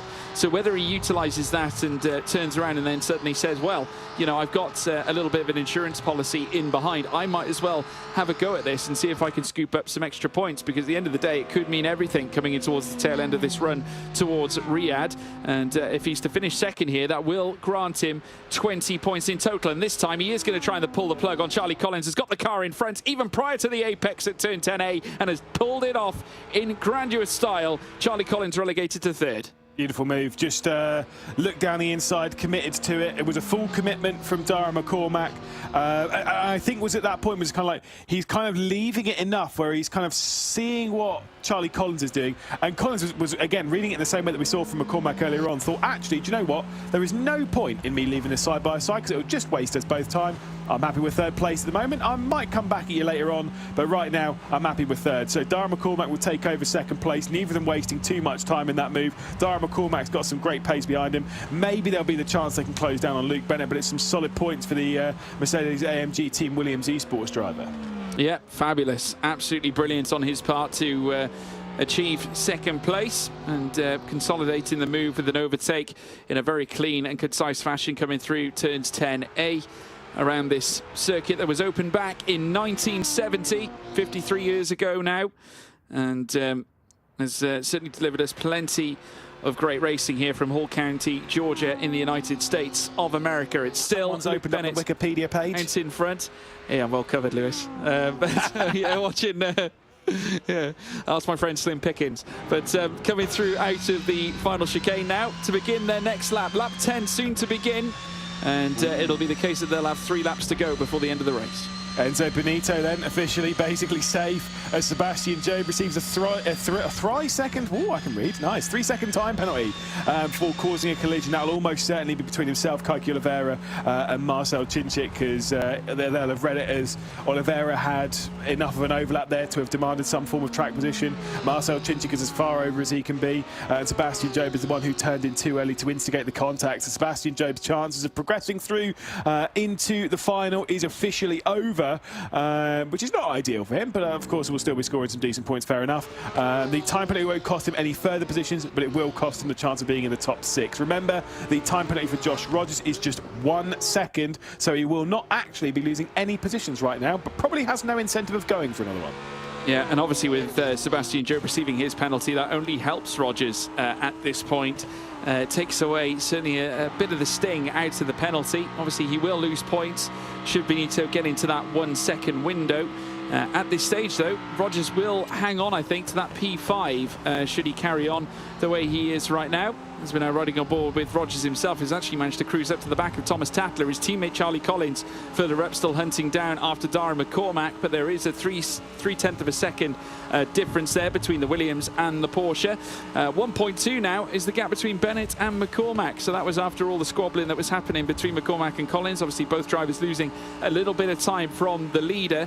Sebastian Job is going to have to work seriously hard to try and close out to the back of Enzo Benito and put in a serious time gap that could yet secure his place in the final. But I must say, it looks like we will be saying goodbye to Sebastian Job as they now make their way around on the penultimate lap of the race. We will be saying goodbye to Sebastian Job, which is a bit of a shame because he's definitely one of the drivers that we would expect to fight for the overall victory here. But alas, sometimes that's just not how it goes. And Sebastian Job, it's kind of one of those rare times that we don't see him move through and don't complete all the races, but yeah, sometimes, as I say, it happens. It happens. As once again, things are extremely close. I mean, even with a lap to go, I know he's got the 3-second time penalty, but even if that time penalty hadn't been given, I still don't think he'd be moving through because I think Enzo Benito does have the pace on Sebastian Job, or at least enough to hold the gap. So I don't think the time penalty is the deciding factor there. No, I don't think so. I think Benito certainly will have enough anyway. But here at this stage, it's going to be Luke Bennett who takes them around. Final lap of the race now in full flight, and Bennett with a lead of 1.2 now, even though Dara McCormack has posted the fastest lap, not quite fast enough to break to within a second and launch a challenge to Luke Bennett for the front end of the race. Team Falcons with Thomas Tatler at the wheel, looking like they're going to be stamping their ticket into the final later on, as we now watch Charlie Collins still giving chase to the Williams Mercedes-AMG GT3 that sits in second spot. Enzo Benito will remain in sixth. At the end of the day, Enzo may as well hold on to his position here. He's under no risk, under no threat here at this stage. Obviously, Sebastian Job, regardless if he was to close up to Benito and make the overtake, that penalty negating that position, and therefore Benito, I would say, sealing the deal in the final. Indeed. Well, we've only got a couple more corners left to go. It's a 1-second lead for Luke Bennett over Dara McCormack. He's done a great job, by the way, hasn't he, since he passed Charlie Collins, Sir Charles, as it is. Yeah, it certainly is that. But coming through the final 2 corners, or the few corners here through the chicane, 2 more corners to take going downhill.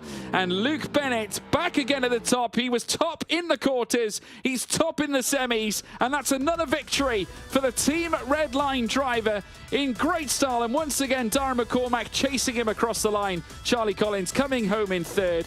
But what a performance so far from Luke Bennett. We said that he had grown since last season. He has since grown higher and now is at the precipice of perhaps achieving something really special with Team Redline and Luke Bennett chasing down a round victory. Yeah, indeed. And there you go. Keep hydrated. What is the car? What is the car? Who can tell me, based on all you can see up there, what is it? Are you good at cars? I'm going to take a stab at a Vauxhall Astra or something. Skoda or something. I don't know. What has like the reflexes and stuff that low? You know, that's. I don't know. Answer on a postcard. This is like one of those Where's Wally games, I think, at this point, you know. Just to be clear, I'm asking for the car, not what registration plate it is or anything, or what location island it is. It's not that creepy. I just want to know what brand of car that is, all right? Good Lord. Yeah, I think people have already filed it under creepy right now, Lewis. Obviously, but a fantastic performance from Luke Bennett. Back-to-back wins so far, coming out of the quarters and now the semis. W. Will it be a W dot off the back of a final escapade? Come on, that was pretty good. But yeah, I mean, a tremendous effort on Luke Bennett's part. And again, as I said before, he's definitely up there as one of the best. Yeah, I mean, look, he's a quality driver, and that's why he's won, George. Yeah, let's go through the results. Luke Bennett up at the top is taking victory once again, back-to-back. And Darren McCormack, despite chasing him down for a second time, only able to come home with 2nd place once again. Charlie Collins in 3rd, Thomas Tatler and Team Falcons heading through. So is Joshua Rogers after that very early scare at the very start of the race. Enzo Benito coming across in 6th spot as well, will figure in the final. Sebastian Job, after the shock qualifying, will not be heading through. He's been eliminated here, folks. A shock exit with Jamie Fluke leaving us as well in 8th. Kaiki Oliveira out, as is the 2 mouse cars of Yuri Kazdorp and Moritz Lerner. Marcel Chinchik coming undone, coming through turns 10A and 10B at the chicane.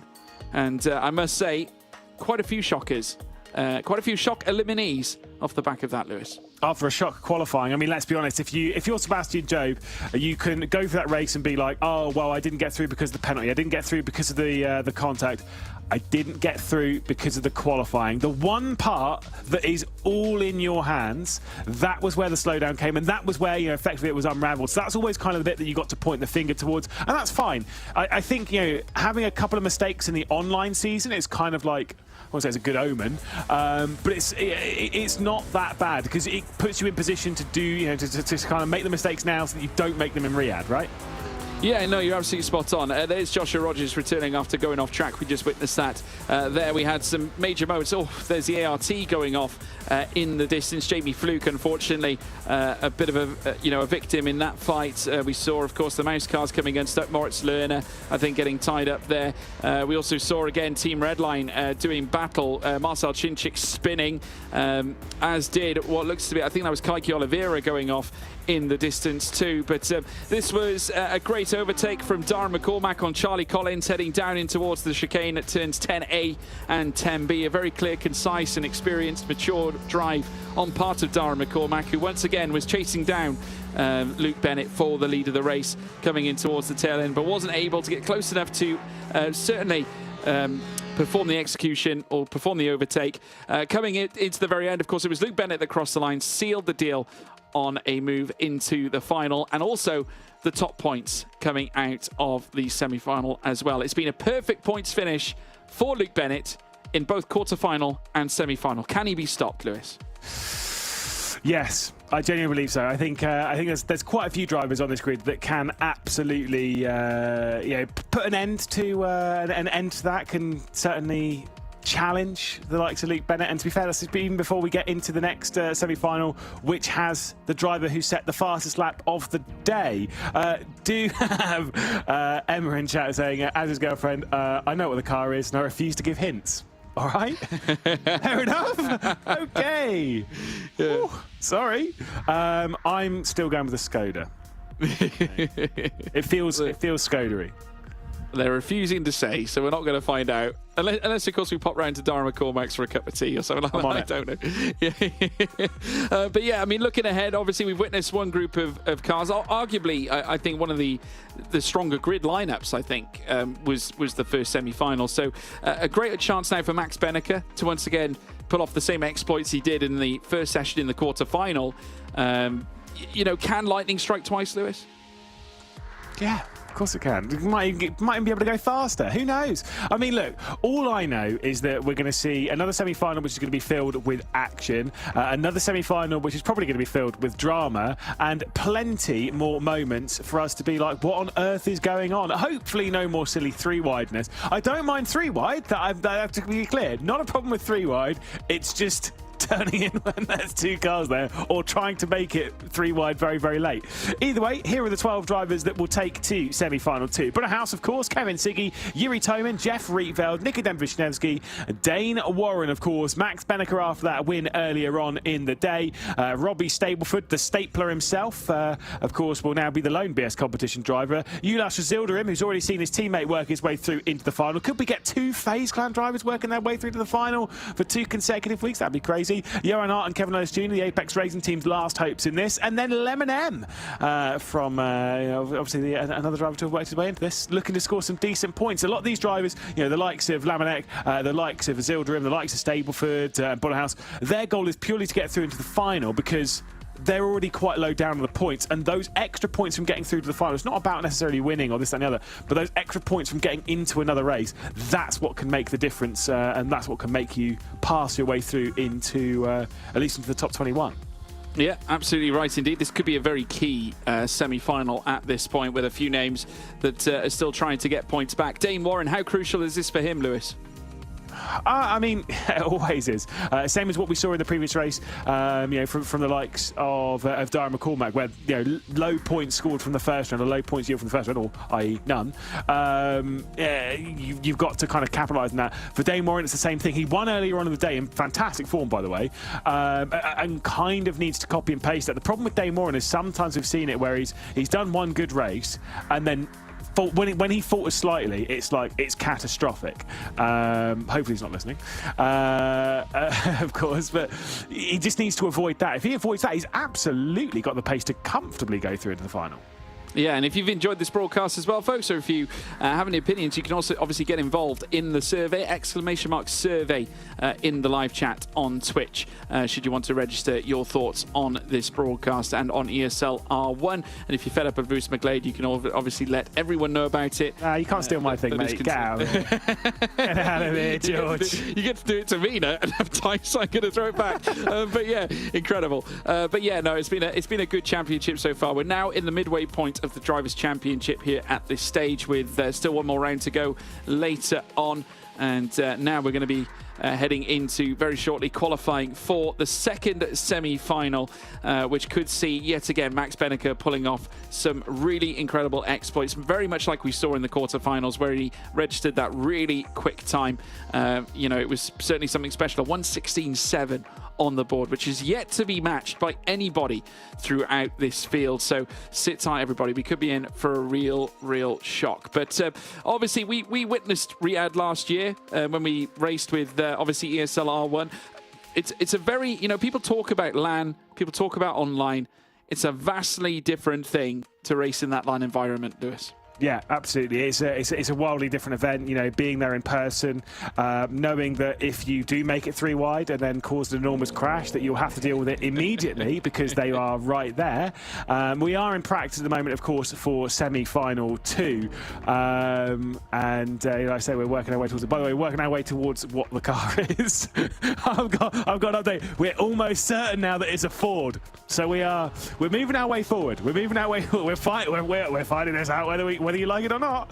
But no, you're absolutely right. Riyadh's going to be completely different, and I'm looking forward to it. I'm looking forward to seeing who moves their way forward.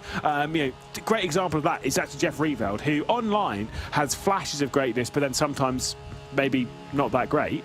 100% a driver I expect to compete at Riyadh. 100%. He's so good at LAN.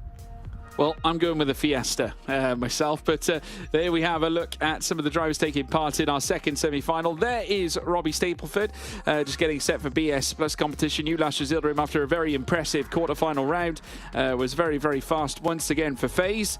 And they'll be looking for yet another brilliant performance this time around. Nikodem Wisniewski back again for G2. Despite getting a penalty in the quarter-final, Lewis, he did enough to get through to the semis. Yeah, indeed. I mean, like I say, whether you've got enough in the tank to get into the final, those are different kettle of fish. But you just never really know how these races are going to unfold, and that's kind of like the hugely dramatic side is what makes it exciting. Most important bit, though, as we've said for everyone, it is make sure this lap is clean. No off tracks, no big dramas. Get a clean lap onto the board. Yeah, absolutely. Kevin Siggy hoping for a decent clean run, was obviously frustrated with his qualifying session in the quarter-final. Jeffrey Rietveld back again. Blonde hair and all, getting set after engineering in the grand final of the F1 Sim Racing World Championship for the RB team. Representing them, obviously, under the red line banner. There is, of course, the Team Falcons driver, Zemislav Lamanek. And there is Yuri Toman back again for Team Vitality after a big performance last time out. We'll need a big one this time, obviously witnessing Marcel Chinchik going off. Toman will be hoping it won't happen to him this time, Lewis. No, but let's be honest. You just never know. You could always be the one. So who knows? Qualifying will be getting underway. Drivers will be going out again one by one, as they always do. First one we'll head up to, though, is the Guild Racing driver, of course, Bonner House, doing an excellent job to move his way through into the semi-finals.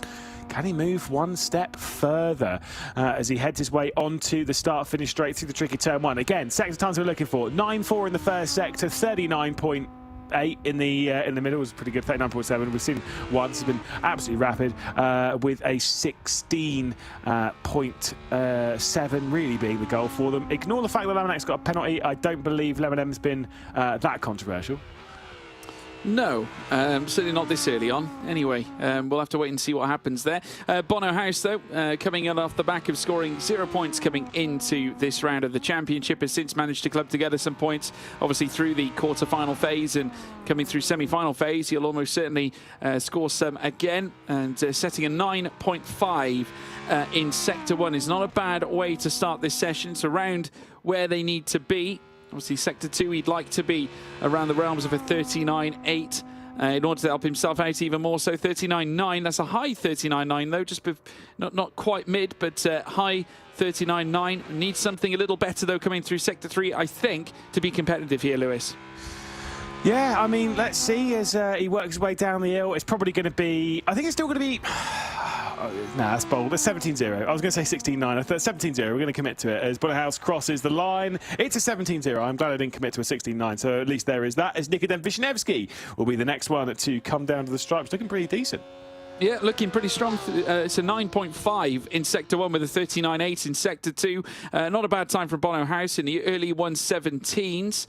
If you're in the 17s, that's at least where you need to be. And Nikodem Wisniewski needs to try and march past Bono House's time that he's already laid down. Let's see if he can break into the 116s and be the first driver to do it here in this session. Not quite. In fact, slower than House, despite a decent middle sector. Yeah, and I mean, it's not great from Wisniewski to put in a 17, basically a 17-1 at this point. Ulas Zilderim, who had a fantastic performance in the knockout phases earlier on, will be the next one to come to the line. First sector's pretty decent, not ideal. Second sector, it's pretty decent, not ideal. Let's see if the third sector's pretty decent, but not ideal. Or maybe you can step something up special here as he hits the line. It is a 17.02. Again, do you know what? That's pretty decent, but not ideal. I'll tell you what else is decent. Jeffrey Rietveld's lap. A 9.4 in the first sector is certainly decent. 39.8 in Sector 2 is also decent. I tell you what, if he can pull together something in Sector 3, that could be the cherry on the cake, as now he comes through out of turn 10, through towards turn 11. Down towards turn 12. Now this time we've got 5 minutes and 50 to run in semi-final 2. Now coming across the line. Only enough for third fastest. That is a shock. That is not good for Jeff Rietveld. Big shame for him.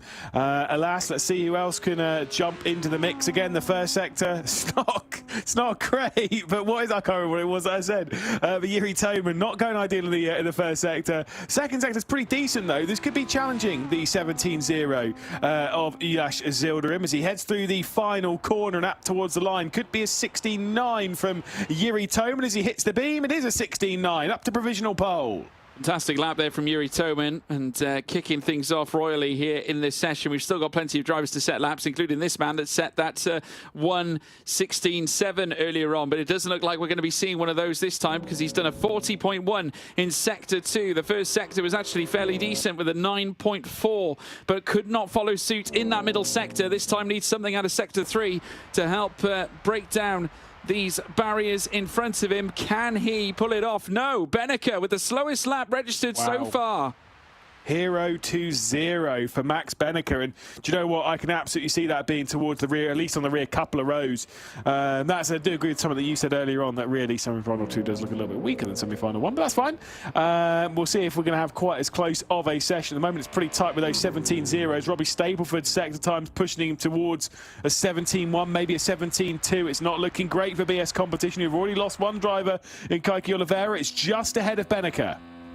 Yeah, just ahead of Benneker indeed. Robbie Stapleford laying down a 1:17.126 with Wisniewski still occupying that 5th place. There's only 9 thousandths between Rietveld and Wisniewski at this point. Johan Harth coming up next with a 39.8 in the middle sector. That's not too bad at all. 9.5 in Sector 1. But Sector 3, it's all to come. But surely he needs to try and pull something out of the bag nonetheless to try and just help himself, help his cause. He got his teammate coming up just afterwards. Johan Harth going 3rd fastest, though. It may not be a 1:16, but it's a very early 1:17 and only what looks to be 200ths off Ulas Zildarim, who sits in 2nd. Yeah, indeed. Like I say, things pretty tight up towards the front. Will his teammate do anything special here? We've seen some great lap times come in from Kevin Ellis Jr. at the moment. Dane Warren, oh my goodness, he's got a penalty. Oh, wow, we got a lot to talk about in this session then, as Kevin Ellis Jr. will come through the final corner to set his lap time. It'll be a 1:16 something, I think. It's a 16.8. Moves up to provisional pole as here comes Warren. He ain't challenging for it. No, he certainly isn't. That second sector has obviously brought his lap to an end. A 41.7 recorded in Sector 2, despite setting a 9.5 flat in the first sector. This is certainly going to be a time that is going to route him to the back of the order and could yet be joining Max Benneker, depending on what Kevin Siggy and Semislav Lamenek managed to bring to the table. But Kevin Ellis Jr. with a stellar lap, a 1:16.884. And Kevin Siggy not on a bad run until I saw that second sector. That first sector was decent with a 9.4, but a 40.3 is not great.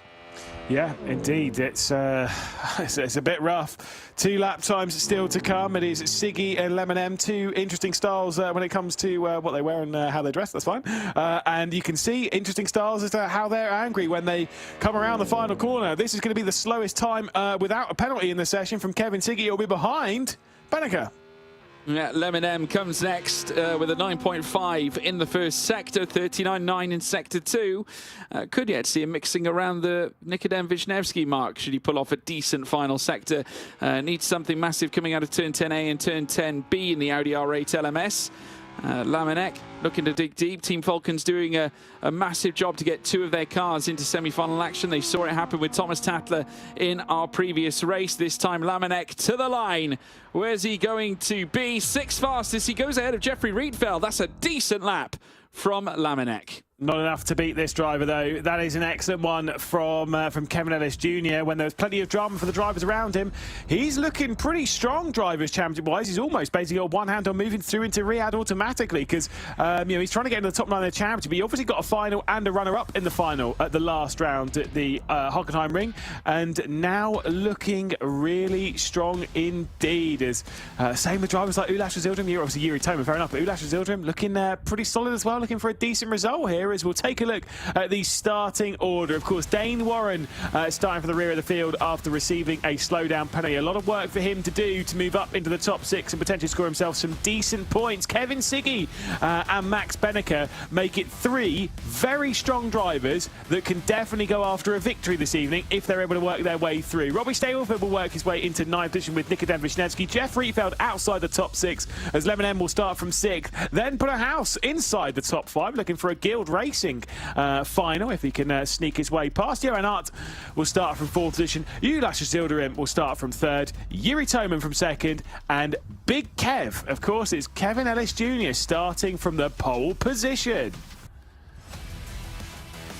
Absolutely phenomenal effort from Kevin Ellis Jr. to take pole position in the manner that he did. It was late in the day in terms of the times that were already set, but it just goes to show how talented this man is. Johan Hart as well lining up for Apex Racing Team. They have been almightily strong once again here at Road Atlanta. Robbie Stapleford needs to have a decent jump right at the very start. Hopefully he can do. We've seen how chaotic it can get coming through turn 1 and through the first sector. Nikodem Wisniewski will be looking for a decent run to coincide with what he managed to achieve in the in the previous semi-final and of course the previous quarterfinals, I should say. Bono House, I tell you what, a rare occurrence where we could see a Guild esports car in a final, Lewis. Yeah, indeed. Could be right up there. There is Max Benneker, or as you could call him after that qualifying session, Min Benneker. Min Max, it's fine, whatever, move on, it's fine. He's not qualified well, has Benneker, we'll put it that way. And he's got a lot of work to do. Same with Kevin Siggy. Seen how frustrated he could get. I wonder how many more beatings that wheel's going to get. Well, it could yet get a few. It's already had some already tonight. Jeffrey Rietveld back again. I must say, he was very underwhelming that final sector. The first 2 were brilliant for Jeffrey Rietveld, just did not pull it together towards the latter stages. There's Lemon M, haircut and all, getting set for slim pickings. We'll have to wait and see what he can dig up here this time, though, for Team Falcons. You missed me and Ewan. We've nicknamed Kevin Siggy's wheel. We've called it Gianmarco Fiducci because it's been through a lot. Which again, I knew you would find. It's an inside joke, that one, to be fair. It's too funny. Oh dear, we do love a bit of Gianmarco Fiducci. We miss him from ESL R1. We do miss him. See him back. He's doing touring cars these days. He is. He's found the old stats though, and he's found me in the stats, and found that I had. I've got I think it's like a 40% podium record in that championship. He's impressed. It's fine. Either way, into the final corner, it's going to be Kevin Ellis Jr. leading as, of course, the semi-final number 2. 1 is already sorted, and we've got our 6 drivers to move through into the final. What's going to happen in this one, and how much drama we're going to deal with? We're racing down towards the first corner, and Kevin Ellis Jr. is going to be leading into that first turn. Ulas Zilderim sending one down the inside for 2nd place as he's trying to move past Yuri Toman. There's an enormous crash in the background that has Benneker involved in it, and Stapleford and Wisniewski. Yeah, absolutely shocking scenes at the very getaway, and just look at this as well. Oh wow, there goes Bono House. House is gone as well. So there we go. Massive incident stretching through the entirety of the first and very nearly into the second sector as a whole. And already now we're seeing a twist in terms of what's happening up at the top end. Certainly at this stage, Kevin Ellis Jr. home clear at this point, towing along Yuri Toman. Ulas Zilderim in 3rd as well. There you can see as we're riding on board with Ulas Zilderim, chasing down Toman. Jeffrey Rietveld and Siggy sat 4th and 5th with Semislav Lamenek in 6th place. Just chaos, utter chaos at the start here, Lewis. Yeah, exactly. We didn't get a good angle of it, and I'm sure we will do as we get through the race, but that was hugely dramatic towards the back end, and again, a lot of heavy hitters dropping their way down. Could be a perfect opportunity for Dane Warren to actually work his way through, because he's been able to sneak his way past quite a few of them, and he'll potentially be challenging for that top 6, which will be very important for him again when it comes to the championship, as Kevin Ellis Jr. will lead by 1 second at the end of the first lap. Yeah, he's clear at the moment. Of course, the gap stretching to nearly 9/10 of a second, but Ulas Zilderim peppering Yuri Toman now for a battle for 2nd. I must say, this is a good result for FaZe so far. Ulas provided them with all the plaudits here right now, and Jeffrey Rietveld and Kevin Siggy being brought along for the ride. Siggy, though, fairly displaced off the back of his red line teammate, with Zemislav Lamenek still holding on to 6. But bear in mind, Johan Hart only 2 to 3 tenths away from him in that battle for P6. Yeah, indeed. Like I say, quite a lot to look at, quite a lot to go through, and quite a lot of drama. Really, this is making me a little bit more concerned for the final, George. I'm not going to lie. Agree. Oh, dear. I mean, Guild Esports have just lost their top 6 within a heartbeat coming through the first set, which is terrible, really. But it has to be said, they haven't had an easy season, as now we see Johan Hart on the back of Lemon M heading down through towards the chicane, and they have got Turns 10A and turns 10B to take. Johan Harth is going to try and make short work of this, but I think it's going to be a little tougher than he first thought because Lamanek is there to meet him at every turn. But again, contact made and a spin for Lamanek as Johan Harth maybe takes it a little more aggressive than first thought. But yet again, more collisions and more drama. Not even at the start of the race anymore. It's happening at the end of lap 2 into lap 3. I think the comedy of errors that Max Benneker is having to deal with, I'm pretty sure, as Lamanek was spinning across the road, I'm pretty sure I saw a red car coming over the crest of the hill in the background and just couldn't avoid it. Just could not avoid a car being there. So unfortunately for Benneker, this is about as disastrous a race as it's going to be, and I could see him pulling the plug. I think he might have done. I think Benneker's done with this one. There's no chance of him moving through to the top 6. I think he's had enough. He had this back in Daytona, if I remember correctly, where he just had a bad race and was like, I'm out. And I can get the feeling that might happen here for Benneker. I think he's still circulating, which, respect that, but yeesh, what a rough one. Yeah, it certainly was a very untidy start to the race. As Jeffrey Rietveld closes up on Jonas Zildrim, heading down through towards turns 10A and turns 10B at the chicane. Still Toman in second with Zildrim now down in third with Rietveld trying to gain. Siggy then is further back, very nearly 2 seconds behind Rietveld in fourth, with Dane Warren now up into the top 6, who I must say off the back of qualifying didn't have an easy one in quali, but has since found himself back in the top 6. Yeah, I mean, look, Dane Warren could be scoring some decent points. Yes, he had that slowdown in qualifying, but the fact that he could, his goal right now is to move through into the top 6, right? That's all it is. It's just, he is in the top 6. I'm pretty sure for him, he'll be like, I'm pretty stoked with this. I'm just going to drive around and see the checker flag. Thank you very much. Like, I'll get into the final. That's the goal. I'm sure the idea of like pushing it to the absolute limit and trying to catch Kevin Siggy and maybe hoping for some drama ahead, like whatever, fair enough. But at that, you're playing the percentage game. You're taking a lot of risk there that you don't necessarily need to take. And again, it, I suppose, presents to us, I suppose, a massive scrap between Redline and Porsche Coanda heading through to the final. Yeah, I mean, look, I think we're going to get a good scrap on it. I just don't know how tidy it's going to be, considering what we've seen thus far. You know, that's the kind of problem that we're dealing with here, that, you know, we've not had tidy racing today. We've seen some tidy racing, don't get me wrong, but the fact that we've seen it be quite messy leaves me slightly concerned for it. But, you know, again, you've got to be, can't be pessimistic now, can we, George? You've got a solid final surely ahead, surely, I hope. Absolutely right. As we now watch the cars made their way across the line once again, lap 5 of 12. And it's still Kevin Ellis Jr. with a controlled lead right now, very nearly 1.8 ahead of Yuri Toman. And it was within a second not too long ago, but obviously Kevin Ellis Jr. putting in the work, and I think Toman more concerned about Ulas Azildrim in behind, who has been absolutely tremendous thus far this race, with Rietveld in fourth, Siggy another 2 seconds back, with Dane Warren then in sixth, Johan Harth, who was trying to work hard to close up to Dane Warren, finding it a little bit too tough because he's now he's over 2 tenths now, or should I say 2 seconds away from Dane Warren in that 6th spot. Bono House has managed to recover somewhat. He's ahead of Nikodem Wisniewski, but has a lot more work to do to close up to Johan Harth. Yeah, I mean, I can kind of see like some positions change and some extra points being given, but at the moment, because of how much drama we've had in the opening stage, so many of these gaps so large. Like I say, you got Bonnerhaus versus Wisniewski, and that's about it. And then you got the 3-way fight for second place. But for the most part, this race is kind of signed, sealed, and delivered at the moment. Obviously, race control can chop and change this, right? We could have race control stepping in. We didn't see what happened on lap 1. We didn't see what's happened in a couple of these incidents, which race control could be looking badly on. You never know. Dane Warren might have been the big villain and all that, and could be receiving a fairly hefty penalty. As here comes Jeff Rietveld down the inside of Ulas Azildrim, who, if he's wise, as he is, won't fight that one really at all. All Ulas Azildrim wants is to get into the top 6 and join Enzo Benito in the final.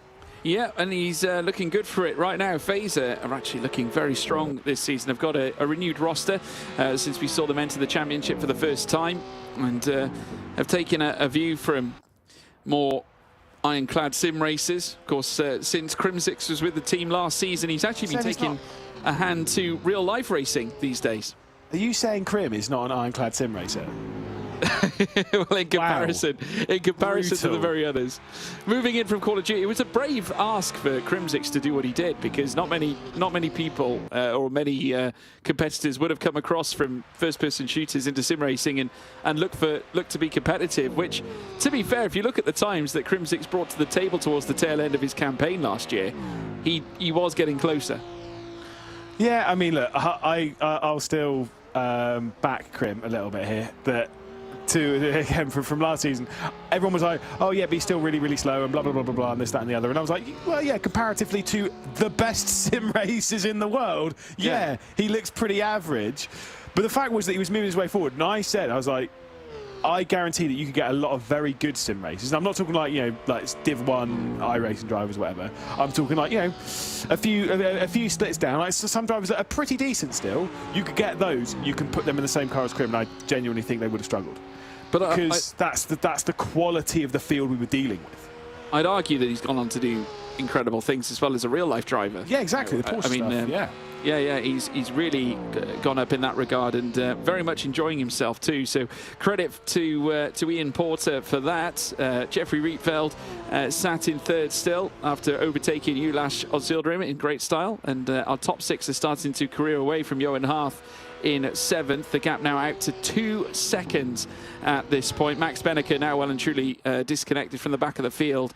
You can just see there 33.8 seconds now away from Kevin Ellis Jr. as now we witness Ozildrim once again on the tail of Rietveld, having a little look, just firing the odd warning shot against Rietveld's Team Redline BMW. But Rietveld, I think, more concerned about getting closer to Toman. Is now a better run from Ozildrim again, with a writhe smile on his face. Will he be looking for a move heading through towards turn one? He might carry the momentum. Rietveld going slightly defensive to the inside as they now take that aggressive line on the run in towards turn one, and now on to lap 8 of 12. Rietveld doing enough to hang on. Yeah, exactly. Just again, pushing it to the limit and all that. As we'll take a look at the replay of the race start, what actually happened in all this. So, as Robbie Stableford, Max Benneker, there's a bit of glue in there as Benneker was trying to back out, and it's just what swept them all out to the barrier. That's how Bonnerhouse got spun round by Lamanek, actually. So, Lamanek might have resumed penalty. Doesn't really matter because he's down 11th spot now, so I guess that doesn't matter in the end of it anyway.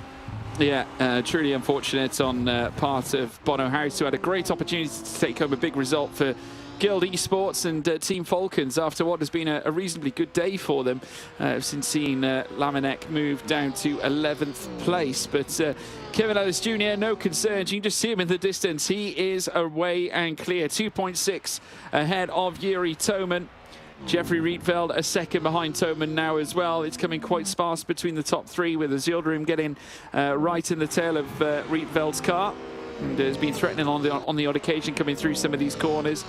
And also further back then Kevin Siggy with a reasonable gap in between he and Ozildrim. And Redline now sending 2 additional cars into the final, which will coincide, or which could have, which will coincide with what Porsche Coanda have brought to the table. Unfortunately, Porsche Coanda not going with 4 cars into the final because Mitchell de Jong went out in the quarters.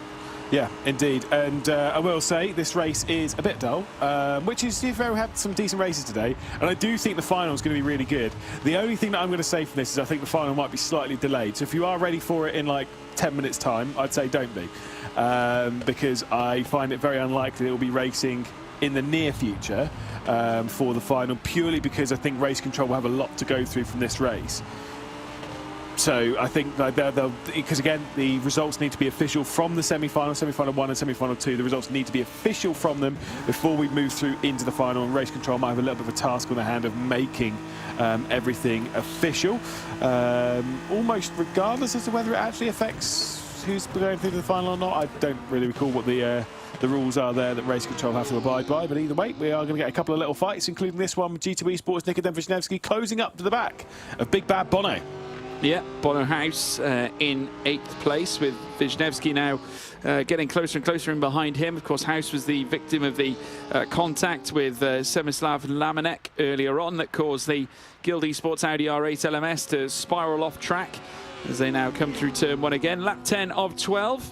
Only the small matter of 2 or so laps remaining, and as they come over the crest once more, Wisniewski still working hard to try and close the gap. Rietveld, we rejoin him with Yildirim just in behind. Those two have not left one another, though the gap has extended slightly, with Toman still in second place. But certainly if you're the top 3 right now, you're not too worried, and or by extension the top 4 as well, with Ulas Yildirim doing exceptionally well, with Siggy also in behind. But Kevin Ellis Jr., yet another great Road Atlanta performance for Apex Racing Team. Yeah, I mean, look, flying away at the front of the field. Is he now a shoe-in to contend for the final victory? Who else is going to be able to do it? I mean, I'd say, like I said, the likes of McCormack's going to be up there, Bennett's going to be up there, Kevin Ellis Jr., chuck him in the mix. I mean, he is a quality driver. You know, looked pretty strong the last time he raced here. Looked pretty strong last week as well at the Hockenheim Ring. Is he strong enough to take over the points lead in the championship and basically secure himself a movement through? I'm actually trying to work out what's the threshold to move through. It's 85 points is what you can score from a round. So if you're 85 points clear of 23rd or 22nd position, technically, if you're 85 points clear, then you're already confirmed to move to Riyadh in the Drivers' Championship to some degree. Big slide there coming in from Jeff Rietveld, and here comes Ulas Yildirim on the penultimate lap of the race to sneak through to take the final step on the podium. Is he going to be able to do it, though? Well, they're still running wheel to wheel now when Rietveld, spying the danger, manages to cut off Yildirim, who had his chance to yet again alleviate more points away from Rietveld and into his own hands as they now head through down the hill. I tell you what, there was 16 points in the offing then. Of course, 13 going to Yildirim off the back of this result in the semi-final so far. But as they make their way around on the penultimate lap, they will be heading on to the final lap now in our next run also. And there you can see right in the wheel tracks here, Ulas Yildirim on the back of Jeffrey Rietveld. And you do have to wonder, obviously, is Ulas Yildirim thinking P3 at this point? Because you never know, as the opportunity knocks coming through onto the final lap, he might be a little bit, he might hold back a little less when he makes his way down that straight. Yeah, like I say, I think down into 10A and 10B, there might be an attempt coming in from the Turkish driver as he'll try and find his way past Jeffrey Rietveld, but whether there'll be the opportunity and whether the likes of Kevin Siggy might be looming large in the background. I mean, look, let's be honest, taking 4th place and moving through into the finals far more important than trying to take 3rd, but making a mess of it and dropping back down the order, right? Well, yeah, I mean, at the end of the day, it's a battle of risk and reward. We've seen many risk it and get it so wrong. It surprises me how we've seen so many try and challenge on the opening lap when obviously a lot needs to happen towards the end. Again, another mistake though from Rietveld, just getting that front end a little loose and the rear, you know, by sheer response, also getting a little wrong as well on the escape coming out of the S's. And now once again, there's a chance here for Yildirim to try and challenge heading down through towards the final chicane. So he is going to run wheel to wheel. Great chance for the Turk here, Lewis. Yep, indeed. He's sending it down the inside at 10A. Straight around the outside, though. Jeff Rietveld's going to hold, but it could be the up and under coming in from Ulas Yildirim. Kevin Ellis Jr. will come across the line to take the victory here in semi-final 2. It's going to be a close battle, though, for 3rd. That's going to see Jeff Rietveld take 3rd position. Kevin Ellis Jr. wins from Yuri Toman, Rietveld, Yildirim, Siggy and Warren, the top 6 that will move their way through into the final. Could Kevin Ellis Jr. be a surprise challenger for the victory? He could well do. A fantastic performance off the back of Kevin Ellis Jr. What a tremendous talent. What a tremendous drive once again for the Apex Racing Team driver. And after a chaotic race that threw quite the spanner in the works, there's Yuri Toman, of course, very much scrapping there in the initial stages. We saw a high array of drivers looking for places out on track in the lap's very beginning. There's Jeffrey Rietveld with a wry smile on his face as well, waiting in the wings. Obviously, he was part of many of the cars battling in the top 6 alike. But quite the harem-scarum as far as races are concerned here, Lewis. And we witnessed that here again this time with, certainly some shocks. Max Benneker losing out very early on. Semislav Lamanek coming together with Bono House. No other word than chaos, really. Yeah, I mean, look, knockout 1 through 4, pretty exciting. Semi-final 1 and 2, ooh, a bit messy. And these are the 6 drivers that will be working their way through from semi-final 2 provisionally, of course. It'll be Kevin Ellis Jr., Yuri Toman, Jeff Rietveld, Ulash Zilderim, Kevin Siggy, and Dane Warren. Those that will be trying to move their way through into the final with Bennett, McCormack, Collins, Tassler, Rogers, and Benito. Of course, those that will get knocked out from this, Johan Arts, of course, Bonner House, Robbie Stapleford, Nikodem Vishnevsky, Shamasev Marek Lamanek, and of course, Min Benneker. We'll commit to it. Big shame for him, though. I mean, look, again, the driving, the pace that he's got, that would have been a tough race. I'm actually surprised he got to the end of the race because I would have argued immediately. I'd been like, nah, I'm out. I'm bored. I'm off to go and watch the telly. I mean, it was just an impossible situation on his part. I think just getting caught up in all the carnage that was happening through turn 1. It's not the first time we've seen that tonight either, especially at the start of the race, obviously. But folks, we're going to have to take some time to digest exactly what has happened in that past race. The stewards are going to be put to work to decide how the grid's going to look for the final. In the meantime, we're going to take a quick break. We'll see you shortly.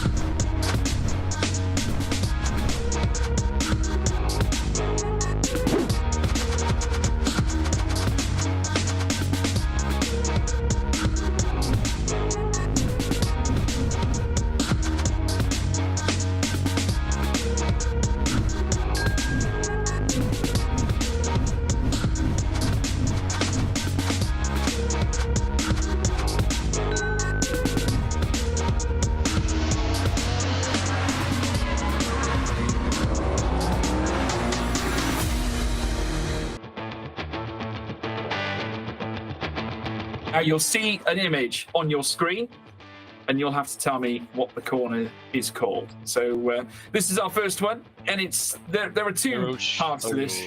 Radion. Rouge, Radion. Rouge and Radion. Yeah, it's easy as that. So yeah, it is indeed Eau Rouge and Radion at Spa Francorchamps. Who's going to do it? Yeah, the bottom one in the screen is like Eau Rouge and the top is Radion. Correct, Heike. I tell you what, it's almost like you've never seen it before. Yeah, absolutely amazing. It depends how you're looking at the screen. Give me your tape, guys. Give me a tape. Radion Spa. Yeah, Radion Spa. Yeah. We will be taking the two names, just to say. Yeah, that's Eau Rouge and Radion. Correct, Michael Schmidl. It is indeed Eau Rouge and Radion. Is it Alboreto? It's an S, right?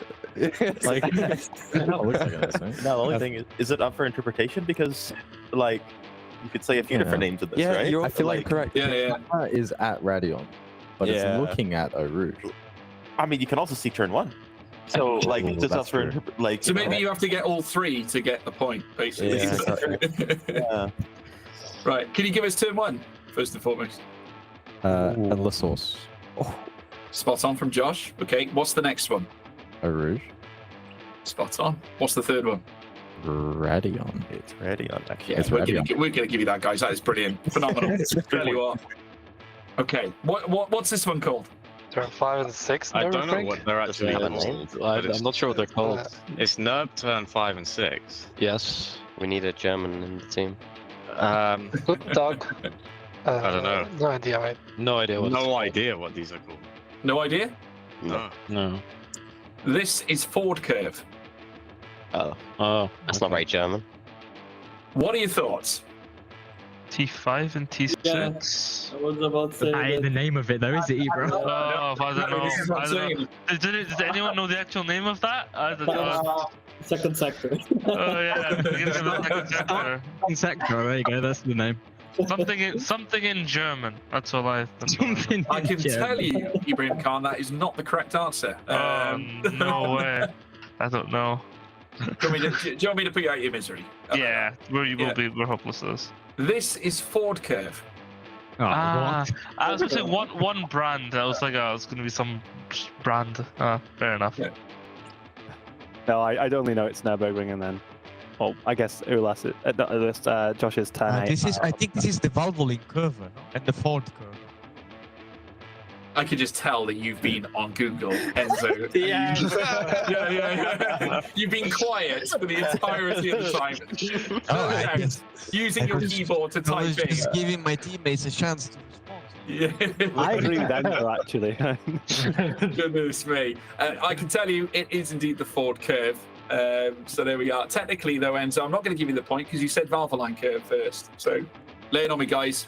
Give me your thoughts. It's really tough. It's I think it's the. It's the S before Dunlop. Yeah. But I don't know what the name of it is. Oh man. What's the name? Have zero idea. Like absolutely zero. It's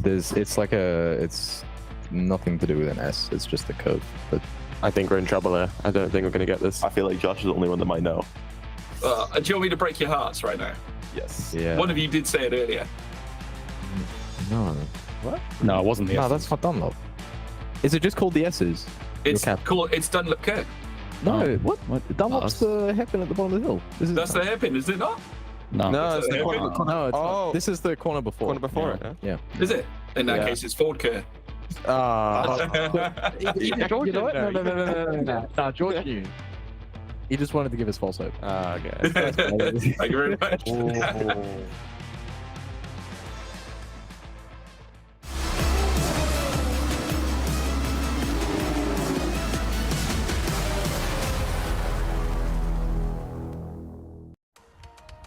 Welcome back, everybody, to ESL R1 once again. And after the chaos that was the semi-finals, we now look ahead to the final. The stewards are currently working hard to decipher as to how those results are going to be stacked. But needless to say, you're joining me, George Morgan, and Lewis McGlade. Lewis, it was crazy, was it not? Yep, and what made that even worse was how thick and stupid our drivers are at picking corner names apart. Goodness me. Oh, I mean, you got it wrong as well, but like, I got the last one wrong. I got confused because I looked at the wrong hairpin.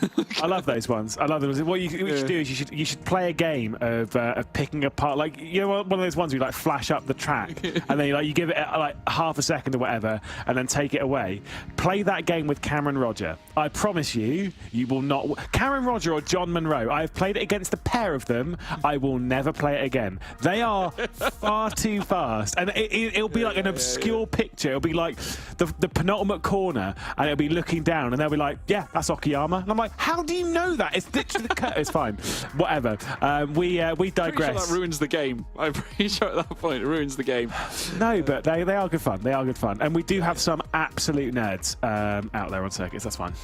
Yeah, and if you want to partake in your views on what you've just witnessed and truly some of the moments that occurred in the guess of the corner names on track, you can have your say in the survey. Use !survey in the Twitch chat, folks, to get the link, and you'll be able to follow it and place your thoughts in with regards to this broadcast. But looking ahead, obviously we can talk a little bit about what happened in the semi-finals and also talk about at least one half of the final grid, Lewis. We have, of course, got Luke Bennett, Dara McCormack, Charlie Collins, Thomas Tatlett, Joshua Rogers and Enzo Benito going through to the final.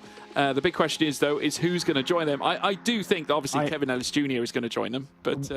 Well, I have a confirmed list. Oof, there we go. Hit me with it, Lewis. You'll be shocked to hear that the top 6 that finished that last race is the top 6 that crossed the line. Again, the entire result has to be official. That includes those positions behind, so race control have to wait for that to be official as well. So they had to investigate everything. The official results: Kevin Ellis Jr., Yuri Toman, Jeff Rietveld, Elaf Chazildarim, Kevin Siggy and Dane Warren will be the 6 drivers to also join those 6 that you said about and move through into the final. That does not mean that we're moving through into the final just yet. They've got to get all those drivers into a practice session, get through the practice session, and then we'll start qualifying. So we're at least about 5 minutes away from moving through into qualifying for the final. I think that's the most important thing, though, that we've seen, is that qualifying, as expected, is so important around here. As much as you can overtake, as much as you can race, you've got to be on the front 2 rows. Have to be. Yeah, and I think that's based on some of the times that we have seen already. Of course, Max Benneker, whilst, of course, setting the fastest time, he was probably the outlier in all of this, obviously getting caught up in the accidents that happened at the very start of that previous race. I mean, can't help but feel a little bit dejected for poor Max Benneker. He's been one of the class performers so far this season, was brilliant in the very first series of knockout races that we had, and then unfortunately getting unstuck where it mattered the most in the semi-finals to stamp your ticket into the final. That's got to hurt, Lewis. It does, but that's just sometimes how it goes. That's racing at the end of the day. These drivers have done enough of these rounds in ESL R1 to understand that sometimes they don't work out in your favour, and sometimes it just goes poorly. Some teams will be very disappointed with how things have gone. Some teams, as I've just received a message from Will Chadwick, some teams are very happy with how things have gone. 2 cars in the final again for FaZe Clan. Yeah, it's unbelievable for them, really, and credit to them. This is how the standings look after semi-final 2. Kevin Ellis Jr. at the top of the tree with 98 points, and clear of Sebastian Job in second by a good margin, 11 points between them. Kevin Siggy in 3rd place, just 1 point behind his Redline teammate, and Joshua Rogers in 4th for Porsche Coanda. Despite Porsche Coanda having a fairly dominant run, obviously Rogers still down in 4th, but I'm sure we'll see more from them as we make our way through. Luke Bennett in 5th, also showing some really good signs too. 81 points to his name ahead of Max Benneker, who will not be competing in the final. Charlie Collins with some good runs as well today, some decent performances off the back of this young man. Enzo Benito sitting in 8th, and arguably some of the best Enzo Benito performances that we've seen in ESL R1, and joined on 74, bound at the hip with Yuri Toman and Jeffrey Rietveld. Just look at that, 3 names with all points tied. Yeah, big drivers on here being Erhan Yovsky, of course, one of the main ones. Will Chadwick, of course, the main driver on this list that should be in it, right? No? Okay. No, okay, fair enough. Erhan Yovsky being the big one. You've got Don Blyer back here, Daniel Pastor after the great drive that he had earlier on, Thibaut Casbonnier. There's a few drivers to really look at on this list that maybe we'd expect to see a little bit higher up. I think the important bit, though, right, is looking at the points. I don't want to 100% say it, but I think if if we do get a victory from Kevin Ellis Jr. and maybe even a couple of others, but really from Kevin Ellis Jr., I think then he'll be more than 85 points ahead of 21st, which confirms him for the Drivers' Championship in Saudi Arabia. Doesn't confirm him for moving straight through into the final, even though basically he probably will be. It just confirms that he will 100%, he'll be the first driver locked in 100%, will be taking part in the final, because there's only 85 points that you can get in the next round. So yeah, and I would say based on his performances, that's looking ever more likely. But obviously, a lot can happen in one solitary race. And as we've already suggested, Lewis, we witnessed obviously a bombshell of two semi-finals. But in terms of that, do you see that trend continuing in the final? I don't know. I hope not. I hope we don't. Honestly, we had a little discussion between in our little break here that those semi-finals were poor from a driving perspective, and I hope that we don't see that level. I want to see drama. I want to see excitement. I want to see cool racing. I don't want to see people battering each other off. Here are your 12 drivers, though. Yeah, Charlie Collins in for Porsche Coanda, Kevin Siggy making up a 3-part red line lineup with Luke Bennett, as well as Jeffrey Rietveld further down. Yuri Toman in between Bennett and Rietveld there for Team Vitality. Enzo Benito in for FaZe. Dane Warren in for Porsche Coanda alike, also part of the 3-man Porsche Coanda team lineup, with Thomas Tatler, the sole Team Falcons driver, Dara McCormack, the sole Williams, which is quite the shock, Joshua Rogers making up the 3rd of that 3-part Porsche Coanda lineup team, and then of course FaZe with their 2 drivers. We saw Enzo Benito earlier on. Ulas Azildrim makes up their 2-man lineup with Kevin Ellis Jr., the sole ART and top of the championship standings. Yeah, and looking pretty strong here as well. Again, that qualifying session that we saw, the victory that we saw in the semi-final there from Kevin Ellis Jr. Could he be the favourite to maybe do something special here? That said, we did argue, we did posit, maybe the semi-final 1 was a little bit stronger than semi-final 2, and that's fine because Kevin Ellis Jr. made the most of it by taking the victory. The real talking point, though, will be how he ventures against the semi-final 1 drivers, and whether the likes of Dara McCormack might be able to, whether the likes of Luke Bennett is going to get beaten, or maybe he's going to take the clean sweep this round. And this could very well be the most, well, it will be the most important qualifying session of the round. So let's wait and see what occurs, because obviously if you qualify on pole, it does place you in a very good place. But I'd also argue if you are in P2 and on that front row, we've seen it time and time again already tonight, that if you get the run heading through 2-1, there's a good chance you're going to be leading coming out of the first sector. Yeah, but I mean, look, with how the racing's been, I think for the most part you need to make sure that you're leading at the end of the first lap, which you obviously, you can make that overtake in 10A and 10B. If you're leading at the end of the first lap, then it becomes a little bit easy to defend. At that first lap, everyone seems fairly vulnerable, especially that run down towards turn 1. We don't want to see any 4 wide down to turn 1, as hilarious as it is, unless you actually make your way through it. 3 wide down to chicane's never wise. We just want to see some wise, but still, moderately aggressive run. We still want this to be exciting and stuff, but it's just we want the low IQ stuff left behind in the semi-finals. Thanks. Yeah, no, I would agree with that. I think we all just want to see some good, decent, fair racing, and obviously a little bit of action for us all to get excited about. Ideally, not keeping the stewards busy would be the goal, looking ahead to the rest of this evening. But, they are there for a reason, I suppose. But obviously, we don't want to encourage it. But looking ahead, obviously, big points on the table now, and big prizes, obviously, for those that do score those points. Riyadh not too far away as we now make our way very shortly towards the end of round 2 in the Drivers' Championship to decide those drivers that are going to be making their way into Riyadh. We've witnessed some amazing stuff over the last year, back at Gamers 8 last season, which was absolutely fantastic, watching some of the best in the business go at it. And if I remember correctly, Porsche Coanda were winning the teams, and we also saw some dramas in terms of the Drivers' Championship as well. Truly fantastic.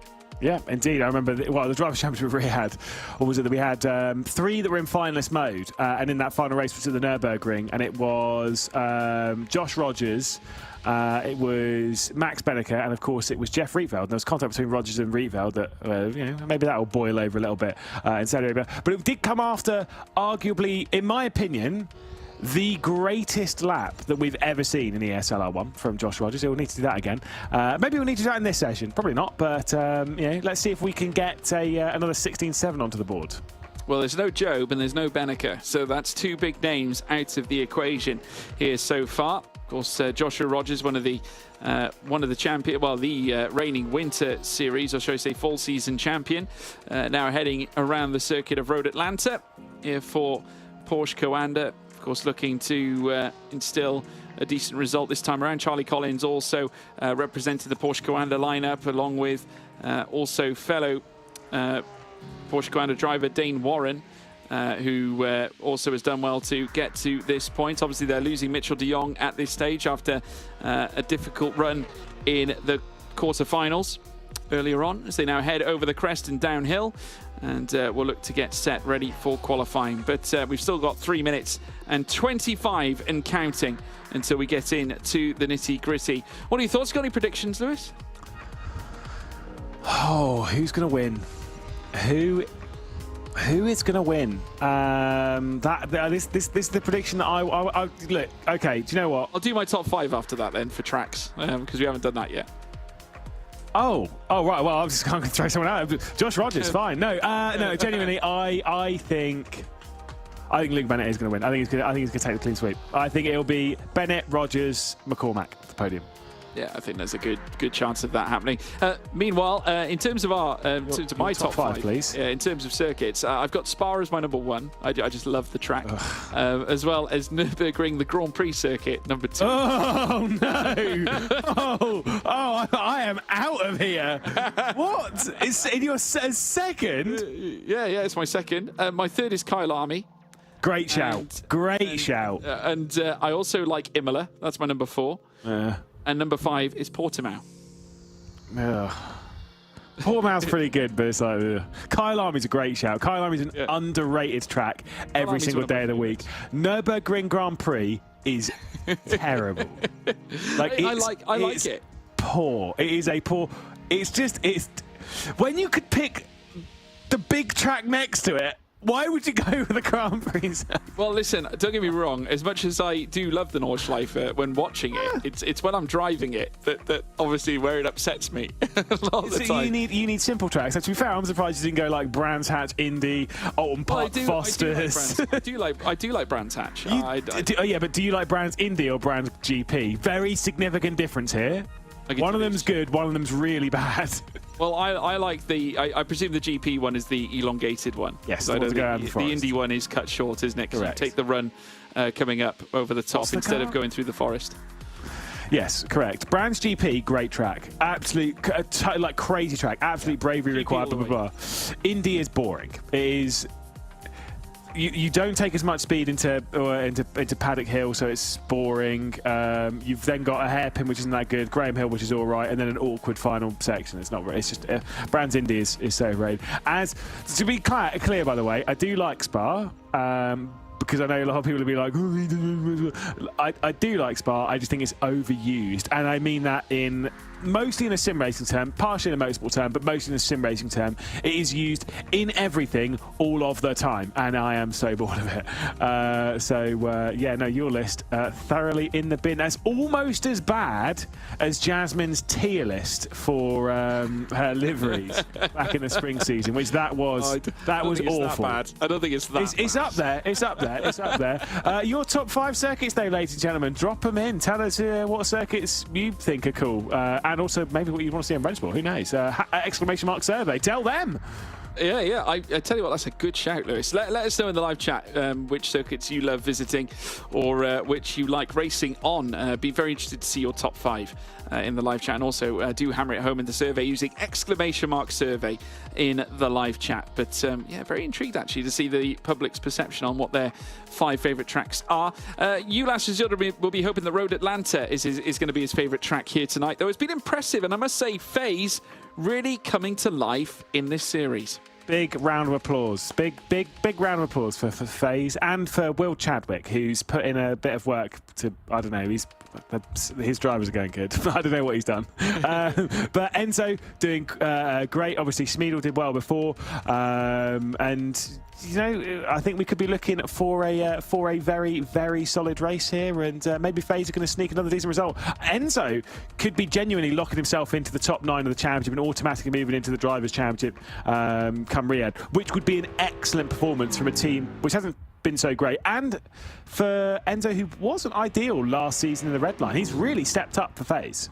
Yeah, he certainly has. And I think obviously it's maybe it's the pressure just being lessened. Now he's with FaZe as opposed to Team Redline. Maybe a different environment is helping him out. We'll have to wait and see. Obviously, he is still part of Team Redline on loan to FaZe Clan right now, but is given a great account of himself in this championship so far. As we now watch Luke Bennett making his way around on his qualifying lap and through towards the middle sector. So far, so good for Bennett, who has been absolutely stellar here tonight, but a shake of the head coming through Sector 1. He's not happy. 9.4, I'd be happy with that. Yeah, but the first sector's so short. It's only 1-2 corners. Yeah, we're really going to see. I'd say with a shake of the head, he's probably done like a 39.9 in the middle sector. He's certainly not got a slow down. He's not particularly happy. He's looking down. He's texting someone. He's back. Eyes back. Don't text and drive. Even if you're on a fast lap in the sim racing rig, he's not happy, is he? It is a 39.9. See, God, I'm good at this, aren't I? God, you almost read minds, Lewis. Absolutely tremendous. 9.4 in Sector 1 is met with a 39.924 in Sector 2. Comes through now, turns 10A and turns 10B. And now to send it, coming into the final couple of corners on this very lap. 7 minutes and 25 to go. Every driver looking to set their flying lap. One solitary flying lap to be fastest here in this final qualifying session. It's a 17.022. That'll by no means bank him pole here in qualifying, but Rietveld looking quick aside from here. 39.7 in the middle sector. That's a mega middle sector. A decent first one as well. This could be fastest lap of the day thus far from Rizless Rietveld as he works his way through. Oh, he's Riz full Rietveld now. There we go. We've been updated from Veracity. Well done as he crosses the line. What's it going to be? 16. Oh, only a 16.96 with that. I think there must have been something wrong in that final sector because those first two sectors were stunning. A 9.4 though for Ulas Azilda and Mistella. The second sector leaves a lot more to be desired. 40.098 needs a brilliant final sector to make something work for him here as they now rush out of the chicane, down the hill and then through towards the long straight. Well, the Turk now looking to bring his absolute best for FaZe Clan as part of a FaZe doubleheader here in this session. A 17.190 certainly won't be in the frame. And it looks like an error for Dane Warren as well. Yep, indeed. I think you might have walked faster than that out of turn 7. If you'd put one foot in front of the other, that is going very slowly indeed. So I can tell you which position Dane Warren's going to end up in this session. Last. So that's that one done, unfortunately. 53.9. It's going to be a terrible lap, so effectively we can chuck this one in the bin and look straight back to Dara McCormack, who could be on an absolute corker here. Did top practice coming in to this qualifying session. Time's a little bit irrelevant because he did set a 16.6 in that, but yeah, it's not quite as relevant as an actual qualifying lap. But McCormack could be going quite strong as there comes Warren to the line. Yeah, Dane Warren across the line, and it's a 132.712, certainly not comparable with any of the best. 39.7 though in the middle sector for Dara McCormack looks decent, a 9.5 flat. Certainly not the first time we've seen that tonight. Decent lap here from Dara McCormack, who shrugs his shoulders, and for good reason, because he goes fastest with a 116.7, and that is a blistering lap. Only the second 116.7 we have seen tonight. The Williams on provisional pole. Yeah, don't worry about it. Yeah, 16.7. Yeah, don't worry about it. Yeah, no worries. All right. All right, fair enough, Dara. Straight across the line. He doesn't like that. Fair enough. And I don't think this is going to beat it as Josh Rogers struggles to get the power down as he had a little bit of a slide there coming through the final chicane. It'll come towards the line. It'll probably be a 16.8 for sure from Rogers. It's not even that. It's a 16.9. Yeah, certainly not even close enough to touch 116.7s. It is still McCormack with the advantage up at the front. Benito with yet another reasonable performance, 9.5 in Sector 1 with a 39.8 in Sector 2. A brilliant Sector 3 could yet help him out a little bit more and could usher him in the realms of where Bennett and Rietveld currently sit. Obviously heading down the hill now. Can the Porsche ignite something for the Italian? Benito looking to bomb his way to the front. He certainly does so. Third fastest here in this session and adds his name to the list of 116s. That's 116 number 4. Yep, indeed. Whether we'll be getting many more of them, you'd have to say all 5 of the next drivers have the capability of putting in 16s and maybe even the odd 16.8 and maybe even the odd 16.7 as well. It's not going to be a 16.7 from Thomas Tatler. It might well be a 17.0 from him, and around where Luke Bennett is, maybe even behind that, maybe around where Ulash Zildrim is. See what it is as he crosses the line. Certainly is slightly ahead of Bennett, slightly behind Rietveld. Yeah, certainly is. Yuri Toman now for Team Vitality, the sole Team Vitality Audi R8 LMS, which is something we very seldom see through ESL R1 competition. But Toman is looking to check out here in this final in round 2 of the Drivers' Championship. Down the hill, 9.5 in the first sector, 39.7 in sector 2, and across the line, Harem Scarum coming through, but goes second fastest with a 1:16.868, and he's on the front row, at least for now. How much will the wheel get beaten by Kevin Siggy coming through the final chicane once he's departed it? First sector's okay, second sector's okay. I mean, it's looking all right. It's looking like it's going to be a 16.9 though from Kevin Siggy as he heads up the hill. Once again, a bit more of a slide as he puts the right foot straight the way down. Obviously, they do turn the traction control off on these GT3 cars. They do slide around a little bit more than what you typically expect from a GT3 car. What does he do across the line? It's good enough for 5th, and it is a 16.9. Yep. Decent lap there from Kevin Siggy, enough to place him highest of the Team Redline contingent. Charlie Collins comes next with a 9.5 in the first sector. That's fairly, fairly, I'd say standard from what we've seen throughout the string of laps we've seen tonight with a 39.8. Not bad in that second sector. We'll look for a decent run in the final sector just to end it on a bright note. Joshua Rogers on a 1:16.9. I don't think for 1 minute Collins is going to beat that, and he won't. 6th fastest with a 1:16.933 and 33 thousandths quicker than Jeffrey Rietveld. One final time then left to go in the session. We've already got a Mercedes on pole position. Could we see a Mercedes lock out of the front row? I do not believe this time will be fast enough to challenge McCormack's 16.799 for victory, or for a pole position rather here, but it could be enough to stick him on the front row. Could it put him past him? Yuri Toman. Kevin Ellis Jr. works his way through the final corner, heads up towards the beam, splits the stripe, and he goes second place. It is a Mercedes 1-2.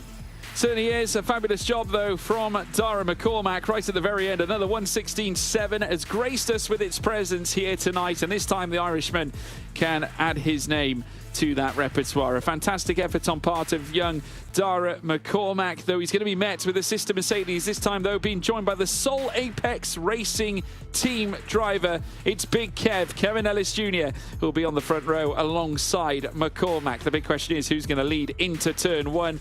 A fabulous front row, that is, Lewis. Yeah, indeed. I mean, look, it's going to be a great race if the potential of what we've seen is anything to go by. Hopefully the execution is slightly better than what we've seen previously. But I reckon there's going to be a tough fight down towards turn 1. Kevin Ellis Jr.'s got a good record when it comes to starting the races, but as much as he'll be sat there going, as much as Dara McCormack's not in the same team as me, he'll still want to go on the attack, but he'll want to keep it within arm's reach, because it is still another Mercedes after all. Yep, final starting grid for tonight, starting from back to the front. We've got Dane Warren in P12 for Porsche Coanda, Jonas Zildrim in P11 for FaZe. Then in 10th, it's Luke Bennett for Team Redline. In 9th, Thomas Tatler for Team Falcons. Jeffrey Rietveld lines up in 8th, and then in 7th, it's Charlie Collins for Porsche Coanda again.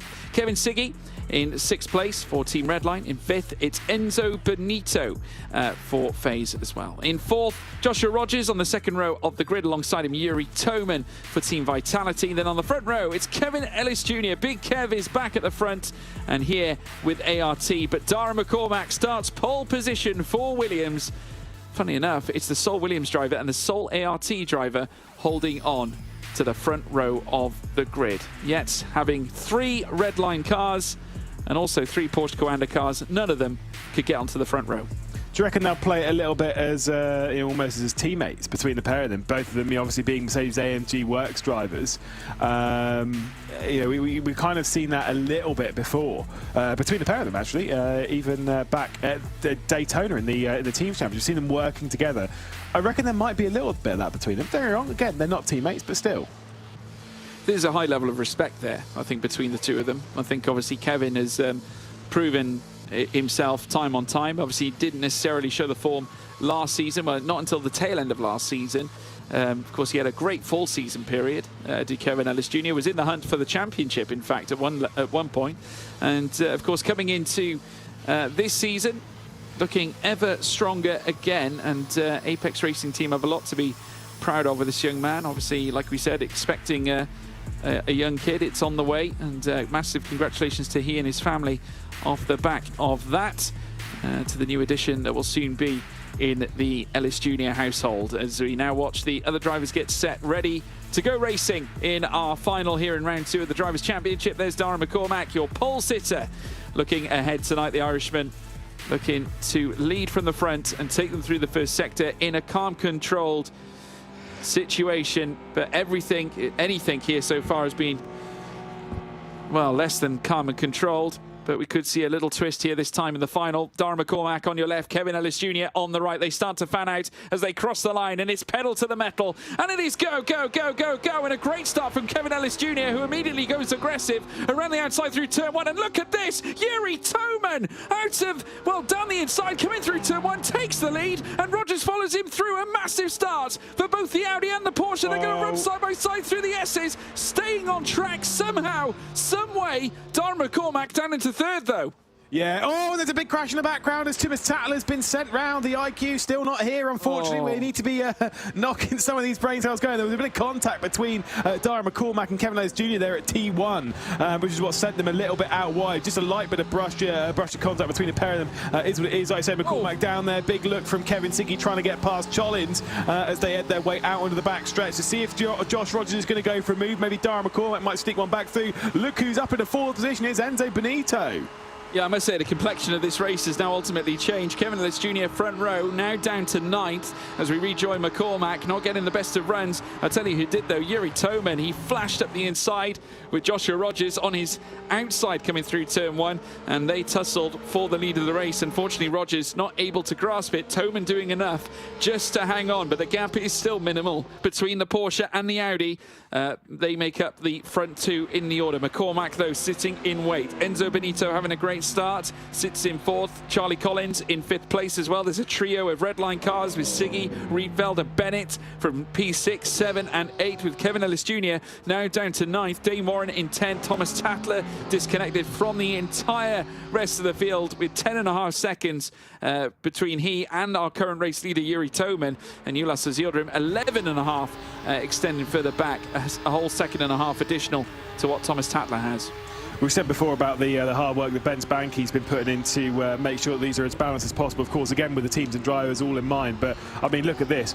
It's an Audi with a Porsche, with a Mercedes, with a Porsche, with a Porsche, with a trio of BMWs, all in the top 8, all battling this victory. Obviously, you've got the Merc Kevin Ellis Jr. behind all that.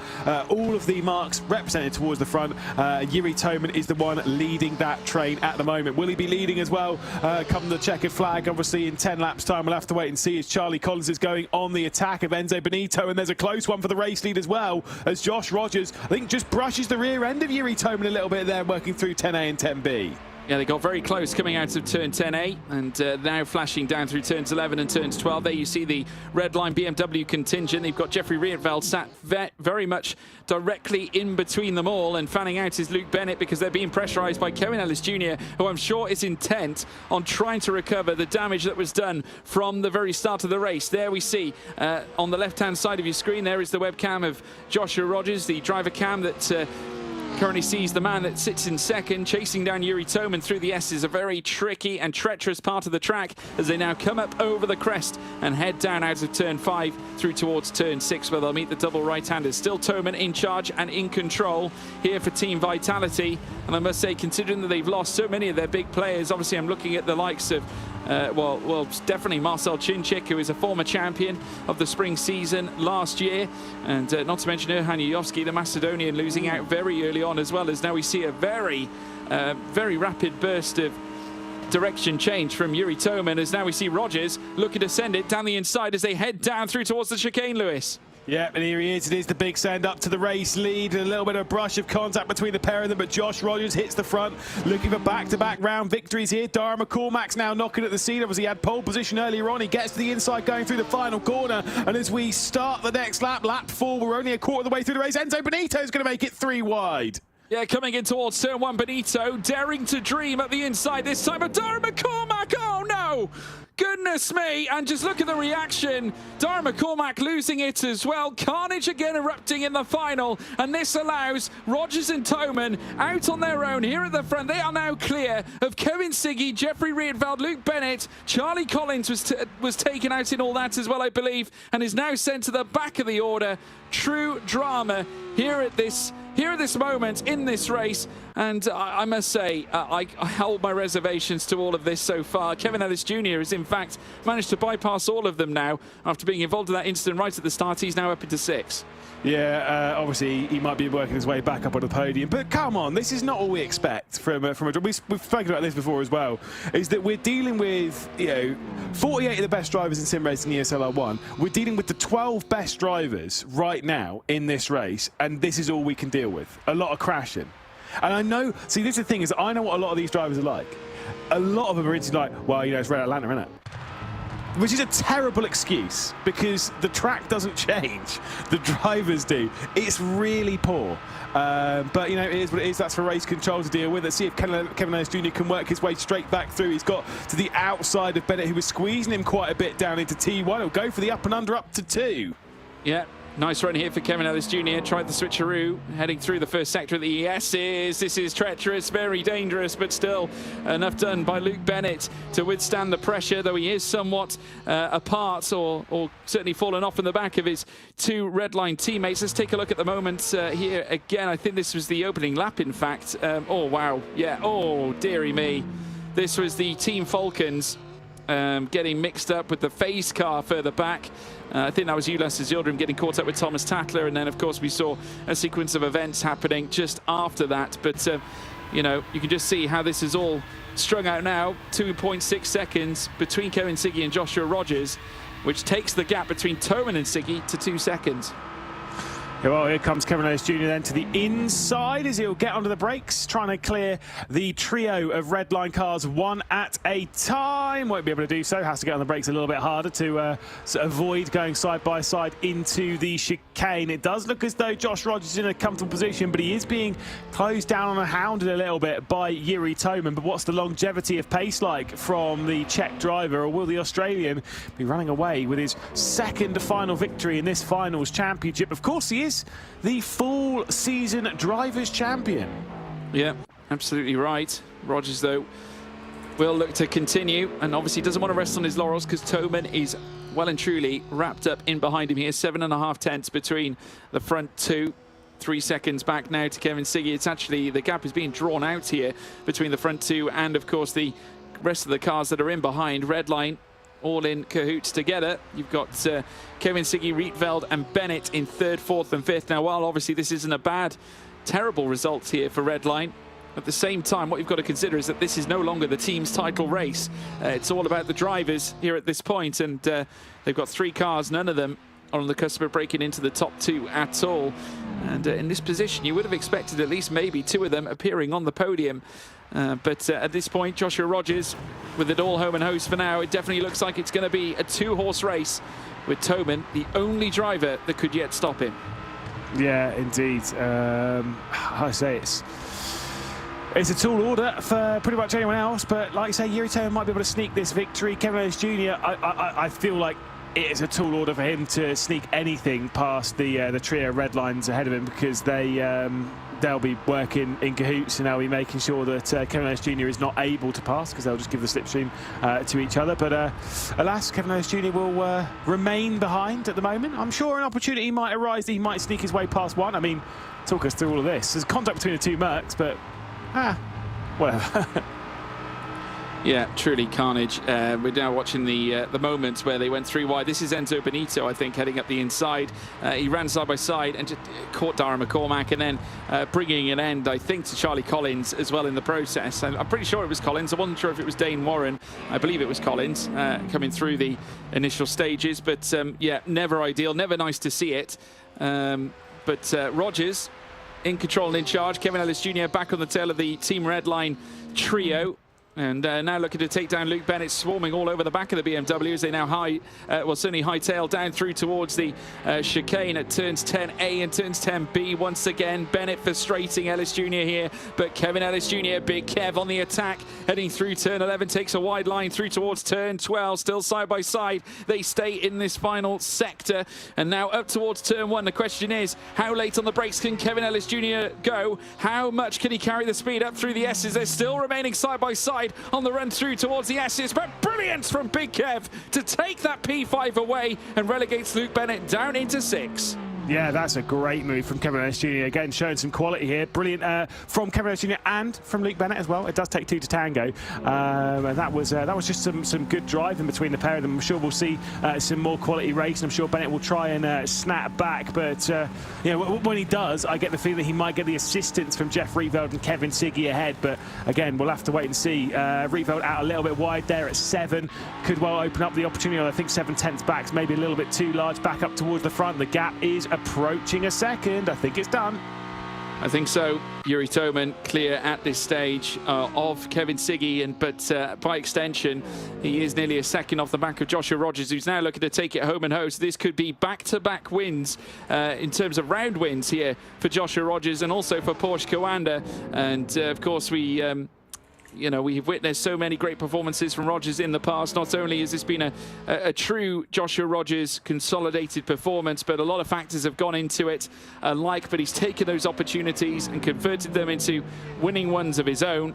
And now here on lap 9 of 12, he's only got a few laps left to bring this one home. And yet another big performance here to add more points to his championship charge.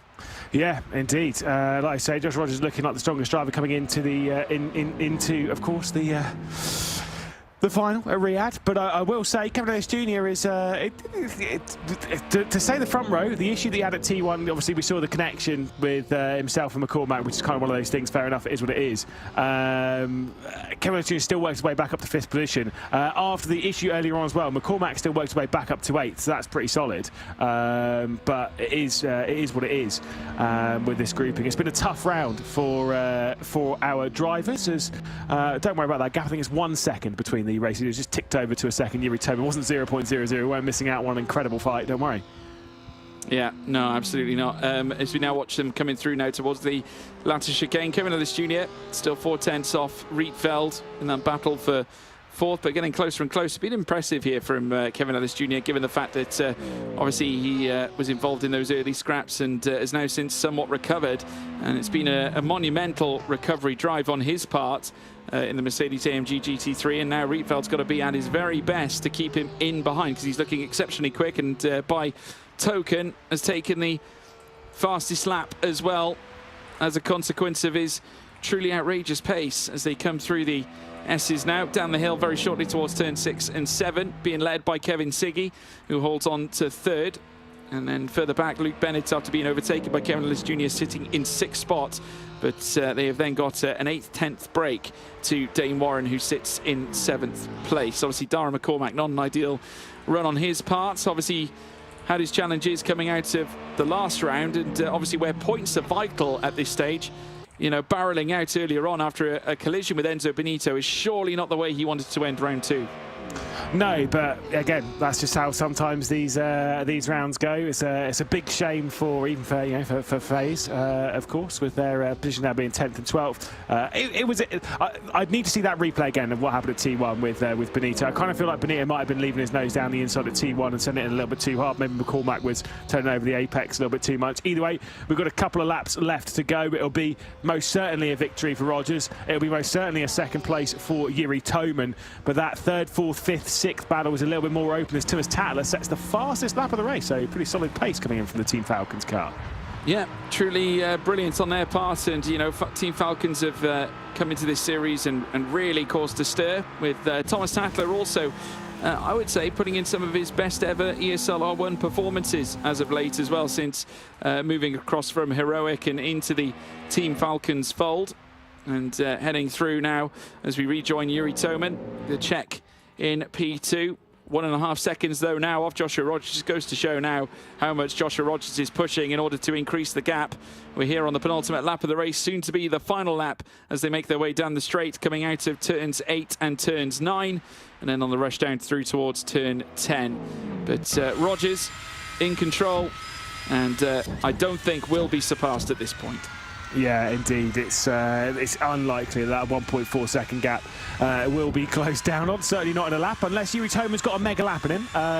Wouldn't put it past him, but it's a mega lap to close down on arguably one of the best drivers in sim racing that we've ever had, which seems slightly more unlikely as Josh Rogers leading that 1.5 seconds. It was an impressive drive from him, of course, back at the first round of the Drivers' Championship at the Hockenheimring. It seems like it's been an impressive drive thus far. Obviously, had a little bit of work to do. Didn't qualify not on pole position, didn't even qualify on the front row of the grid. Still worked his way up to it, avoiding some of the dramas up ahead, and has pieced his way through. Had to go a little bit side by side with Yuri Toman, but this is the Josh Rogers that we expect to see, just cleaning up those victories. It's not a clean sweep because obviously he didn't win the knockouts as well, so yeah, fair enough on that one. But you know, when it comes down to the important bit, when it comes down to the big points, yeah, he's picking them up.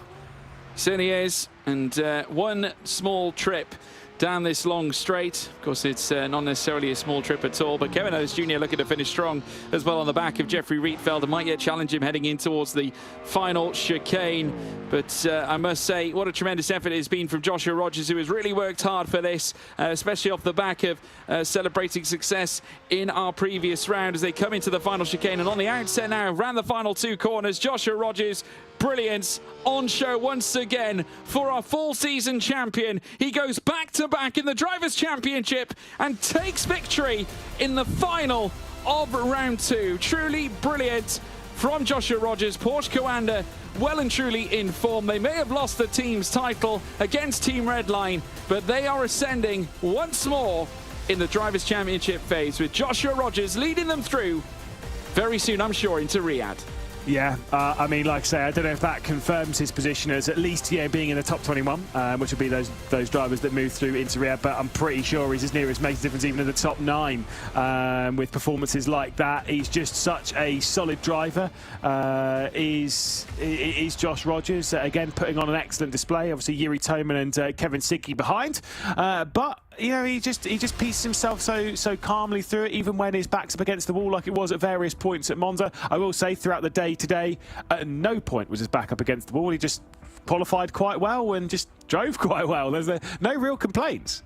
No, not at all. It was a real strong performance on part of Joshua Rogers. And I think that's what we've come to expect from a man of his caliber, especially off the back of winning the full season championship. We, of course, look back at his victory at Katowice, where both he and Benneker actually were the first 2 round winners where it came down to ESL R1 competition. But this time it is going to be Joshua Rogers who lays claim to the crown for a 2nd round running in the Drivers' Championship. The big question is, will he make it a clean sweep when we head through to our 3rd round very soon?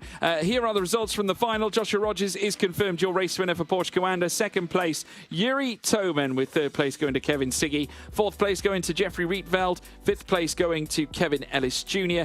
Luke Bennett coming home in 6th. We then had Dane Warren in 7th. Dara McCormack in 8th. Thomas Tatler in 9th. We then had FaZe driver Ulas Azildrim finishing in 10th. 11th for Charlie Collins, also representing Porsche Coanda. Enzo Benito, after the incident with Dara McCormack, routed to the back of the field in 12th. Not the ideal way that Enzo would have wanted to finish this particular round, certainly given the fact that he has been so good through the course of tonight's festivities. But some real highlights there. We had 3 of Redline's drivers all making their way into the top 6, doing a great job of that. Who stood out for you, Lewis? I would imagine that Joshua Rogers definitely did. Yeah, I mean, look, you've got to say Rogers is obviously in stellar form. Obviously, the recovery there, both from Kevin Ellis Jr. and a little bit from Dara McCormack, kind of just didn't spin round as badly as it could have been. The pace from Enzo Benito throughout the evening was very, very good. A lot of highlights to look at from the entire evening when it comes to drivers that have really performed quite well. Yuri Toman's pace was quite good as well. He was able to keep up with Josh Rogers for the most part. But yeah, some weird bits of contact though. Yeah, I mean, this illustrates, I think, a lot of the challenges that were on show here tonight. And again, as we take a look at some of those major moments. I mean, this was the start. I mean, what a getaway. That is fabulous, certainly on Yuri Toman's part. Joshua Rogers following suit as well, very nearly getting onto the grass at the same time. And then, of course, this was the major moment. Dara McCormack losing out after coming together with Enzo Benito, bringing Charlie Collins in on it too, which was truly one of the more shocking moments. But Joshua Rogers could not be contained. Another victory going his way with Yuri Toman in second place for Team Vitality. Despite Vitality only having one car appear in the final, I think they could take solace in knowing that they got second place in that final. Yeah, and like I say, delivering when maybe his teammates weren't. You know, that's the thing, is it's not been a particularly easy run in the Drivers' Championship thus far from Vitality, to the point where a team that we'd be looking to really have all 4 drivers in the top 21, you know, to maybe having 2. You know, maybe having one confirmed into the top 9 and one confirmed into the last chance race. It's not an easy position for Vitality to be in, but yeah, it's just tough. It's just tough. Definitely is that. Obviously, this does put Josh Rogers in a very good position in terms of the championship. We did see the confirmed results just now, so credit to him on all his efforts. In terms of, though, I think of some of the drivers that stood out too. I think Kevin Ellis Jr. has got to have a shoe in as well, hasn't he, after the incident at the very start and then recovering to come back? Yeah, I mean, look, there's going to be a lot of that we'll need to talk about, and a lot of things like that will be needed to go through. And I'm sure there'll be. It's kind of, if you have an issue early on in the race and you are able to come back from it, it feels less painful for someone like, say, for example, Dara McCormack, who had a little bit of an issue at the start and then a bigger issue later on, but wasn't able to come back from that. That is infinitely more frustrating, and that frustrating can boil over and take to of course, our next round. Your favourite place on planet Earth, apparently. Whatever, it's fine. Don't worry about it. I'm not salty. You're salty. It's overrated. It's fine. At least I know the corner names, unlike half our drivers. Yeah, well, no, that's very true. We did witness, of course, some drivers getting it wrong. Some drivers, though, who did get it right. We have got an interview coming up now with the one, the only Joshua Rogers. So we will be hearing from the man himself very, very shortly. But yeah, incredible stuff indeed. And he's well worthy and deserving of his exceptional title win. Where can he go from here, Lewis? Winning again, and the championship in Riyadh, potentially. I will say, very quick on the track, not super quick about getting into the interview. That's fine. It's all right. It's all right. We'll let him get away with it. We'll let him get away with it. Honestly, I think this is the kind of performance that we need to see a little bit more from Josh Rogers, which we actually didn't see that much through the full season, which you might say is pretty crazy considering he won the full season. But even here, he'll admit, either there and even from the Teams Championship, that sometimes he wasn't qualifying so well and was putting himself on the back foot. We even saw that back in Monza. We need to see more rounds like this. We'll take a look at the driver's standings. Take a look at this. Joshua Rogers off the back of winning that final, his second final in a row, has 117 points against his name. Kevin Ellis Jr. with a grand finale there. Imagine what would have happened if he'd won or even come in second. 113 points going his way. Kevin Siggy in third place on 107. Yuri Toman, after finishing second, bringing home 99. Luke Bennett on 94. 92 going to Jeffrey Rietveld. Sebastian Job on 87. Charlie Collins, 81. And Max Benneker now in that 9th spot. Enzo Benito now down into 10th. Your top 9 from Rogers down to Benneker right now, but there's still one round that can change absolutely everything. And just look at how tight it is between P's 10 and P's 9. Only a mere point, Lewis. Yeah, but the really important bit, like I say, it is that 9th, 10th, but it is also that from Koki Oliveira back to Yuri Kasdorp. I will say, looking at the points, those that are confirmed for the Drivers' Championship in Riyadh, not to move through into the final, but to at least take part in the Drivers' Championship in Riyadh, which of course is just the top 21 drivers. Josh Rogers and Kevin Ellis Jr., they have more than 85 points more than Yuri Kasdorp, right? Which means that Yuri Kasdorp or anyone behind cannot overtake Josh Rogers and Kevin Ellis Jr., which would be super unlikely anyway, just because he'd have to have everything on blah, blah, blah. But as much as it makes no difference, those two are 100% confirmed, and let's be honest, they're probably in the top 9. Yeah, I would say so. I think they've definitely got one hand on it, put it that way. But yeah, we'll take a look at some of the other names that are further back. Obviously, a few names not appearing here tonight. We're looking at James Baldwin in particular, who's competing at the Spa 24-hour. But also some disappointments, I think, on Williams' front. I would say Lewis, with Dennis Schrodinger bowing out early in today's round, and also Dominic Blyer having his issues, and Daniel Pajtor unfortunate. Yeah, I mean, look, there's a lot of things that you can look at back here, of course, thinking about drivers that really should be a little bit higher up. Obviously, James Bolton wasn't here, so fair enough. Maybe he can come back in the next round, score some decent points, get in the top 21, and still somehow take part in the Drivers' Championship. You just never really know. Obviously, after winning the real world Crowd-Strike Spa 24 Hour, right? Some big drivers back there, like you say. Don Blyer being one of the major ones. But, of course, Erhan Yovsky, probably the biggest driver back there. I'd agree with that. But it is what it is. Truly is. Yeah, we're still standing by waiting for Joshua Rogers, folks. Crazy. Don't go away. We'll be hearing from him very shortly. Really quick on track, like you say, Lewis. Now a quick though to get into the commentary. He's not as technical. He's not technically adept. I'm sure there's another issue. Obviously, he's got to get out. He's got to run around a little bit. Got to go and do an Ironman. Like, didn't Mitchell? Was it Mitchell de Jong? He did an Ironman. I think recently he did, yeah. He posted on social media about it. Congratulations. No wonder he's not done so well tonight. He's absolutely knackered. He probably is, and especially when you consider, despite the races being quite short for ESL R1, because there's so many of them, especially if you run in the quarterfinals, the semi-final, and the final, it feels like a hard day at the office, especially when you're in that rig from, for say hours in the afternoon. Well, we do have apparently the interview's ready. He's very quickly dashed to his chair. We welcome Joshua Rogers, round winner here this time around. Well, once again, in fact, back to back, Joshua. That's got to feel good. Yeah, I wasn't expecting it coming in, honestly. I mean, the first race went well. The second one, not so much. I'm sure you saw that. A bit of an embarrassing mistake for myself. But yeah, I guess the stars aligned a little bit in the final.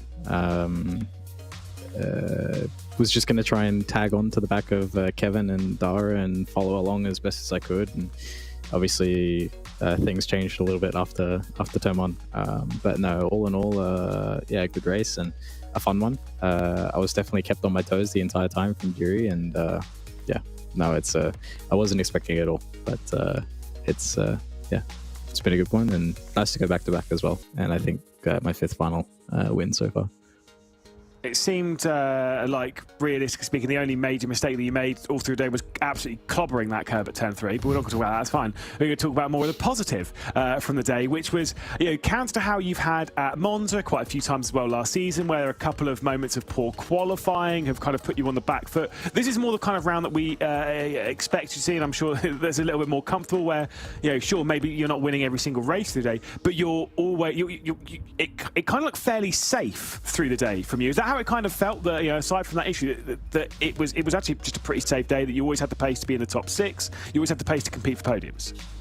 I was going to say the semi-final definitely didn't feel safe in any way. But yeah, it's I don't know, overall I felt consistent. I felt like ultimately though we were lacking the, I guess, ultimate pace. We were kind of lucky a lot of the times that up until the final, some of the other guys didn't put their laps together like we probably thought they were going to. Obviously in the final we saw that with a couple 0.7s. But yeah, I felt consistent and comfortable and was able to put the laps together. They weren't perfect, but good enough, and that was kind of yeah, what I was trying to focus on coming into this round. Obviously Road Glen is a very technical track, one that's very easy to make a small mistake on a curb and it ends your chances completely. So well, as you saw in the semi-final, so it's yeah, something that I was focusing on for sure, pure consistency, and yeah, I felt happy that I was able to do that. Yeah, I mean, 2 wins back-to-back now. Josh, you're obviously going to look ahead now to round 3. You can't rest on your laurels too much. Obviously, how much would it mean to make it 3 in a row? And not only that, what's the preparation going to be like heading into that final race in the Drivers' Championship? Preparation will be exactly the same. I feel like what we're doing is working. But yeah, obviously it'd be really nice, but at the same time, my main goal is just to try and score as many points as I can and put myself in the best position going into the World Cup and the finale. I feel like now, obviously, we're in a good spot. And yeah, the goal is just going to be to obviously try and win races, but ultimately maintain that and just do the best job I can. But I enjoy Spa. It's a good track. It's a happy hunting ground, you could say. So yeah, hopefully we can have a good one. I'm sure there'll be more surprises around the corner, but certainly was no surprises. Your quality after 2 back-to-back wins in a row. Congratulations, Joshua. Wish you all the best heading into Spa. Thank you, guys. Thank you very much. Joshua Rogers joining us for a quick interview after taking victory in round 2 in the Drivers' Championship and just taking it in his stride, Lewis.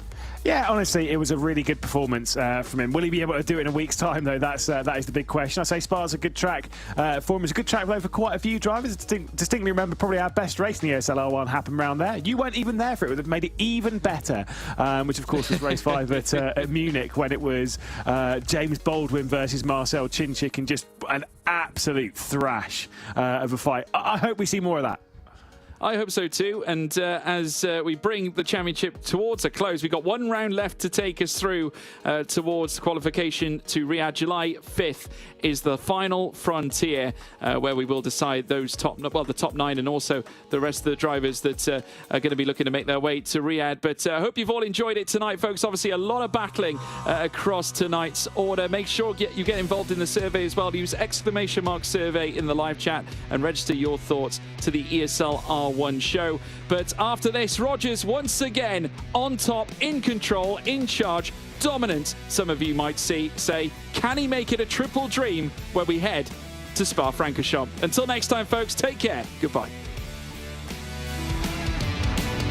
Lights out, everybody's ready for the takedown. Stay in your position till the breakout. They're the ones wishing they could turn around. Big bangs to cover up your head before the bomb blast is coming soon, so you better think fast. I never thought you'd fall from first to last. Wide-eyed, hot, wide, locked and loaded. Say the word, 'cause you know that I'm dying to go. Come on. Yeah, we were born ready. Yeah, we were born wild. Yeah, come on and get ready. 'Cause we're bringing the fight. Come on. Yeah, we were born ready. Yeah, we were born wild. Yeah, come on and get ready. 'Cause we're bringing the fight. Come on, stand up and give a little love to the leader. Yeah, take a little lesson from the teacher. Raise your hand, gonna make you a believer. It's done, it's over before I ever stepped in. I caught you flat-footed while you're resting. I never take it easy, better up it in. Wide-eyed, hot, wide, locked and loaded. Say the word, 'cause you know that I'm dying to go. Come on. Yeah, we were born ready. Yeah, we were born wild. Yeah, come on and get ready. 'Cause we're bringing the fight. Come on. Yeah, we were born ready. Yeah, we were born wild. Yeah, come on and get ready. 'Cause we're bringing the fight.